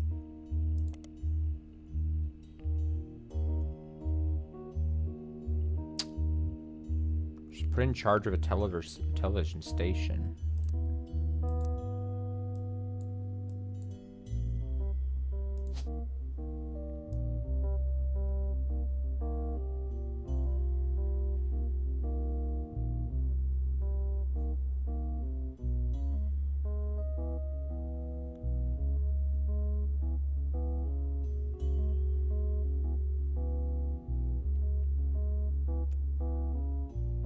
I don't know.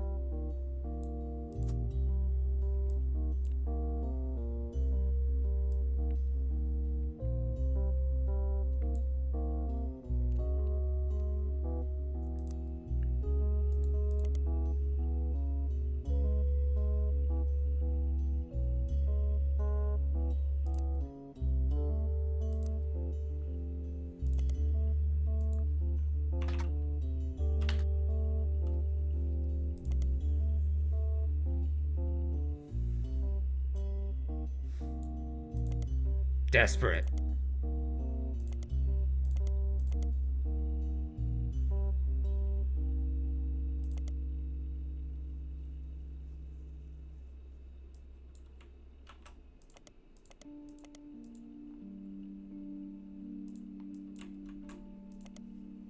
Apparently, Robin Martin saw off her father's assets in 92, the year after he died, which combined with her inheritance immediately catapulted her to an almost unimaginable level of wealth. The writer at Business Watch who was assessed to report on this news seems to disapprove of this move immensely. While the article does touch on the announcement of who took over the licorice division as well as what to become of the maple candy factory, the entire text seems to be dripping with contempt that someone would be willing to dismantle and gut such a successful company to earn a quick buck. The article ends with a dig at Robin's personal life and lack of traditional values. But who am I to judge? Maybe she sold it to ensure a better future for her own children. Oh, wait. Damn, writer!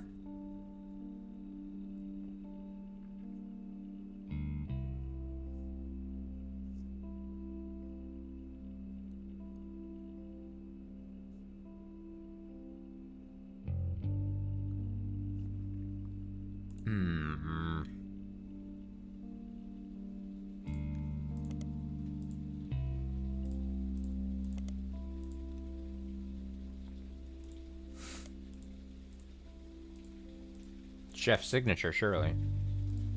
Or the teen blast.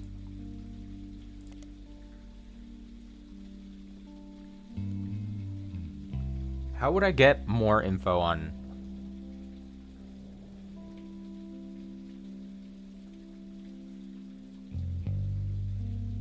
Robin?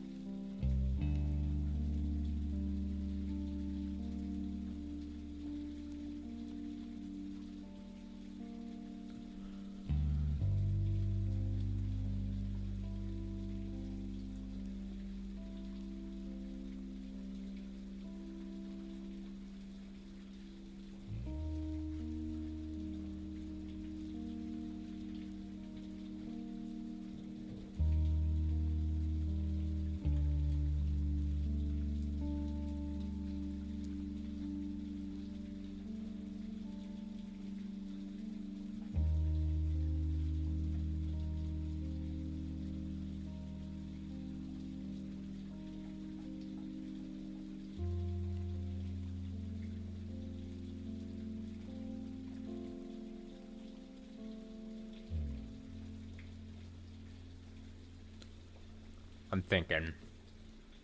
I was distracted by something on my phone, but I'm thinking, how would I get Robin?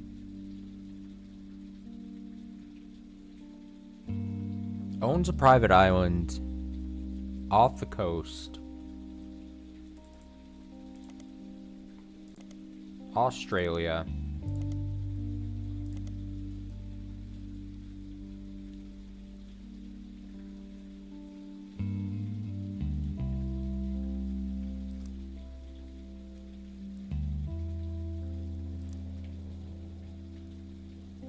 Feels right.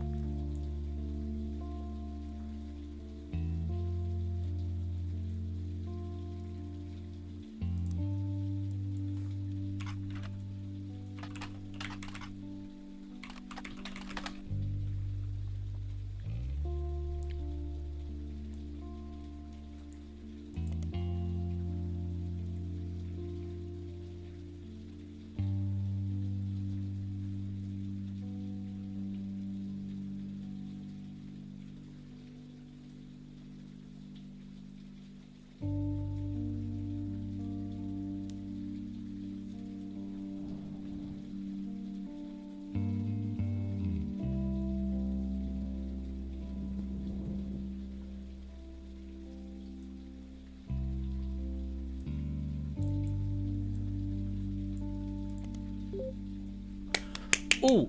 Okay, we have so many names that are tied to Portland, don't we? Is your run-of-the-mill newspaper based out of Portland, Oregon? They have a website with a lot of dry statistics about how many subscribers they have and how many issues there have been, awards they've won. The website doesn't appear to have any useful data. Okay. Let me...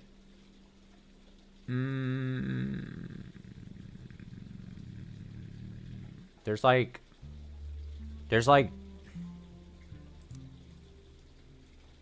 Like, Ruby is tied to Portland as well, right?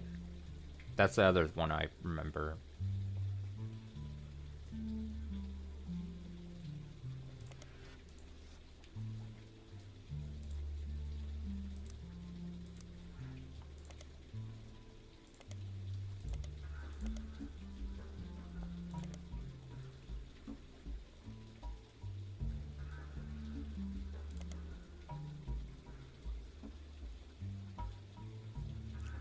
Okay. Might as well try. Okay. Mark.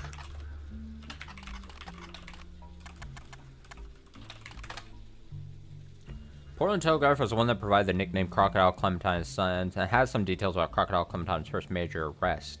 He was flying weekly between Los Angeles, Juarez, and Vancouver in a small plane. His flights were very low, literally under the radar. He was only caught because he was bit by a crocodile in the leg and had to call in a mayday because he was losing blood. He tried to tell them that he was a crop duster who somehow cut his leg on a loose piece of metal in the cockpit, but his story seemed very odd and controllers quickly alerted the police without informing him. When he landed, they were waiting and he was promptly arrested. Okay. Well, didn't really get much there.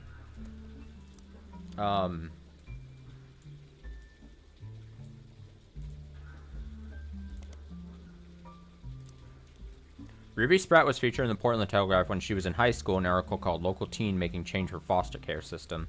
According to the article, Ruby Spratt grew up in the foster care system, who apparently a valedictorian of her school, was a Girl Scout who at the time of the article was earning her gold award. This required a project to help the community, and Ruby chose to raise money to build a fountain she called Foster Fountain.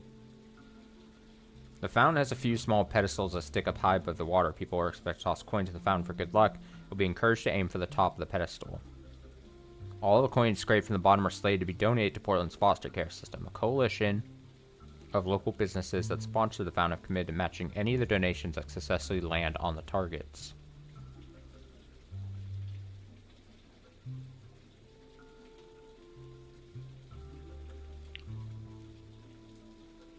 It's not as much as I wanted. I thought I was going to get something huge here. I'm going to be honest.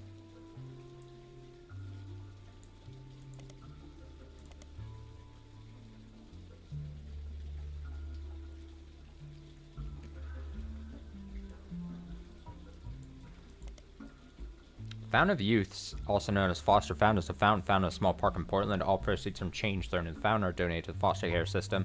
Website for Portland's Parks and Recreation mentions under a trivia section that the Fountain of Youths was originally conceived by Ruby Spratt, an alumni of the foster care system. As more businesses signed on as sponsors, it grew in scope even beyond Spratt's original hopes. The fountain is unique because it has special targets that visitors can aim their coin towards. If a coin lands on one of these targets, each of the sponsor businesses matches it. This isn't a huge amount of money for each business, but more than 100 businesses have agreed to participate, so each penny becomes $1.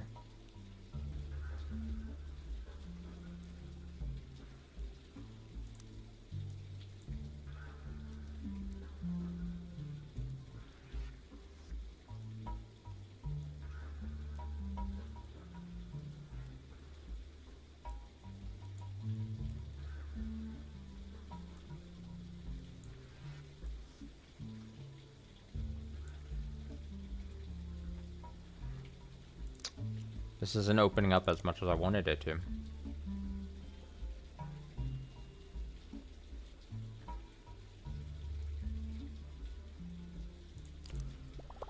Alright, quack quack. There's a lot of information online about Flavio, but there's one thing on there that could be a lead.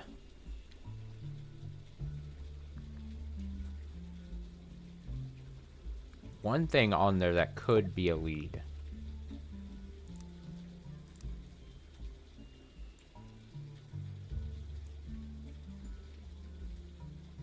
I mean, this better be pointing to his mom.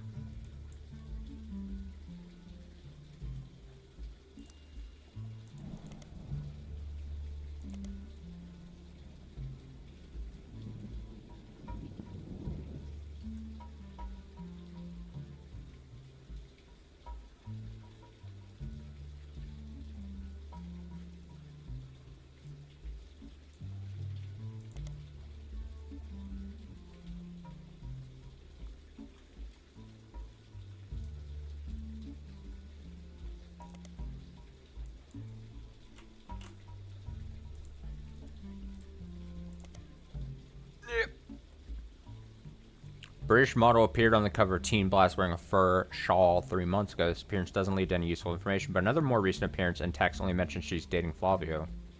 In it, Teen Blast reporter asks how they met. I was in Rio for Carnival. Carnival! And he was on one of the parade floats. I had no idea who he was, but I liked what I saw and told my people to invite him to the party I was going to. I felt pretty stupid once I realized that we were going to his party. Well, his mother's party. She runs a media empire down there called Transmisa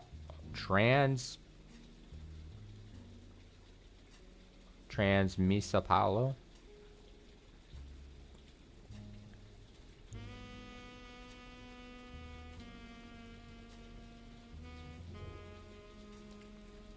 Let me see something here.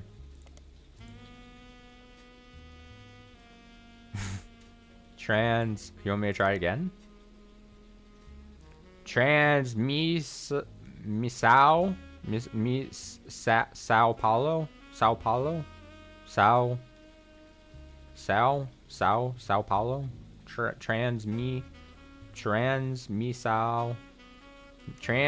do I need to separate like from here? So it goes or separate here, I mean. Not at all.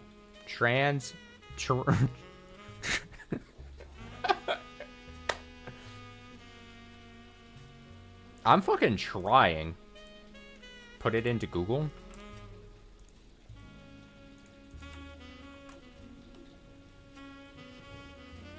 I'm getting a lot of guides for the Roottrees are dead, so I'm trying to like dodge that.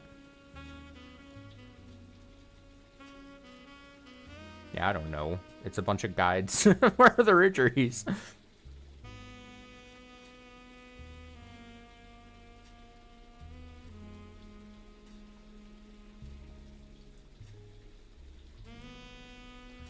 Okay, see, that makes a little more sense.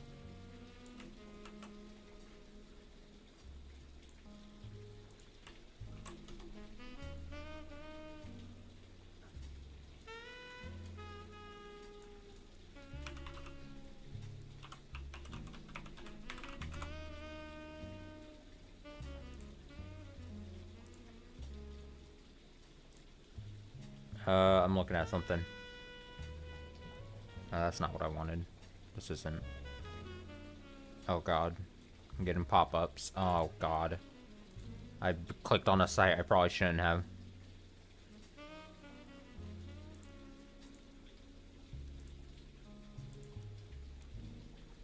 Okay, so you're saying Sao Paulo. But that's not, they combine it here, so that's what was throwing me off.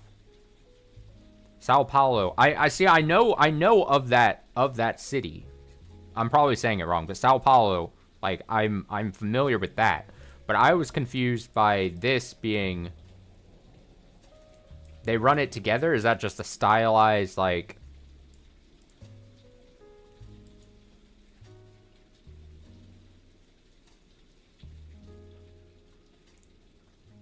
We're learning here.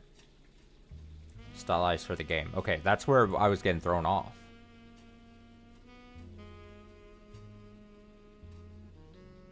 Okay, I'm gonna click on a video. It's gonna be loud, maybe. Welcome to how to pronounce. In today's video, we'll be focusing on a new word that you might find challenging or intriguing. So let's dive into today's word. Transmissões, Which means transmissors, means transmissions or broadcasts in English. let's say it. Look how this guy. Welcome to how. I'm gonna pull this into the second screen experience here, because you got to see what the fuck I'm dealing with here. How to pronounce. In today's video, we'll be focusing on a new word that you might find challenging or intriguing. So let's dive into today's word. Transmissões, Which means transmissors, means transmissions or Transmission. broadcasts in English. let's say it all together. Transmissões, Transmissões. transmissões, Transmissões. transmissões, Transmissões. transmissões, It's all in my left ear. transmissões, Thank you for. means transmissions or broadcasts in English. Let's say it all together. Transmissões, transmissões, Can I get it slowed down? transmissões, One more time. transmissões, transmissions or broadcasts in English. Let's say it all together.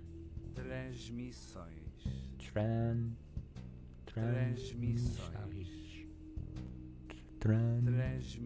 transmissões, One more time. transmissões, transmissões, I'm trying. I'm trying to, you know. transmissões, Thank you for joining us on this adventure. I'm trying to learn. I don't want to be ignorant.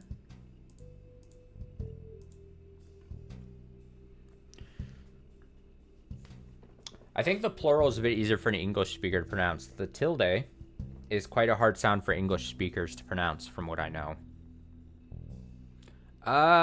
Yeah, the tilde. Yeah. Especially because, like, especially here on the American side, we don't, in natural English, we don't have it, really. And the only way most Americans would know it is if they took, like Spanish classes. And even then, you're only really going to see it as, like, a tilde on top of, like, an N. Where you get that NY sound, like the nya sound. And then beyond that, you're not going to get, like, anyone knowing. You're not going to get, like, anyone knowing anything.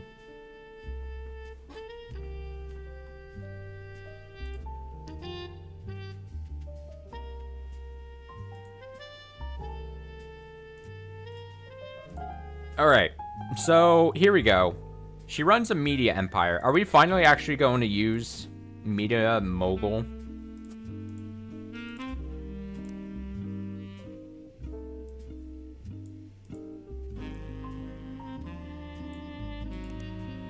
Massive media group owned and run by a mysterious woman named Sonia Alves. It seems Sonia Alves is a common name in Brazil, so she has shortened her name to Nia to stand out in the public's eye. According to a history page that's focused on her company and vague on searchable details, Nia received a significant inheritance in 1980, invested in many different manufacturing businesses in her hometown of Brazil. At the same time, she had begun to learn the ins and outs of running a television network. So she probably got money from Guy and the Roottrees business and then did stuff with it. She continued to work in television until the 1980s when Brazil began its period of reform. She felt this was the perfect opportunity to launch her own media company using investment and connections. Now, her company owns television networks, magazines, and newspapers and advertising firms. Media sounds like media mogul to me. After doing some translating, the page about Nia lists her as unmarried. It does not go into any of the relationship history. Searching for Nia online, you learn that she stays out of the spotlight. She doesn't even appear at shareholder meetings. She sends a proxy. All right, I've seen enough. I've seen enough.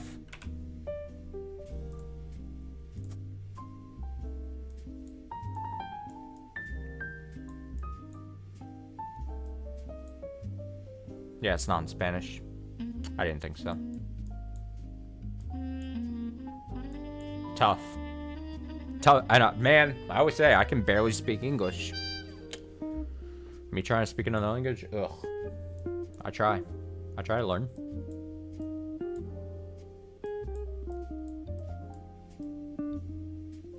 I think I'm feeling this then.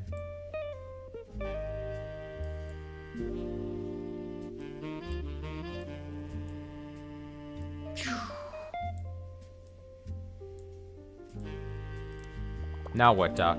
Now what? That's exactly... I said that before you hit enter.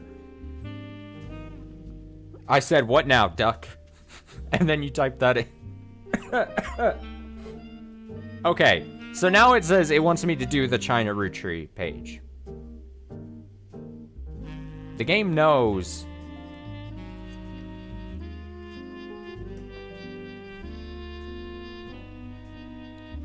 Have I looked into them all?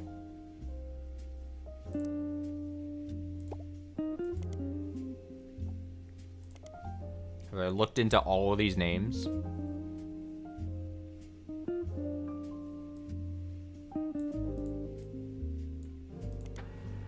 Oh, wait, did I not do this name? Wait. Lang is her first name. Is a businesswoman currently running the Lang Tai textile company. She was recently listed in an article on a website written by and for women. Article entitled Empowered is about the recent rise of women entrepreneurs in China.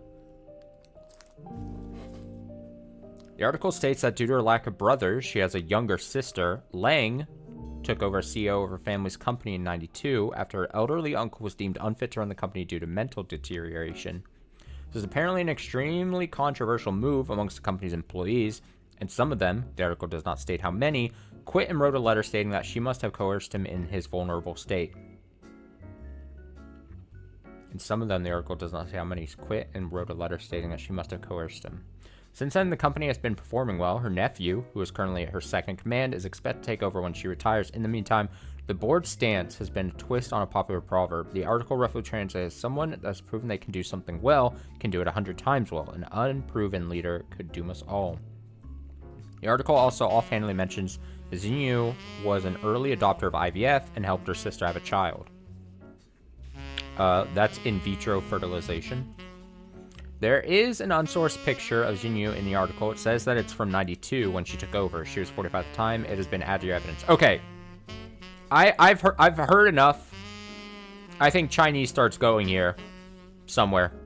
It's happening. It's happening, guys. It's fucking happening. It has to. It has to happen.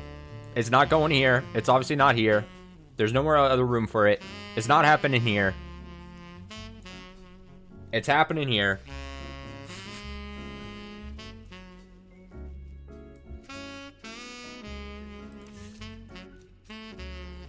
Due to her lack of brothers, she has a younger sister. She has a younger sister.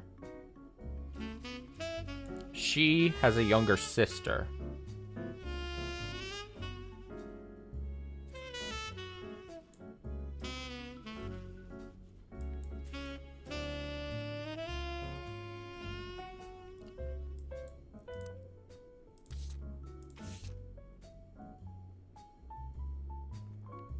A photo of Lang Xinyu from a recent article about the growth of female entrepreneurs in China. She runs a business with many textile factories.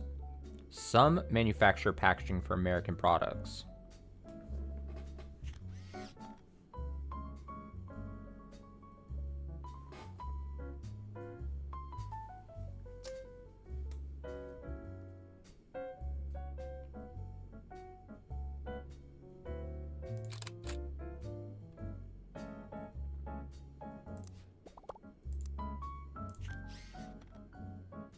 How did I not search that name? I must have searched...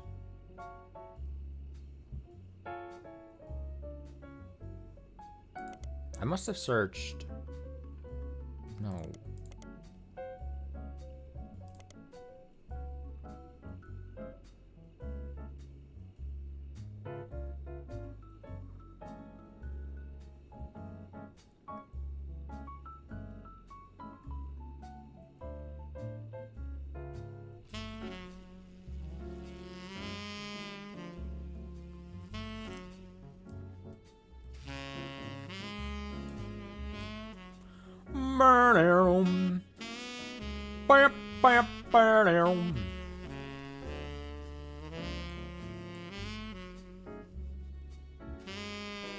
But where do we start the... Ah.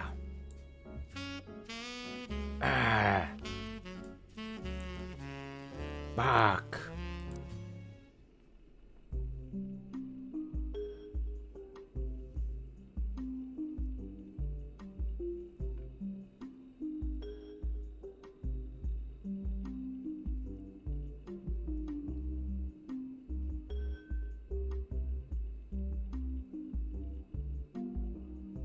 And his brother, Lang Hong Yu.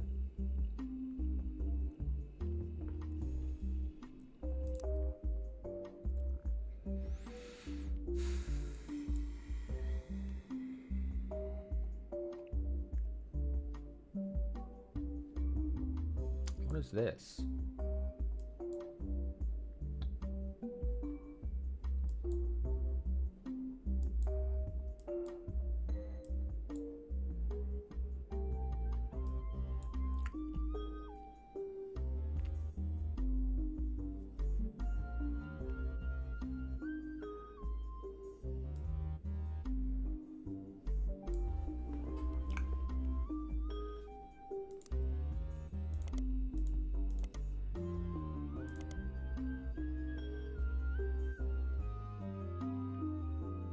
I'd already searched this.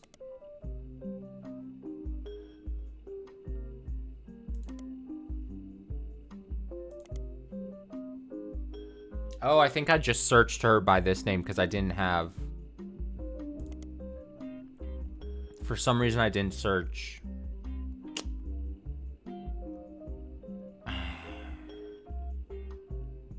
Shit.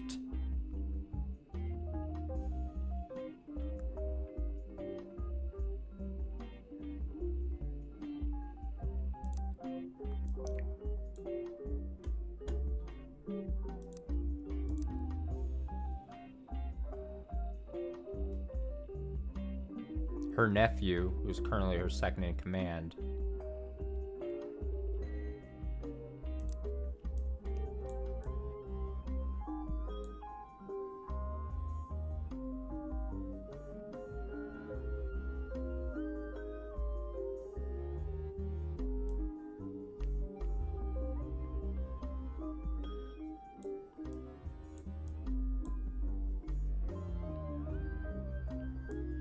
I'm so tempted to click the duck again. The power of the duck, man. It's so enticing. Jerry and Linda Han mentioned a niece who grew up in China. Could she be one of our secret Roottrees? You're like, for the love of God, just click the duck and finish this game. Please, release us from this prison. Release us from this torture. Jerry and Linda Han. Right, so we did... Let me find where... I think that was before I did the whole Brazil thing, right?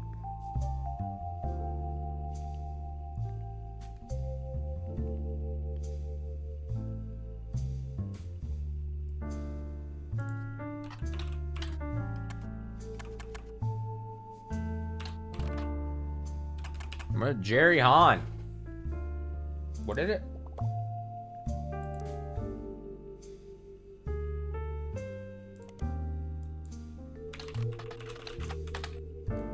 Yeah, this page. But why wasn't... Oh, Hanging with the Hans is what it was on under. Oh! So what did the duck say? Mentioned a niece who grew up in China.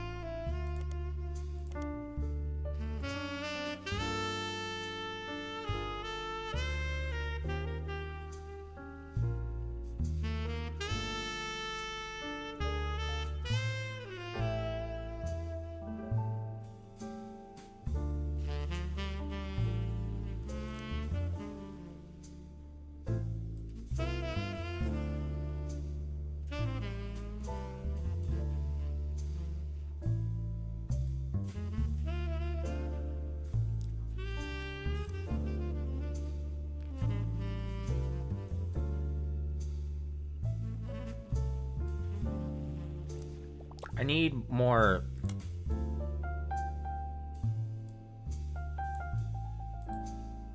But why? Isn't that just a nickname she was going by?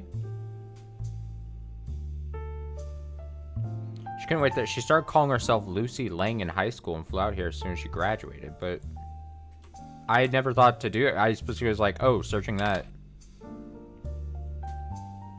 It's a common name, but not the most uncommon you come across. There are a few that come up with any searchable details, so it might be possible to narrow down your possibilities. Lucy Lang is mentioned on a robotics website as part of Team Talon-Claw.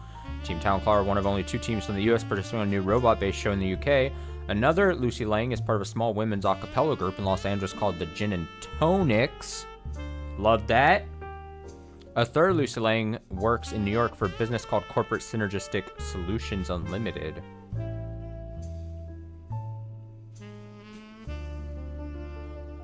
Should I search like the different... Robotics Club and Mid-Eastern University. The robot, also named Talon-Claw, has been selected for appearance on the 2nd season of a British television show focused on robot fighting. Small blurb mentions that robot fighting leagues have existed for a few years, but there have been recent moves to televise it. Talon-Claw is one of 2 teams selected from the US. Robotics Club has a text-only site you can find linked from the university's student section. The site seems like it's used mostly to announce schedule to its members. Club is supposed to meet every Tuesday and Thursday, but the last 8 dates have all been canceled because a few members of the team are currently in UK filming. Another date from a few weeks back was canceled for an interview with the school's newspaper. At the bottom, the traveling members of Talon-Claw are listed as Team Captain Jaya Patel, supporting members Lucy Lang and Kurt Hauser.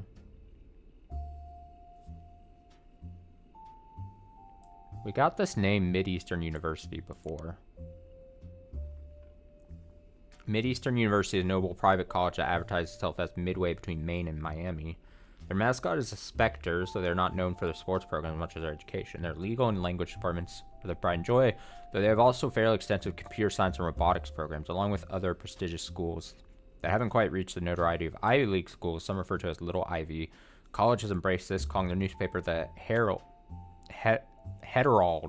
which is a combination of Hetera, the scientific name for Ivy, and Herald. Their website boasts that they have a historical technology museum on campus, including a still functioning computer from the 60s that takes a full room. They also have a printing press that they use to print one special year-end issue of the Herald each year. I hate saying that.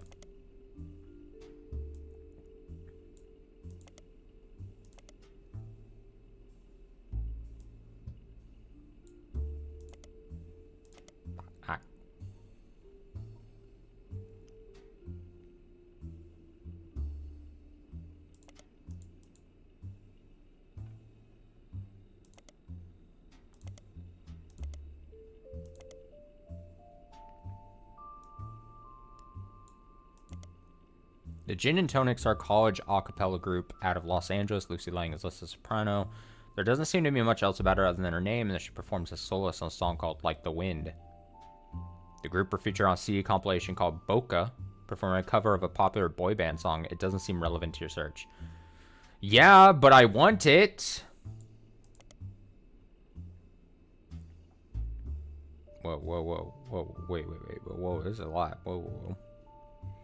Subways of Your Mind by FEX is an early 1980s pop song, and it was a #1 hit in many countries, though it peaked at 6th in the US. It's still played to this day on contemporary stations around the world and is often found on compilation discs of popular music. One reviewer at the time was quoted as saying, "Subways of Your Mind is one of those rare songs that feels like it has always existed, and the artist just plucked it fully formed from the collective ether." It's hard to imagine a world in which this modern classic won't become a regular part of our audio landscape for the next 100 years. What a sad, empty world that would be. FEX said many follow-ups are just as popular in European countries, though their continued success was significantly more limited in the United States. Their next single, Talking Hands, only reached 24, and their third single, Modern Danger, failed to chart at all. Due to Subways of Your Mind famously starting with the catchy opening phrase Like the Wind, and perhaps also due to its somewhat lengthy title, those seeking it out or requesting often search for Like the Wind. Many lyric sites and music hosting sites even labeled incorrectly, making their mistake even more common.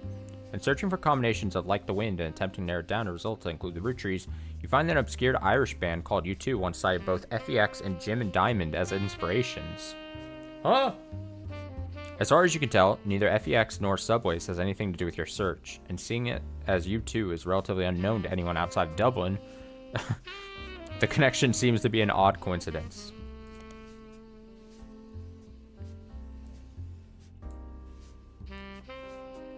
I got to at least try, because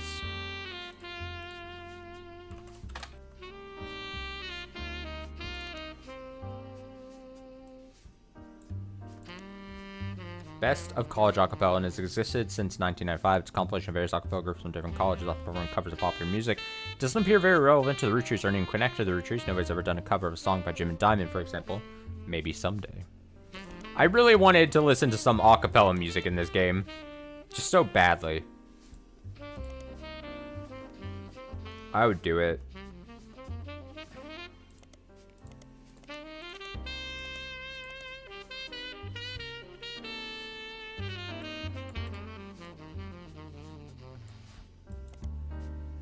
Corporate Synergistic Solutions Unlimited is a company located in New York City. Lucy Lang is the lead synergy engineer, who is listed as being ranked one of the top facilitators in the world by Business Watch magazine.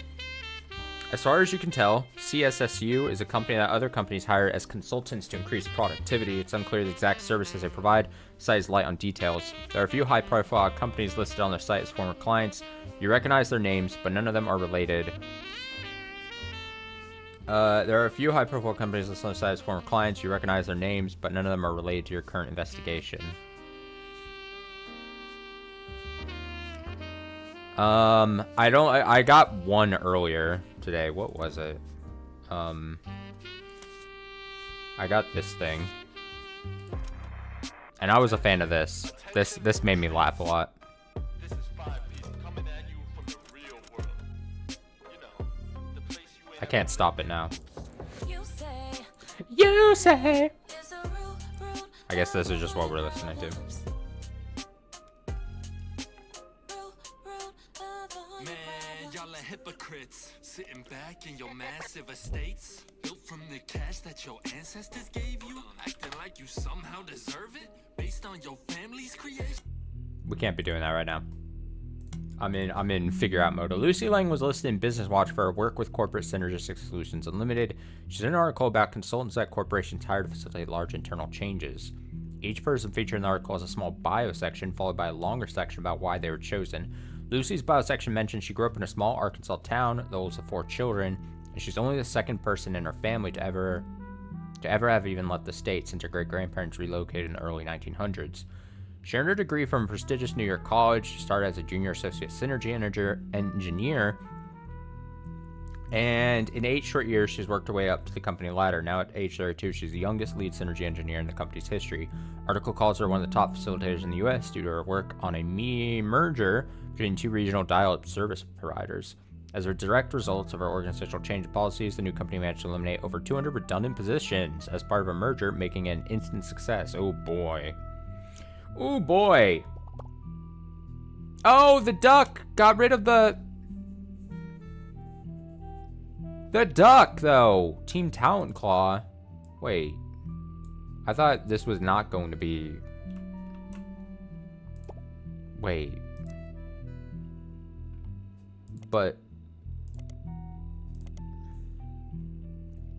I need some access to, like, a periodical for Mid-Eastern.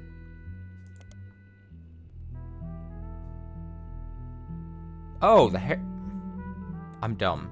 Would this be it? I'm gonna be so pissed if this is it and I didn't even think to...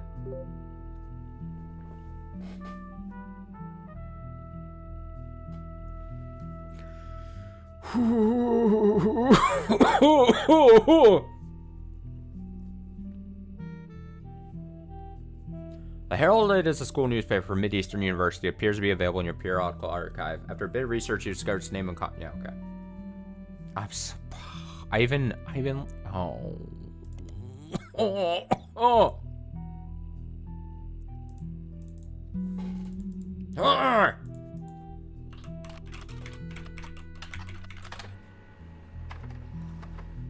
Has a story about their school's robotics team, Team Talent Claw. It lists 3 student members and talks a bit about each of their history, including their interest in robotics.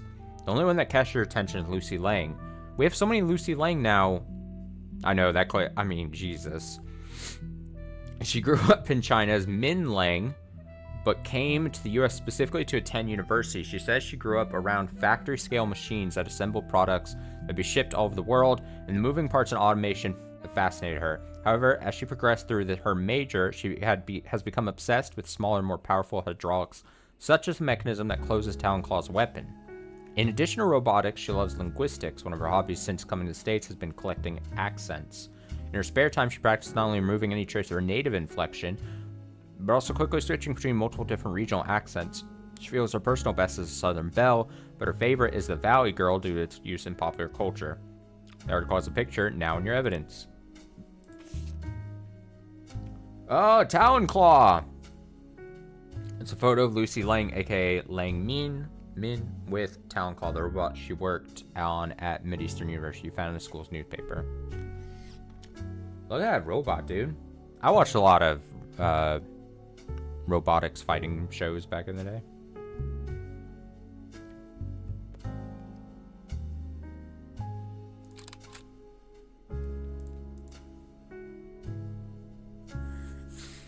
Okay, but like...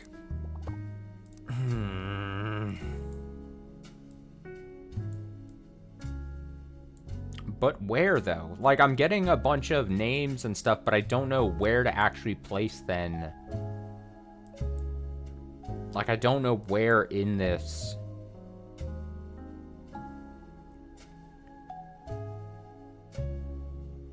Let me go back to, like...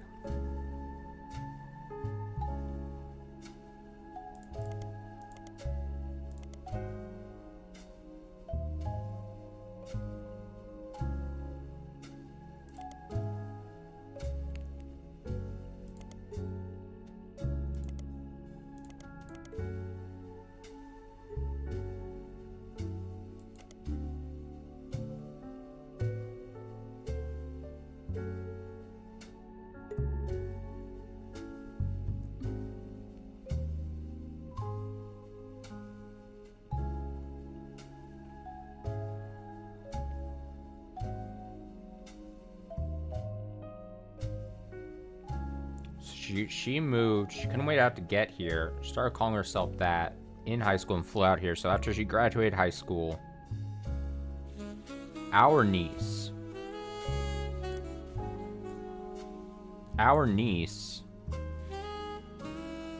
Mark, Jerry,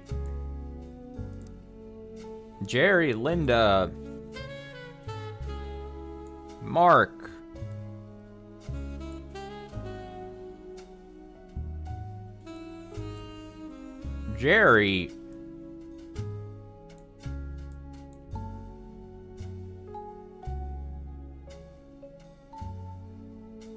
Jerry, Mark, Linda, Lucy Lang. Where are you guys going? How are we doing this?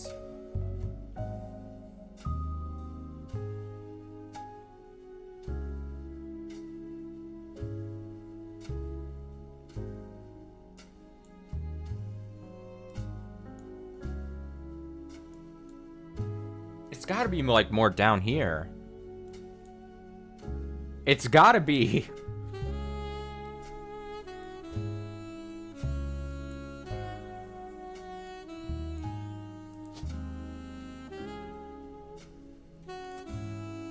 Mark.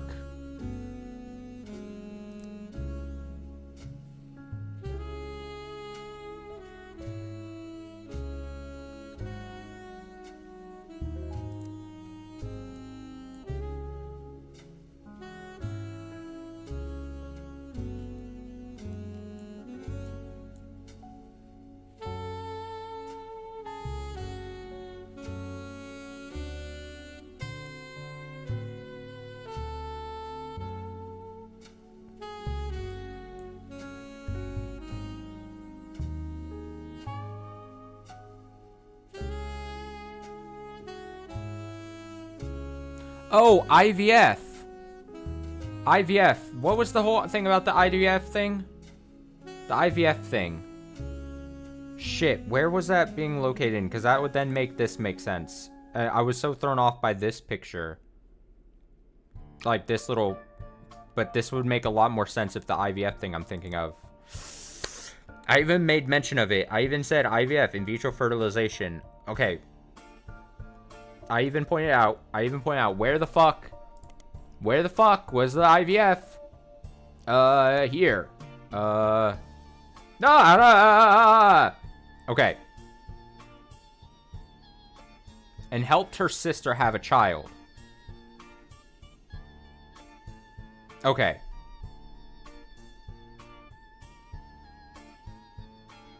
Okay.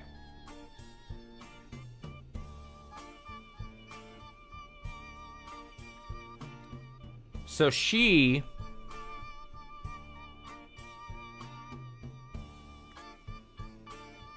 But how is...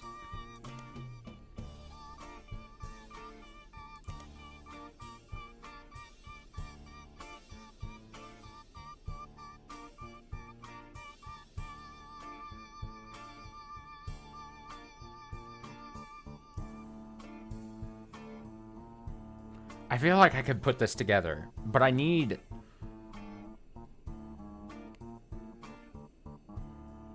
Was there some page that described them as their non-Americanized, like, names? Shit, I'm so fucking lost now.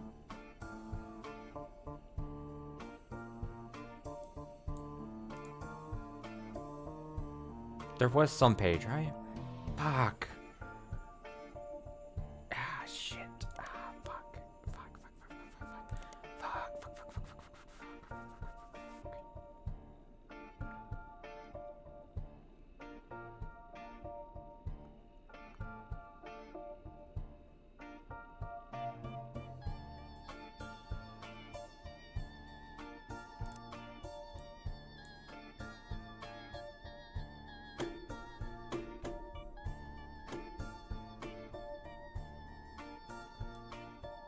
So I'm thinking it's something like...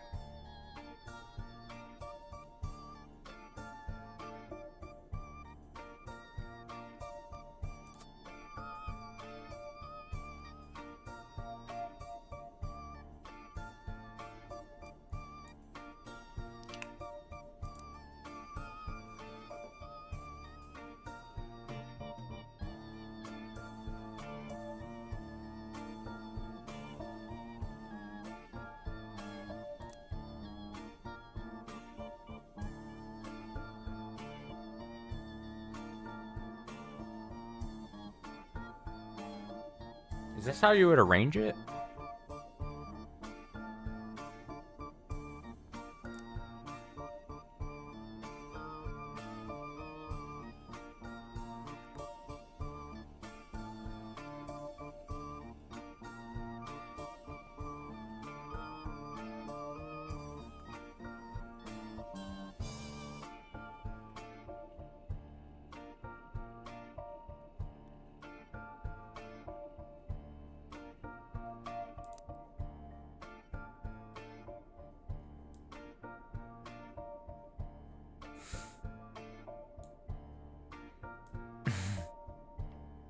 I don't know how... I don't... This wouldn't go here. You would put...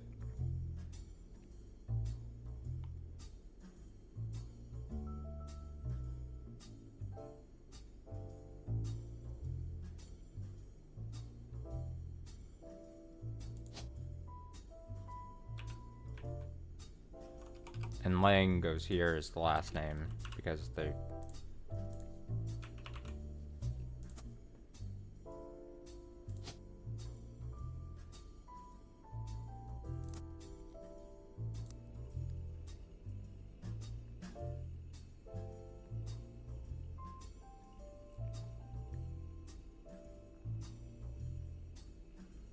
I don't know how this all... I'm confused. I'm confused about a lot of things. I don't know how to place this. My mind is swirling with ideas.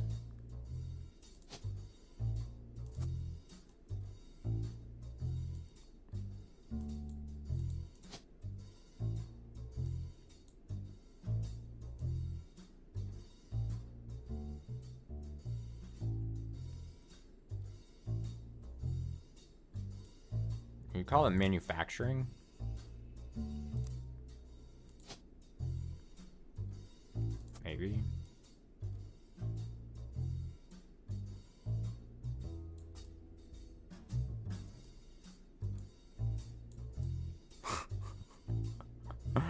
I don't know. If she did the IVF to help her sister, but it says spouse. I don't know how this works. This would make sense for why this looks awkward to me. This immediately makes sense, but I don't know then how that, did you put this here? You put this here? You put this here? You put her here? You put this here? You put her married though. It says married. So would you put married? Married. Not just had child.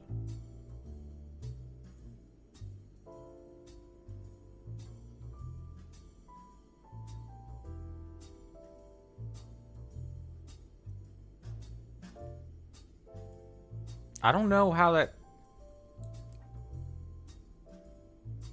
Oh. This could be so wrong.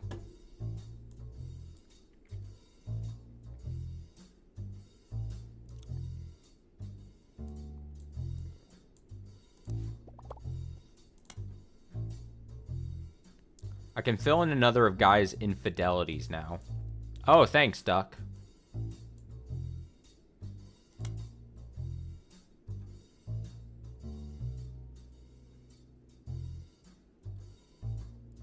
Wait!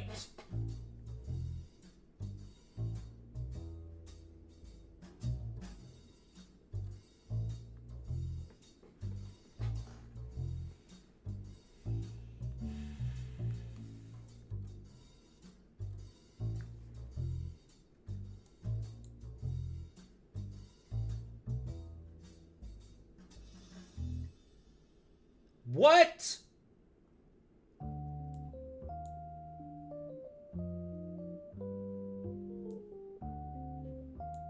What do you mean, Duck?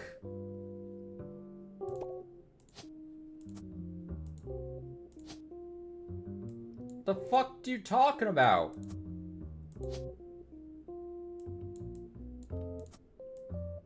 No way!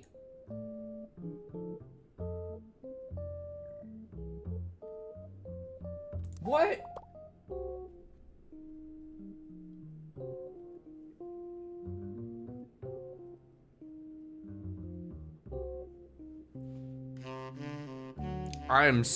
I'm being rocked right now. My whole worldview.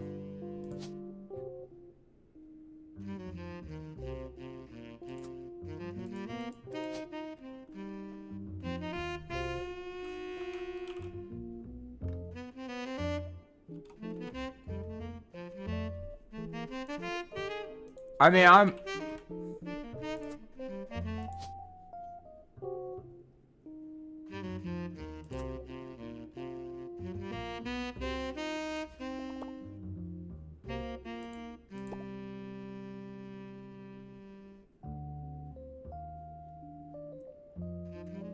Exactly, rumored. I pointed that out. Just a rumor. I thought it was just a rumor. That's inconclusive. I can't say like that's you cannot throw that in my face when the rumor thing was specific. It specifically made a point to be like rumor.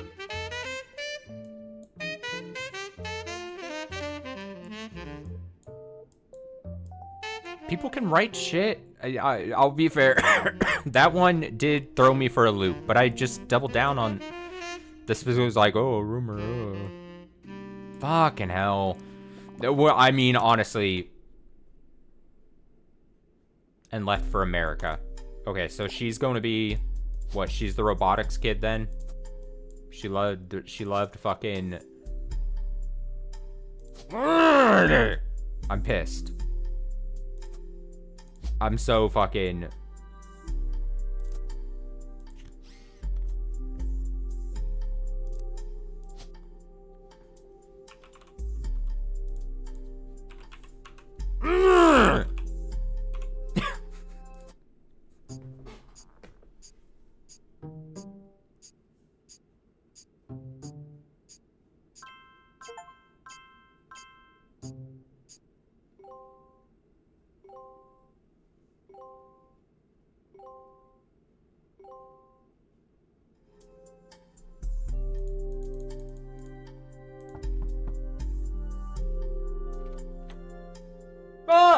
there. Jump It's scare. us.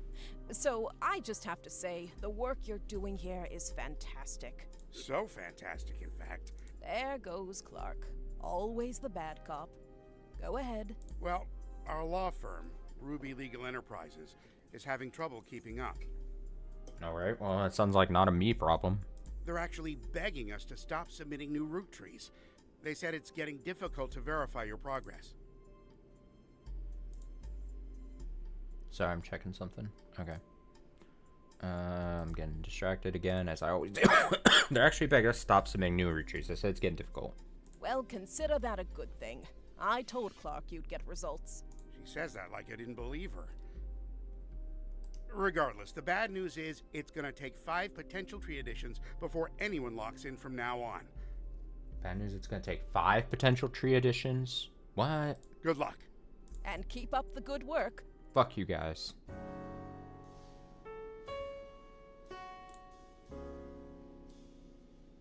Is 30 the end? So 5 and then 5 more. 2, 3, 4, 5. Alright, we need to make a determination right here. Should I finish this tonight? Could I finish this in reasonably like an hour at most? Or should I save this for later in the week? Use your best judgment. Is this worth a save for another stream? Or should I just power through this? If I abuse the duck. No, come here, duck!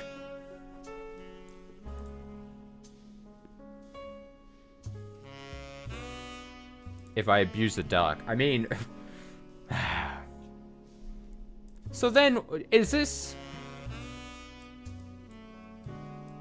The one thing I guess I gotta determine then is, was I so thrown off by the hanging with the Hans thing and getting so many different names, that are those not related to this? Are those still potentially coming over here? Or not? I guess not. That was all maybe just to ultimately get this one thing? Maybe? Damn.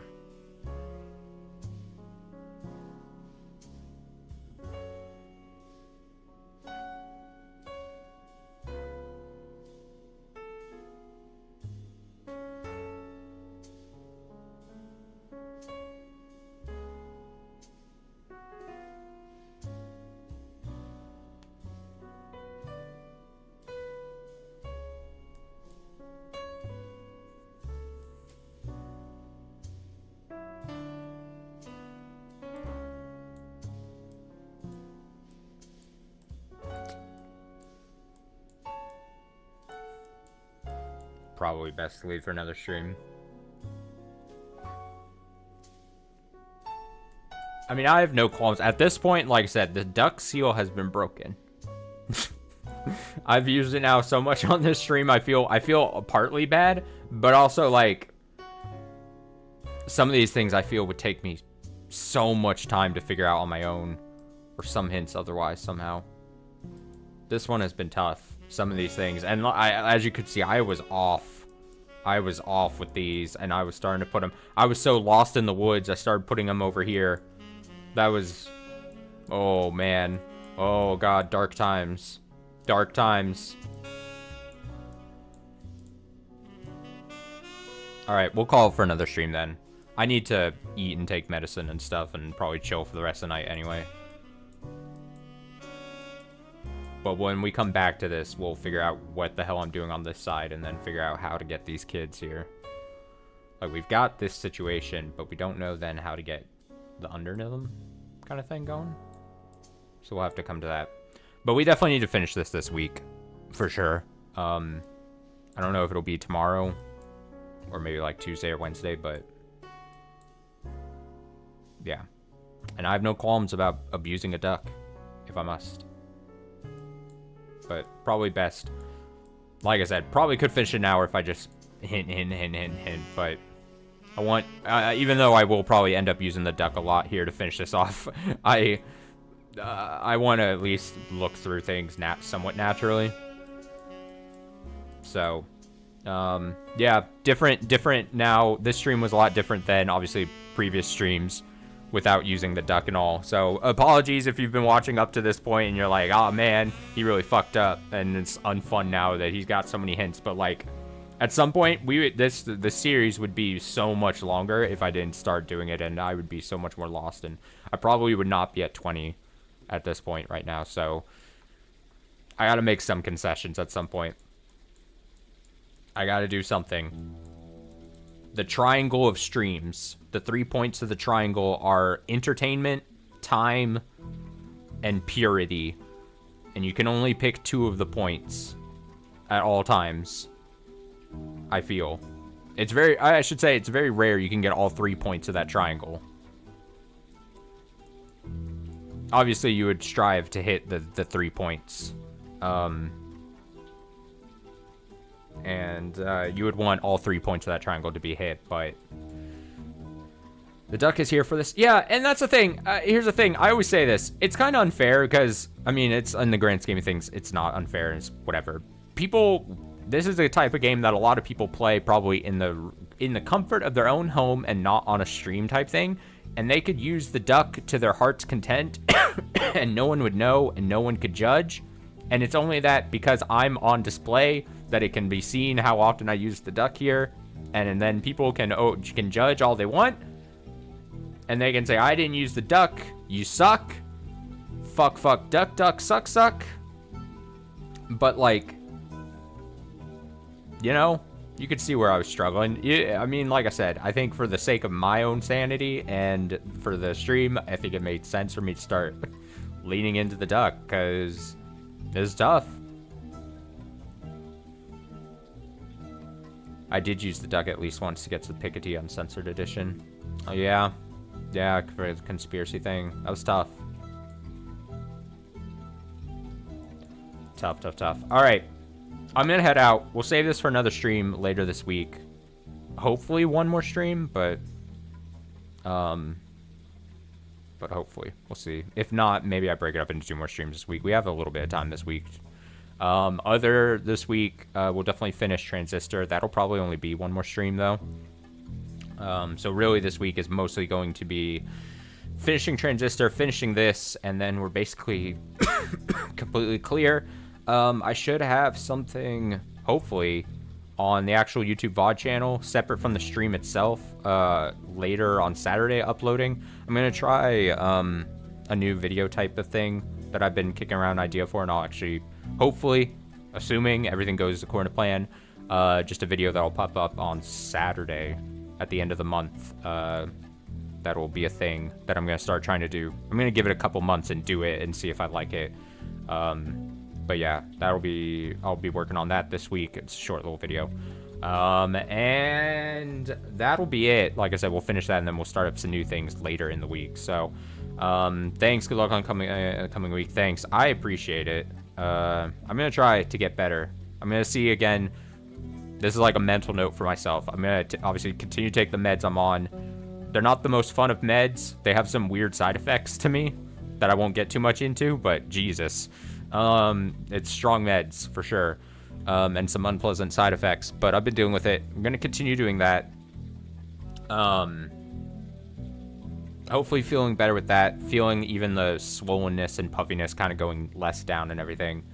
And, yeah, and then I got to determine, finish stuff at work, and then also determine what my next steps are and how I'm going to accomplish that. So that's all unfun to think about, but general review of the games I played this month, I would say along those lines. Yeah, that's a good way of probably putting it. Don't expect anything mind-blowing. This is not a mind-blowing adventure, but it's just a small idea I've had for something. But that is a good way of putting it. Not to ruin the surprise or anything, but you'll see. You'll for sure see. All right. Take it easy. Have a nice rest of your night. Stay safe and well. I'm going to go bundle up and eat some food. Until tomorrow night. I should be on stream tomorrow night. Until then.